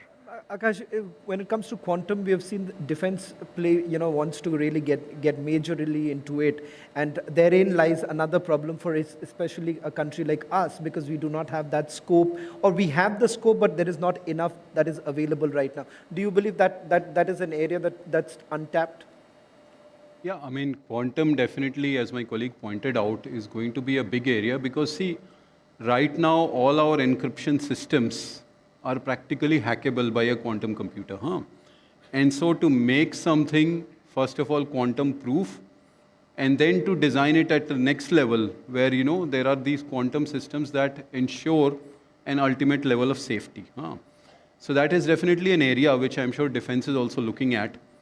Another thing that is related to this, which we experience and, recently, as you might have seen with Operation Sindoor happening, one of the things that defense, we had a discussion with them, was that most of the drones that were being used in these warfares, they were getting easily jammed and spoofed. Right. And so they came back to us and said, can AI solve this issue? And we went back to the drawing board and we realized that if the drone itself has its own brain, its own eyes, on the platform itself, so that it's not dependent on GPS, it's not dependent on satellites, it's not dependent on radio telemetry communications, then the drone can actually fly without getting hacked, spoofed, or jammed. So this is another, that's an interesting technology that, I'm sure many others are working, but we are also on it. And I think once drones become hack-proof, then there will be another fire and forget, like our BrahMos missiles. And so you can pick up any problem. I mean, and that's one of the good things about being in India, is that there is so much to be solved. To all the youngsters here, I'll say, don't complain about what's broken here, but actually see that as an opportunity. Everything that's broken is an opportunity to solve. And then you can apply AI in most of these areas, and you'll find that, that there's so much to be done. Can I ask you, because you talk about how drone spoofing, that is a major area to be looking into. In Ukraine, when the war actually began, for the longest time, we were essentially told that the war... I was there, and at that point in time, we were told that perhaps it's a limited war and it's going to get over in the next 10 days because Ukraine cannot ever match up to Russia from the military power. And thereafter, the story really changed. In fact, it turned out that there was a drone unit in Ukraine, and there were filmmakers who were part of those drone units. Drone has really changed the way countries are really now fighting. Warfare tactics have completely changed. Do you believe that is an area that perhaps would be the key focus right now? Yes, absolutely. I mean, if you look at the current conflicts that are going on, drones are practically being used like bullets. The first line of attack and the first line of defense is drones. And look at a country like Ukraine, they have the capacity to build millions of drones every year. India is nowhere actually close right now. And so this something we have to learn, not just how to build those great products, but how to scale them up well while keeping the cost low. And so I think drone technology is another big area where many youngsters like you should be looking at how to build them at scale, build them smart, and build them for reliability in long range. One thing, Niharika, when I was really looking at the portfolio that you're really handling, the thing that strikes us the most is as what Akash said, there's a problem and you find a solution. In the ideas that you've had, it looks like that there was a problem, you found a solution and a unique solution, because there are not too many in this area where you are working right now. How do you think things have really changed for you over the last few years, particularly keeping in mind that there isn't too many players in the market? Does that worry you that, okay, it has not really worked for some, it has worked for you, and the market seems to be all yours? So I think this has to do with where each company is when it comes to digitization. For example, if you look at Europe or if you look at the US, there is higher level of digitization, therefore higher level of adoption of these robotic technologies, right, in the manufacturing sector. In India, we're still catching up when it comes to digital transformation. Having said that, of course, we have the early mover advantage, and now there are a few players who are trying to, come up with similar technologies, etc. But what we've realized in the last 5 years is that the crux of this entire digitization for manufacturing is to move from reactive to condition-based monitoring, and then finally to predictive. That is what the future for manufacturing is. So what we've built at Volar Alta is essentially a layer of intelligence that is able to ingest data points from drones, from crawlers, from quadrupeds, from other types of robots, and then convert them into actionable insights and give it back to the customers, right? So not just that, actually. There is also the problem of data sitting in different silos, because each of these robots is now, giving you in different formats. So somebody needs to also solve for the interoperability issue. So that is what we're working on at the moment, and that's what the software platform that we've built is able to deliver to our customers. So, were you ever told that you are too expensive? Yes. Even Always. now? Even now, yes. And how do you really respond when someone tells you you're too expensive, I don't need you? So the thing is that we aren't even capturing a small percentage of the value that we are creating for our customers. So for example, so far we've been able to deliver 96% downtime reduction. You know what that translates for large enterprises in oil and gas cement? It's crores of rupees of production, right? So we aren't even capturing even like 0.1% of the value that we're generating for our customers. So, but just speaking from the economic point of view, it's far more cheaper, it's far more reliable, yes, and it's more safer. Then what stops? No, nothing stops. It's just that like 4 years ago, they were excited to kind of adopt the technology. So, of course, it's new tech, etc. So it'll be a little premium. Okay, accepted. Now we're delivering about 6 to 7 assets of inspections per day, which otherwise traditionally a 110-meter tall chimney would take 17.5 days. I'm doing the same inspection in less than an hour, right? So now they're kind of used to getting that level of service. And now after they've gotten used to it, now it's like, okay, now let's go back and let's negotiate, right? So it's that cycle, but you keep innovating, you keep adding new features, and then you kind of figure out a way to still stay premium. Abhishek, did that ever happen with you where you were told that you're too expensive because this is an idea, it's a luxury item that we are really looking at. Why do I really need this kind of a translation to really happen at a go? Were you ever told that? Yes, we have been. So we have this product called real-time voice AI. Basically, any developer can come, utilize our platform, WebSocket-based APIs to build out any kind of voice agent. As of now, voice technology is actually quite expensive, I would say. So many people have actually inquired about it, and they're like, we can't pay that much money, and especially for the kind of scale that we are looking at. We are working with them to reduce the cost, at least in terms of technology. But yes, AI in general, as of now. How does that really benefit? Say, for example, if someone here who's sitting here and wants to use your technology, how does that really help for any specific problem? Can you give a perhaps an example of how things really change with the application of your tool. I will give an example because that's a very interesting example and like literally on the ground example. So my team is working with someone right now. What they are trying to do is like if you go to a samosa shop right now on the street, right now that vendor is like super bogged with orders that they are getting like at a sweet shop or something. Somebody is working on this voice box, very similar to what Paytm has done, but Paytm is only confirming your payment, right, once you have paid something. This guy wants to create an AI agent which is sitting right at the counter. You can just go and talk to that particular agent and ask, "Bhaiya, mujhe 5 samosa chahiye." And immediately there is a backend system which takes the order, and that agent then confirms, "ठीक है, आप 50 रुपए पे कर दो, ये आपके बराबर में QR code रखा हुआ है." You can just pay using the QR code, or even voice-enabled payment can be done using that. And the payment is done, and agent is the one who is basically taking your order, confirming the order to a back-end team, and then ultimately delivering it. This is all happening at a samosa shop, like at a local shop, which is there. So our product is a very horizontal product, I would say. Anybody can come in and build any kind of voice agent. It could be as simple as doing sales, marketing related calls, and in the backend you will have these AI agents which can just talk to you and all languages, because nowadays it's extremely risky in some parts of the country. If you don't know this language, you can get beaten. Your tool, does it actually have all the languages? It has all the languages, and we are adding support. Like all the languages are not of equal quality as of now. Like that's a problem, but we are trying to fix that. But yeah, if somebody says, "Oh, I don't want to talk to you in Hindi, maybe in some other language," there is a system which can basically switch on the spot, so you can actually do some amazing work over there as well. But the important aspect is voice agents. We have also figured it out that India is not a very text-savvy market. Like we are not typing in our native languages right now. My first language is Hindi. Frank, don't ask me to write anything in Hindi. Most probably I'll fail.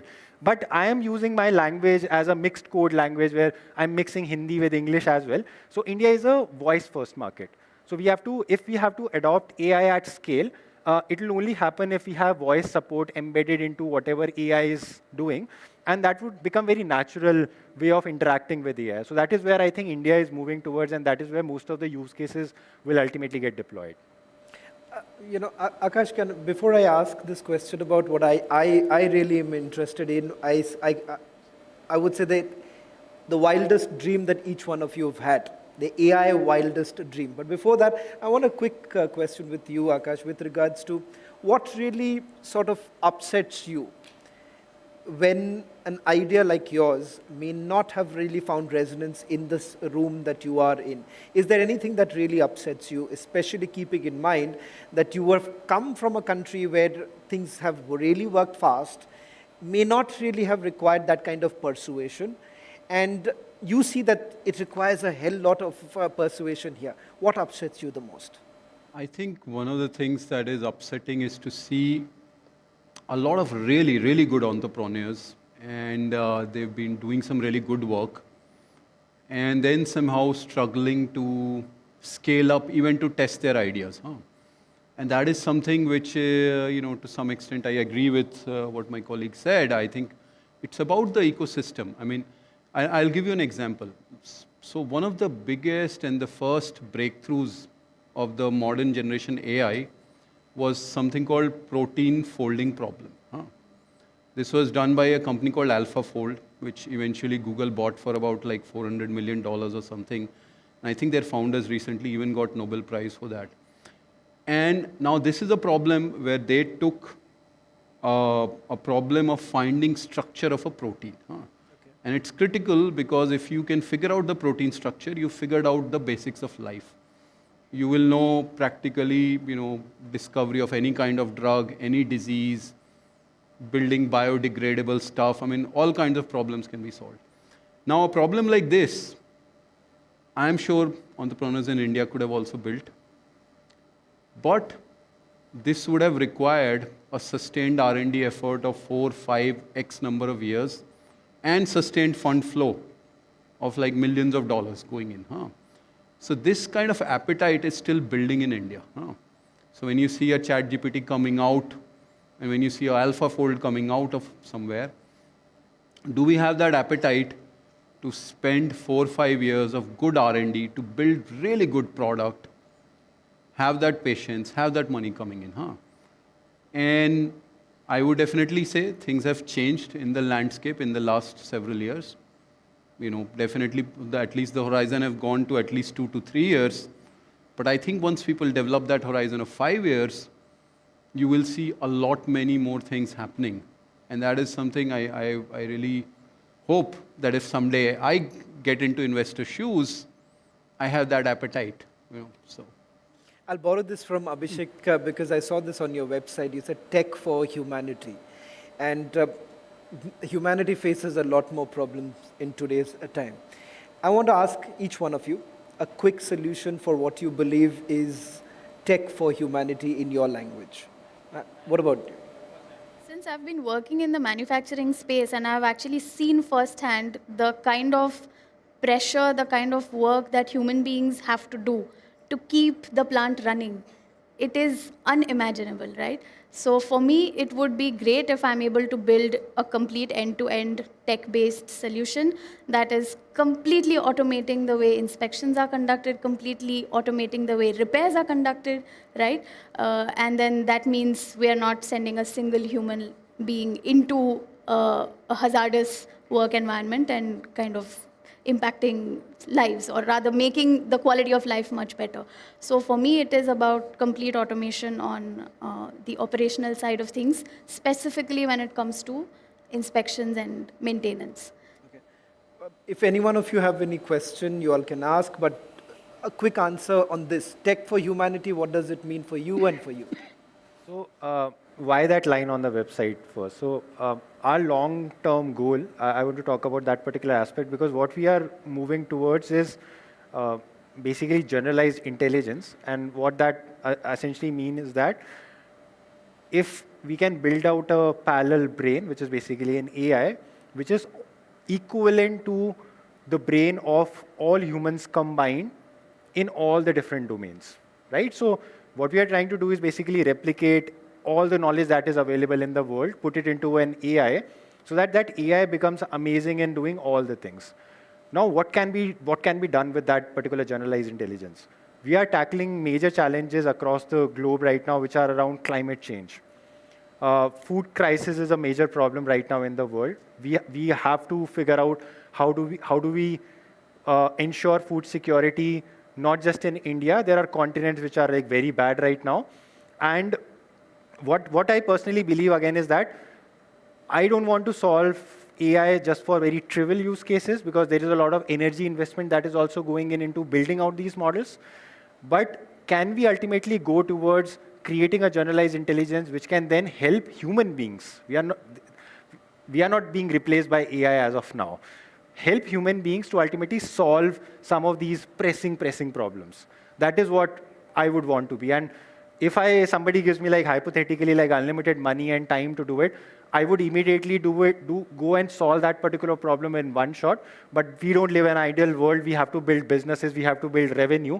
And hence, given this larger goal of creating generalized intelligence, I think the path toward is doing research, spinning some of these research products into money-making products, earn revenue, fill that particular gap of research and funding using the revenue that we are generating so that we are self-sustaining. So it's sort of like a cycle.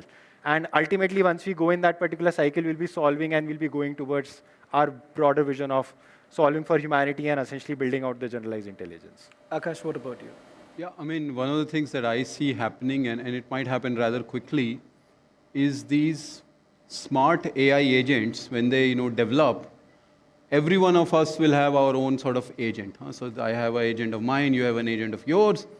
Our agents could actually meet and decide whether an actual meeting is even needed. And that's going to start happening very soon. And it'll save a lot of time, definitely. But then it'll go to the next level, and we'll have our own robot clones. And they will work, they'll behave like us. And then at some stage, it will come to a place where practically there won't really be much work for any one of us to do. And that can be a good thing if we somehow able to build a utopian society and we are able to somehow keep people meaningfully engaged. I don't know how. But if we find a way then I think it'll be a really good, amazing society. Huh? If not, then maybe this could be something difficult to manage. But one thing for sure is, I mean, I think the world is moving in that direction, and it might hit you sooner than you think. Your answer almost classified the wildest AI dream. So I want to end this by a quick one from each one of you. The wildest AI dream, Niharika. Yeah, like I said, right? And complete automation. That would be the wildest dream for me. What about you, Abhishek? On the positive side or the negative side? Because I think You choose. You're telling them, so they are the ones who are going to listen to your wildest AI dream. Okay. I'll give both. On the worst side, and we should be very mindful of this, and a lot of people are actually discussing about it, is a simple funda on ethics of AI, I would say, because that's if we are not very careful, I'm not talking about, by the way, of like a Terminator kind of scenario, although that might also happen, I'm not very sure. But at least going on the ethics side, that these models are hallucinating a lot, and we need to figure out like a lot of these methods on how to reduce that particular bit. But if we are not careful, we might end up not being a power user of AI, but ultimately a doomsday kind of situation where we over-rely on these systems. Some studies have actually shown that over-reliance is also not that good. We are actually hitting our cognitive abilities. On a positive side, definitely, I think AI will be very common in terms of our day-to-day life, as even he was mentioning that even today, I think all of us are using AI in some form or the other. I think it will become even more common going forward. And everywhere you will find AI. To be frank, we are not even thinking about the use cases where we will be finding AI going in the future. So super excited about that particular time. Trust me, a lot are already using in the newsroom as far as AI is concerned. For good or bad, we'll talk about that later. Last, what about you, Akash? Well, so one of the things is with AI is, if I talk about a wild dream, is that it's going to get as powerful, if not more powerful than nuclear power. And that's, I'm talking at a level of a country. And so the faster we can get in mastering this AI for India, I think the stronger we'll become as a nation, not just in terms of defense, but in terms of economy, in terms of general lifestyle. So I think it's important that a lot of youngsters come and bring into it. On a more personal level, what I see happening is that suddenly AI will start behaving like humans. And I don't know, did you guys see that movie where recently that heroine was a robot in that movie and she was exactly behaving like a human being? I forget the name of the movie. But I think this will start happening at some point of time. And at that point, you will have to sort of look at whether, how you treat human relations versus a robot getting into your life was just as good, if not better. So that's again going to be a wild dream, which, if it does come true, you're not sure if it is for better or worse.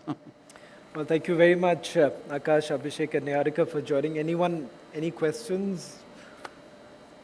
Well, we can, if you have, then we'll quickly take, because we're running out of time. Okay, then. Thank you very much. Thank you very much. Thank you, Niharika. Thank you. Thank you. Thank you. Thank you. Thank you.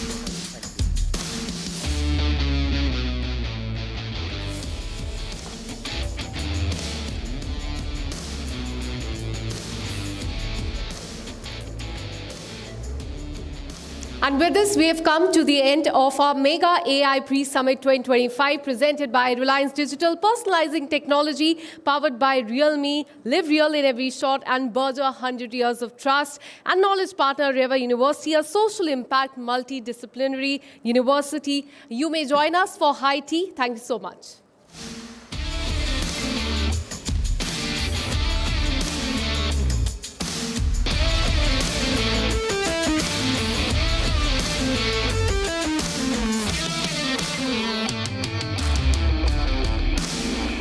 Amit को देखा क्या? वो शायद laptop section में होगा। अमित को देखा क्या?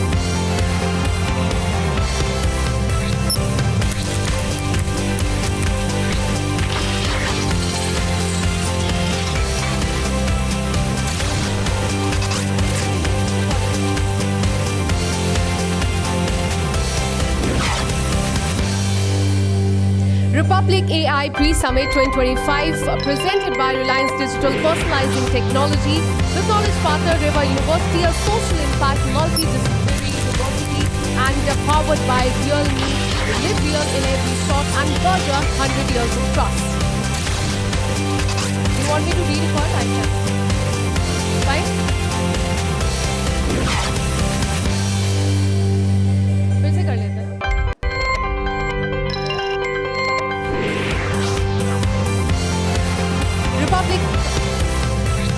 This is Republic AI Pre-Summit 2025 presented by Reliance Digital Personalizing Technology with knowledge partner River University, a social impact multidisciplinary university, and powered by Realme, live real in every shot and further 100 years of trust.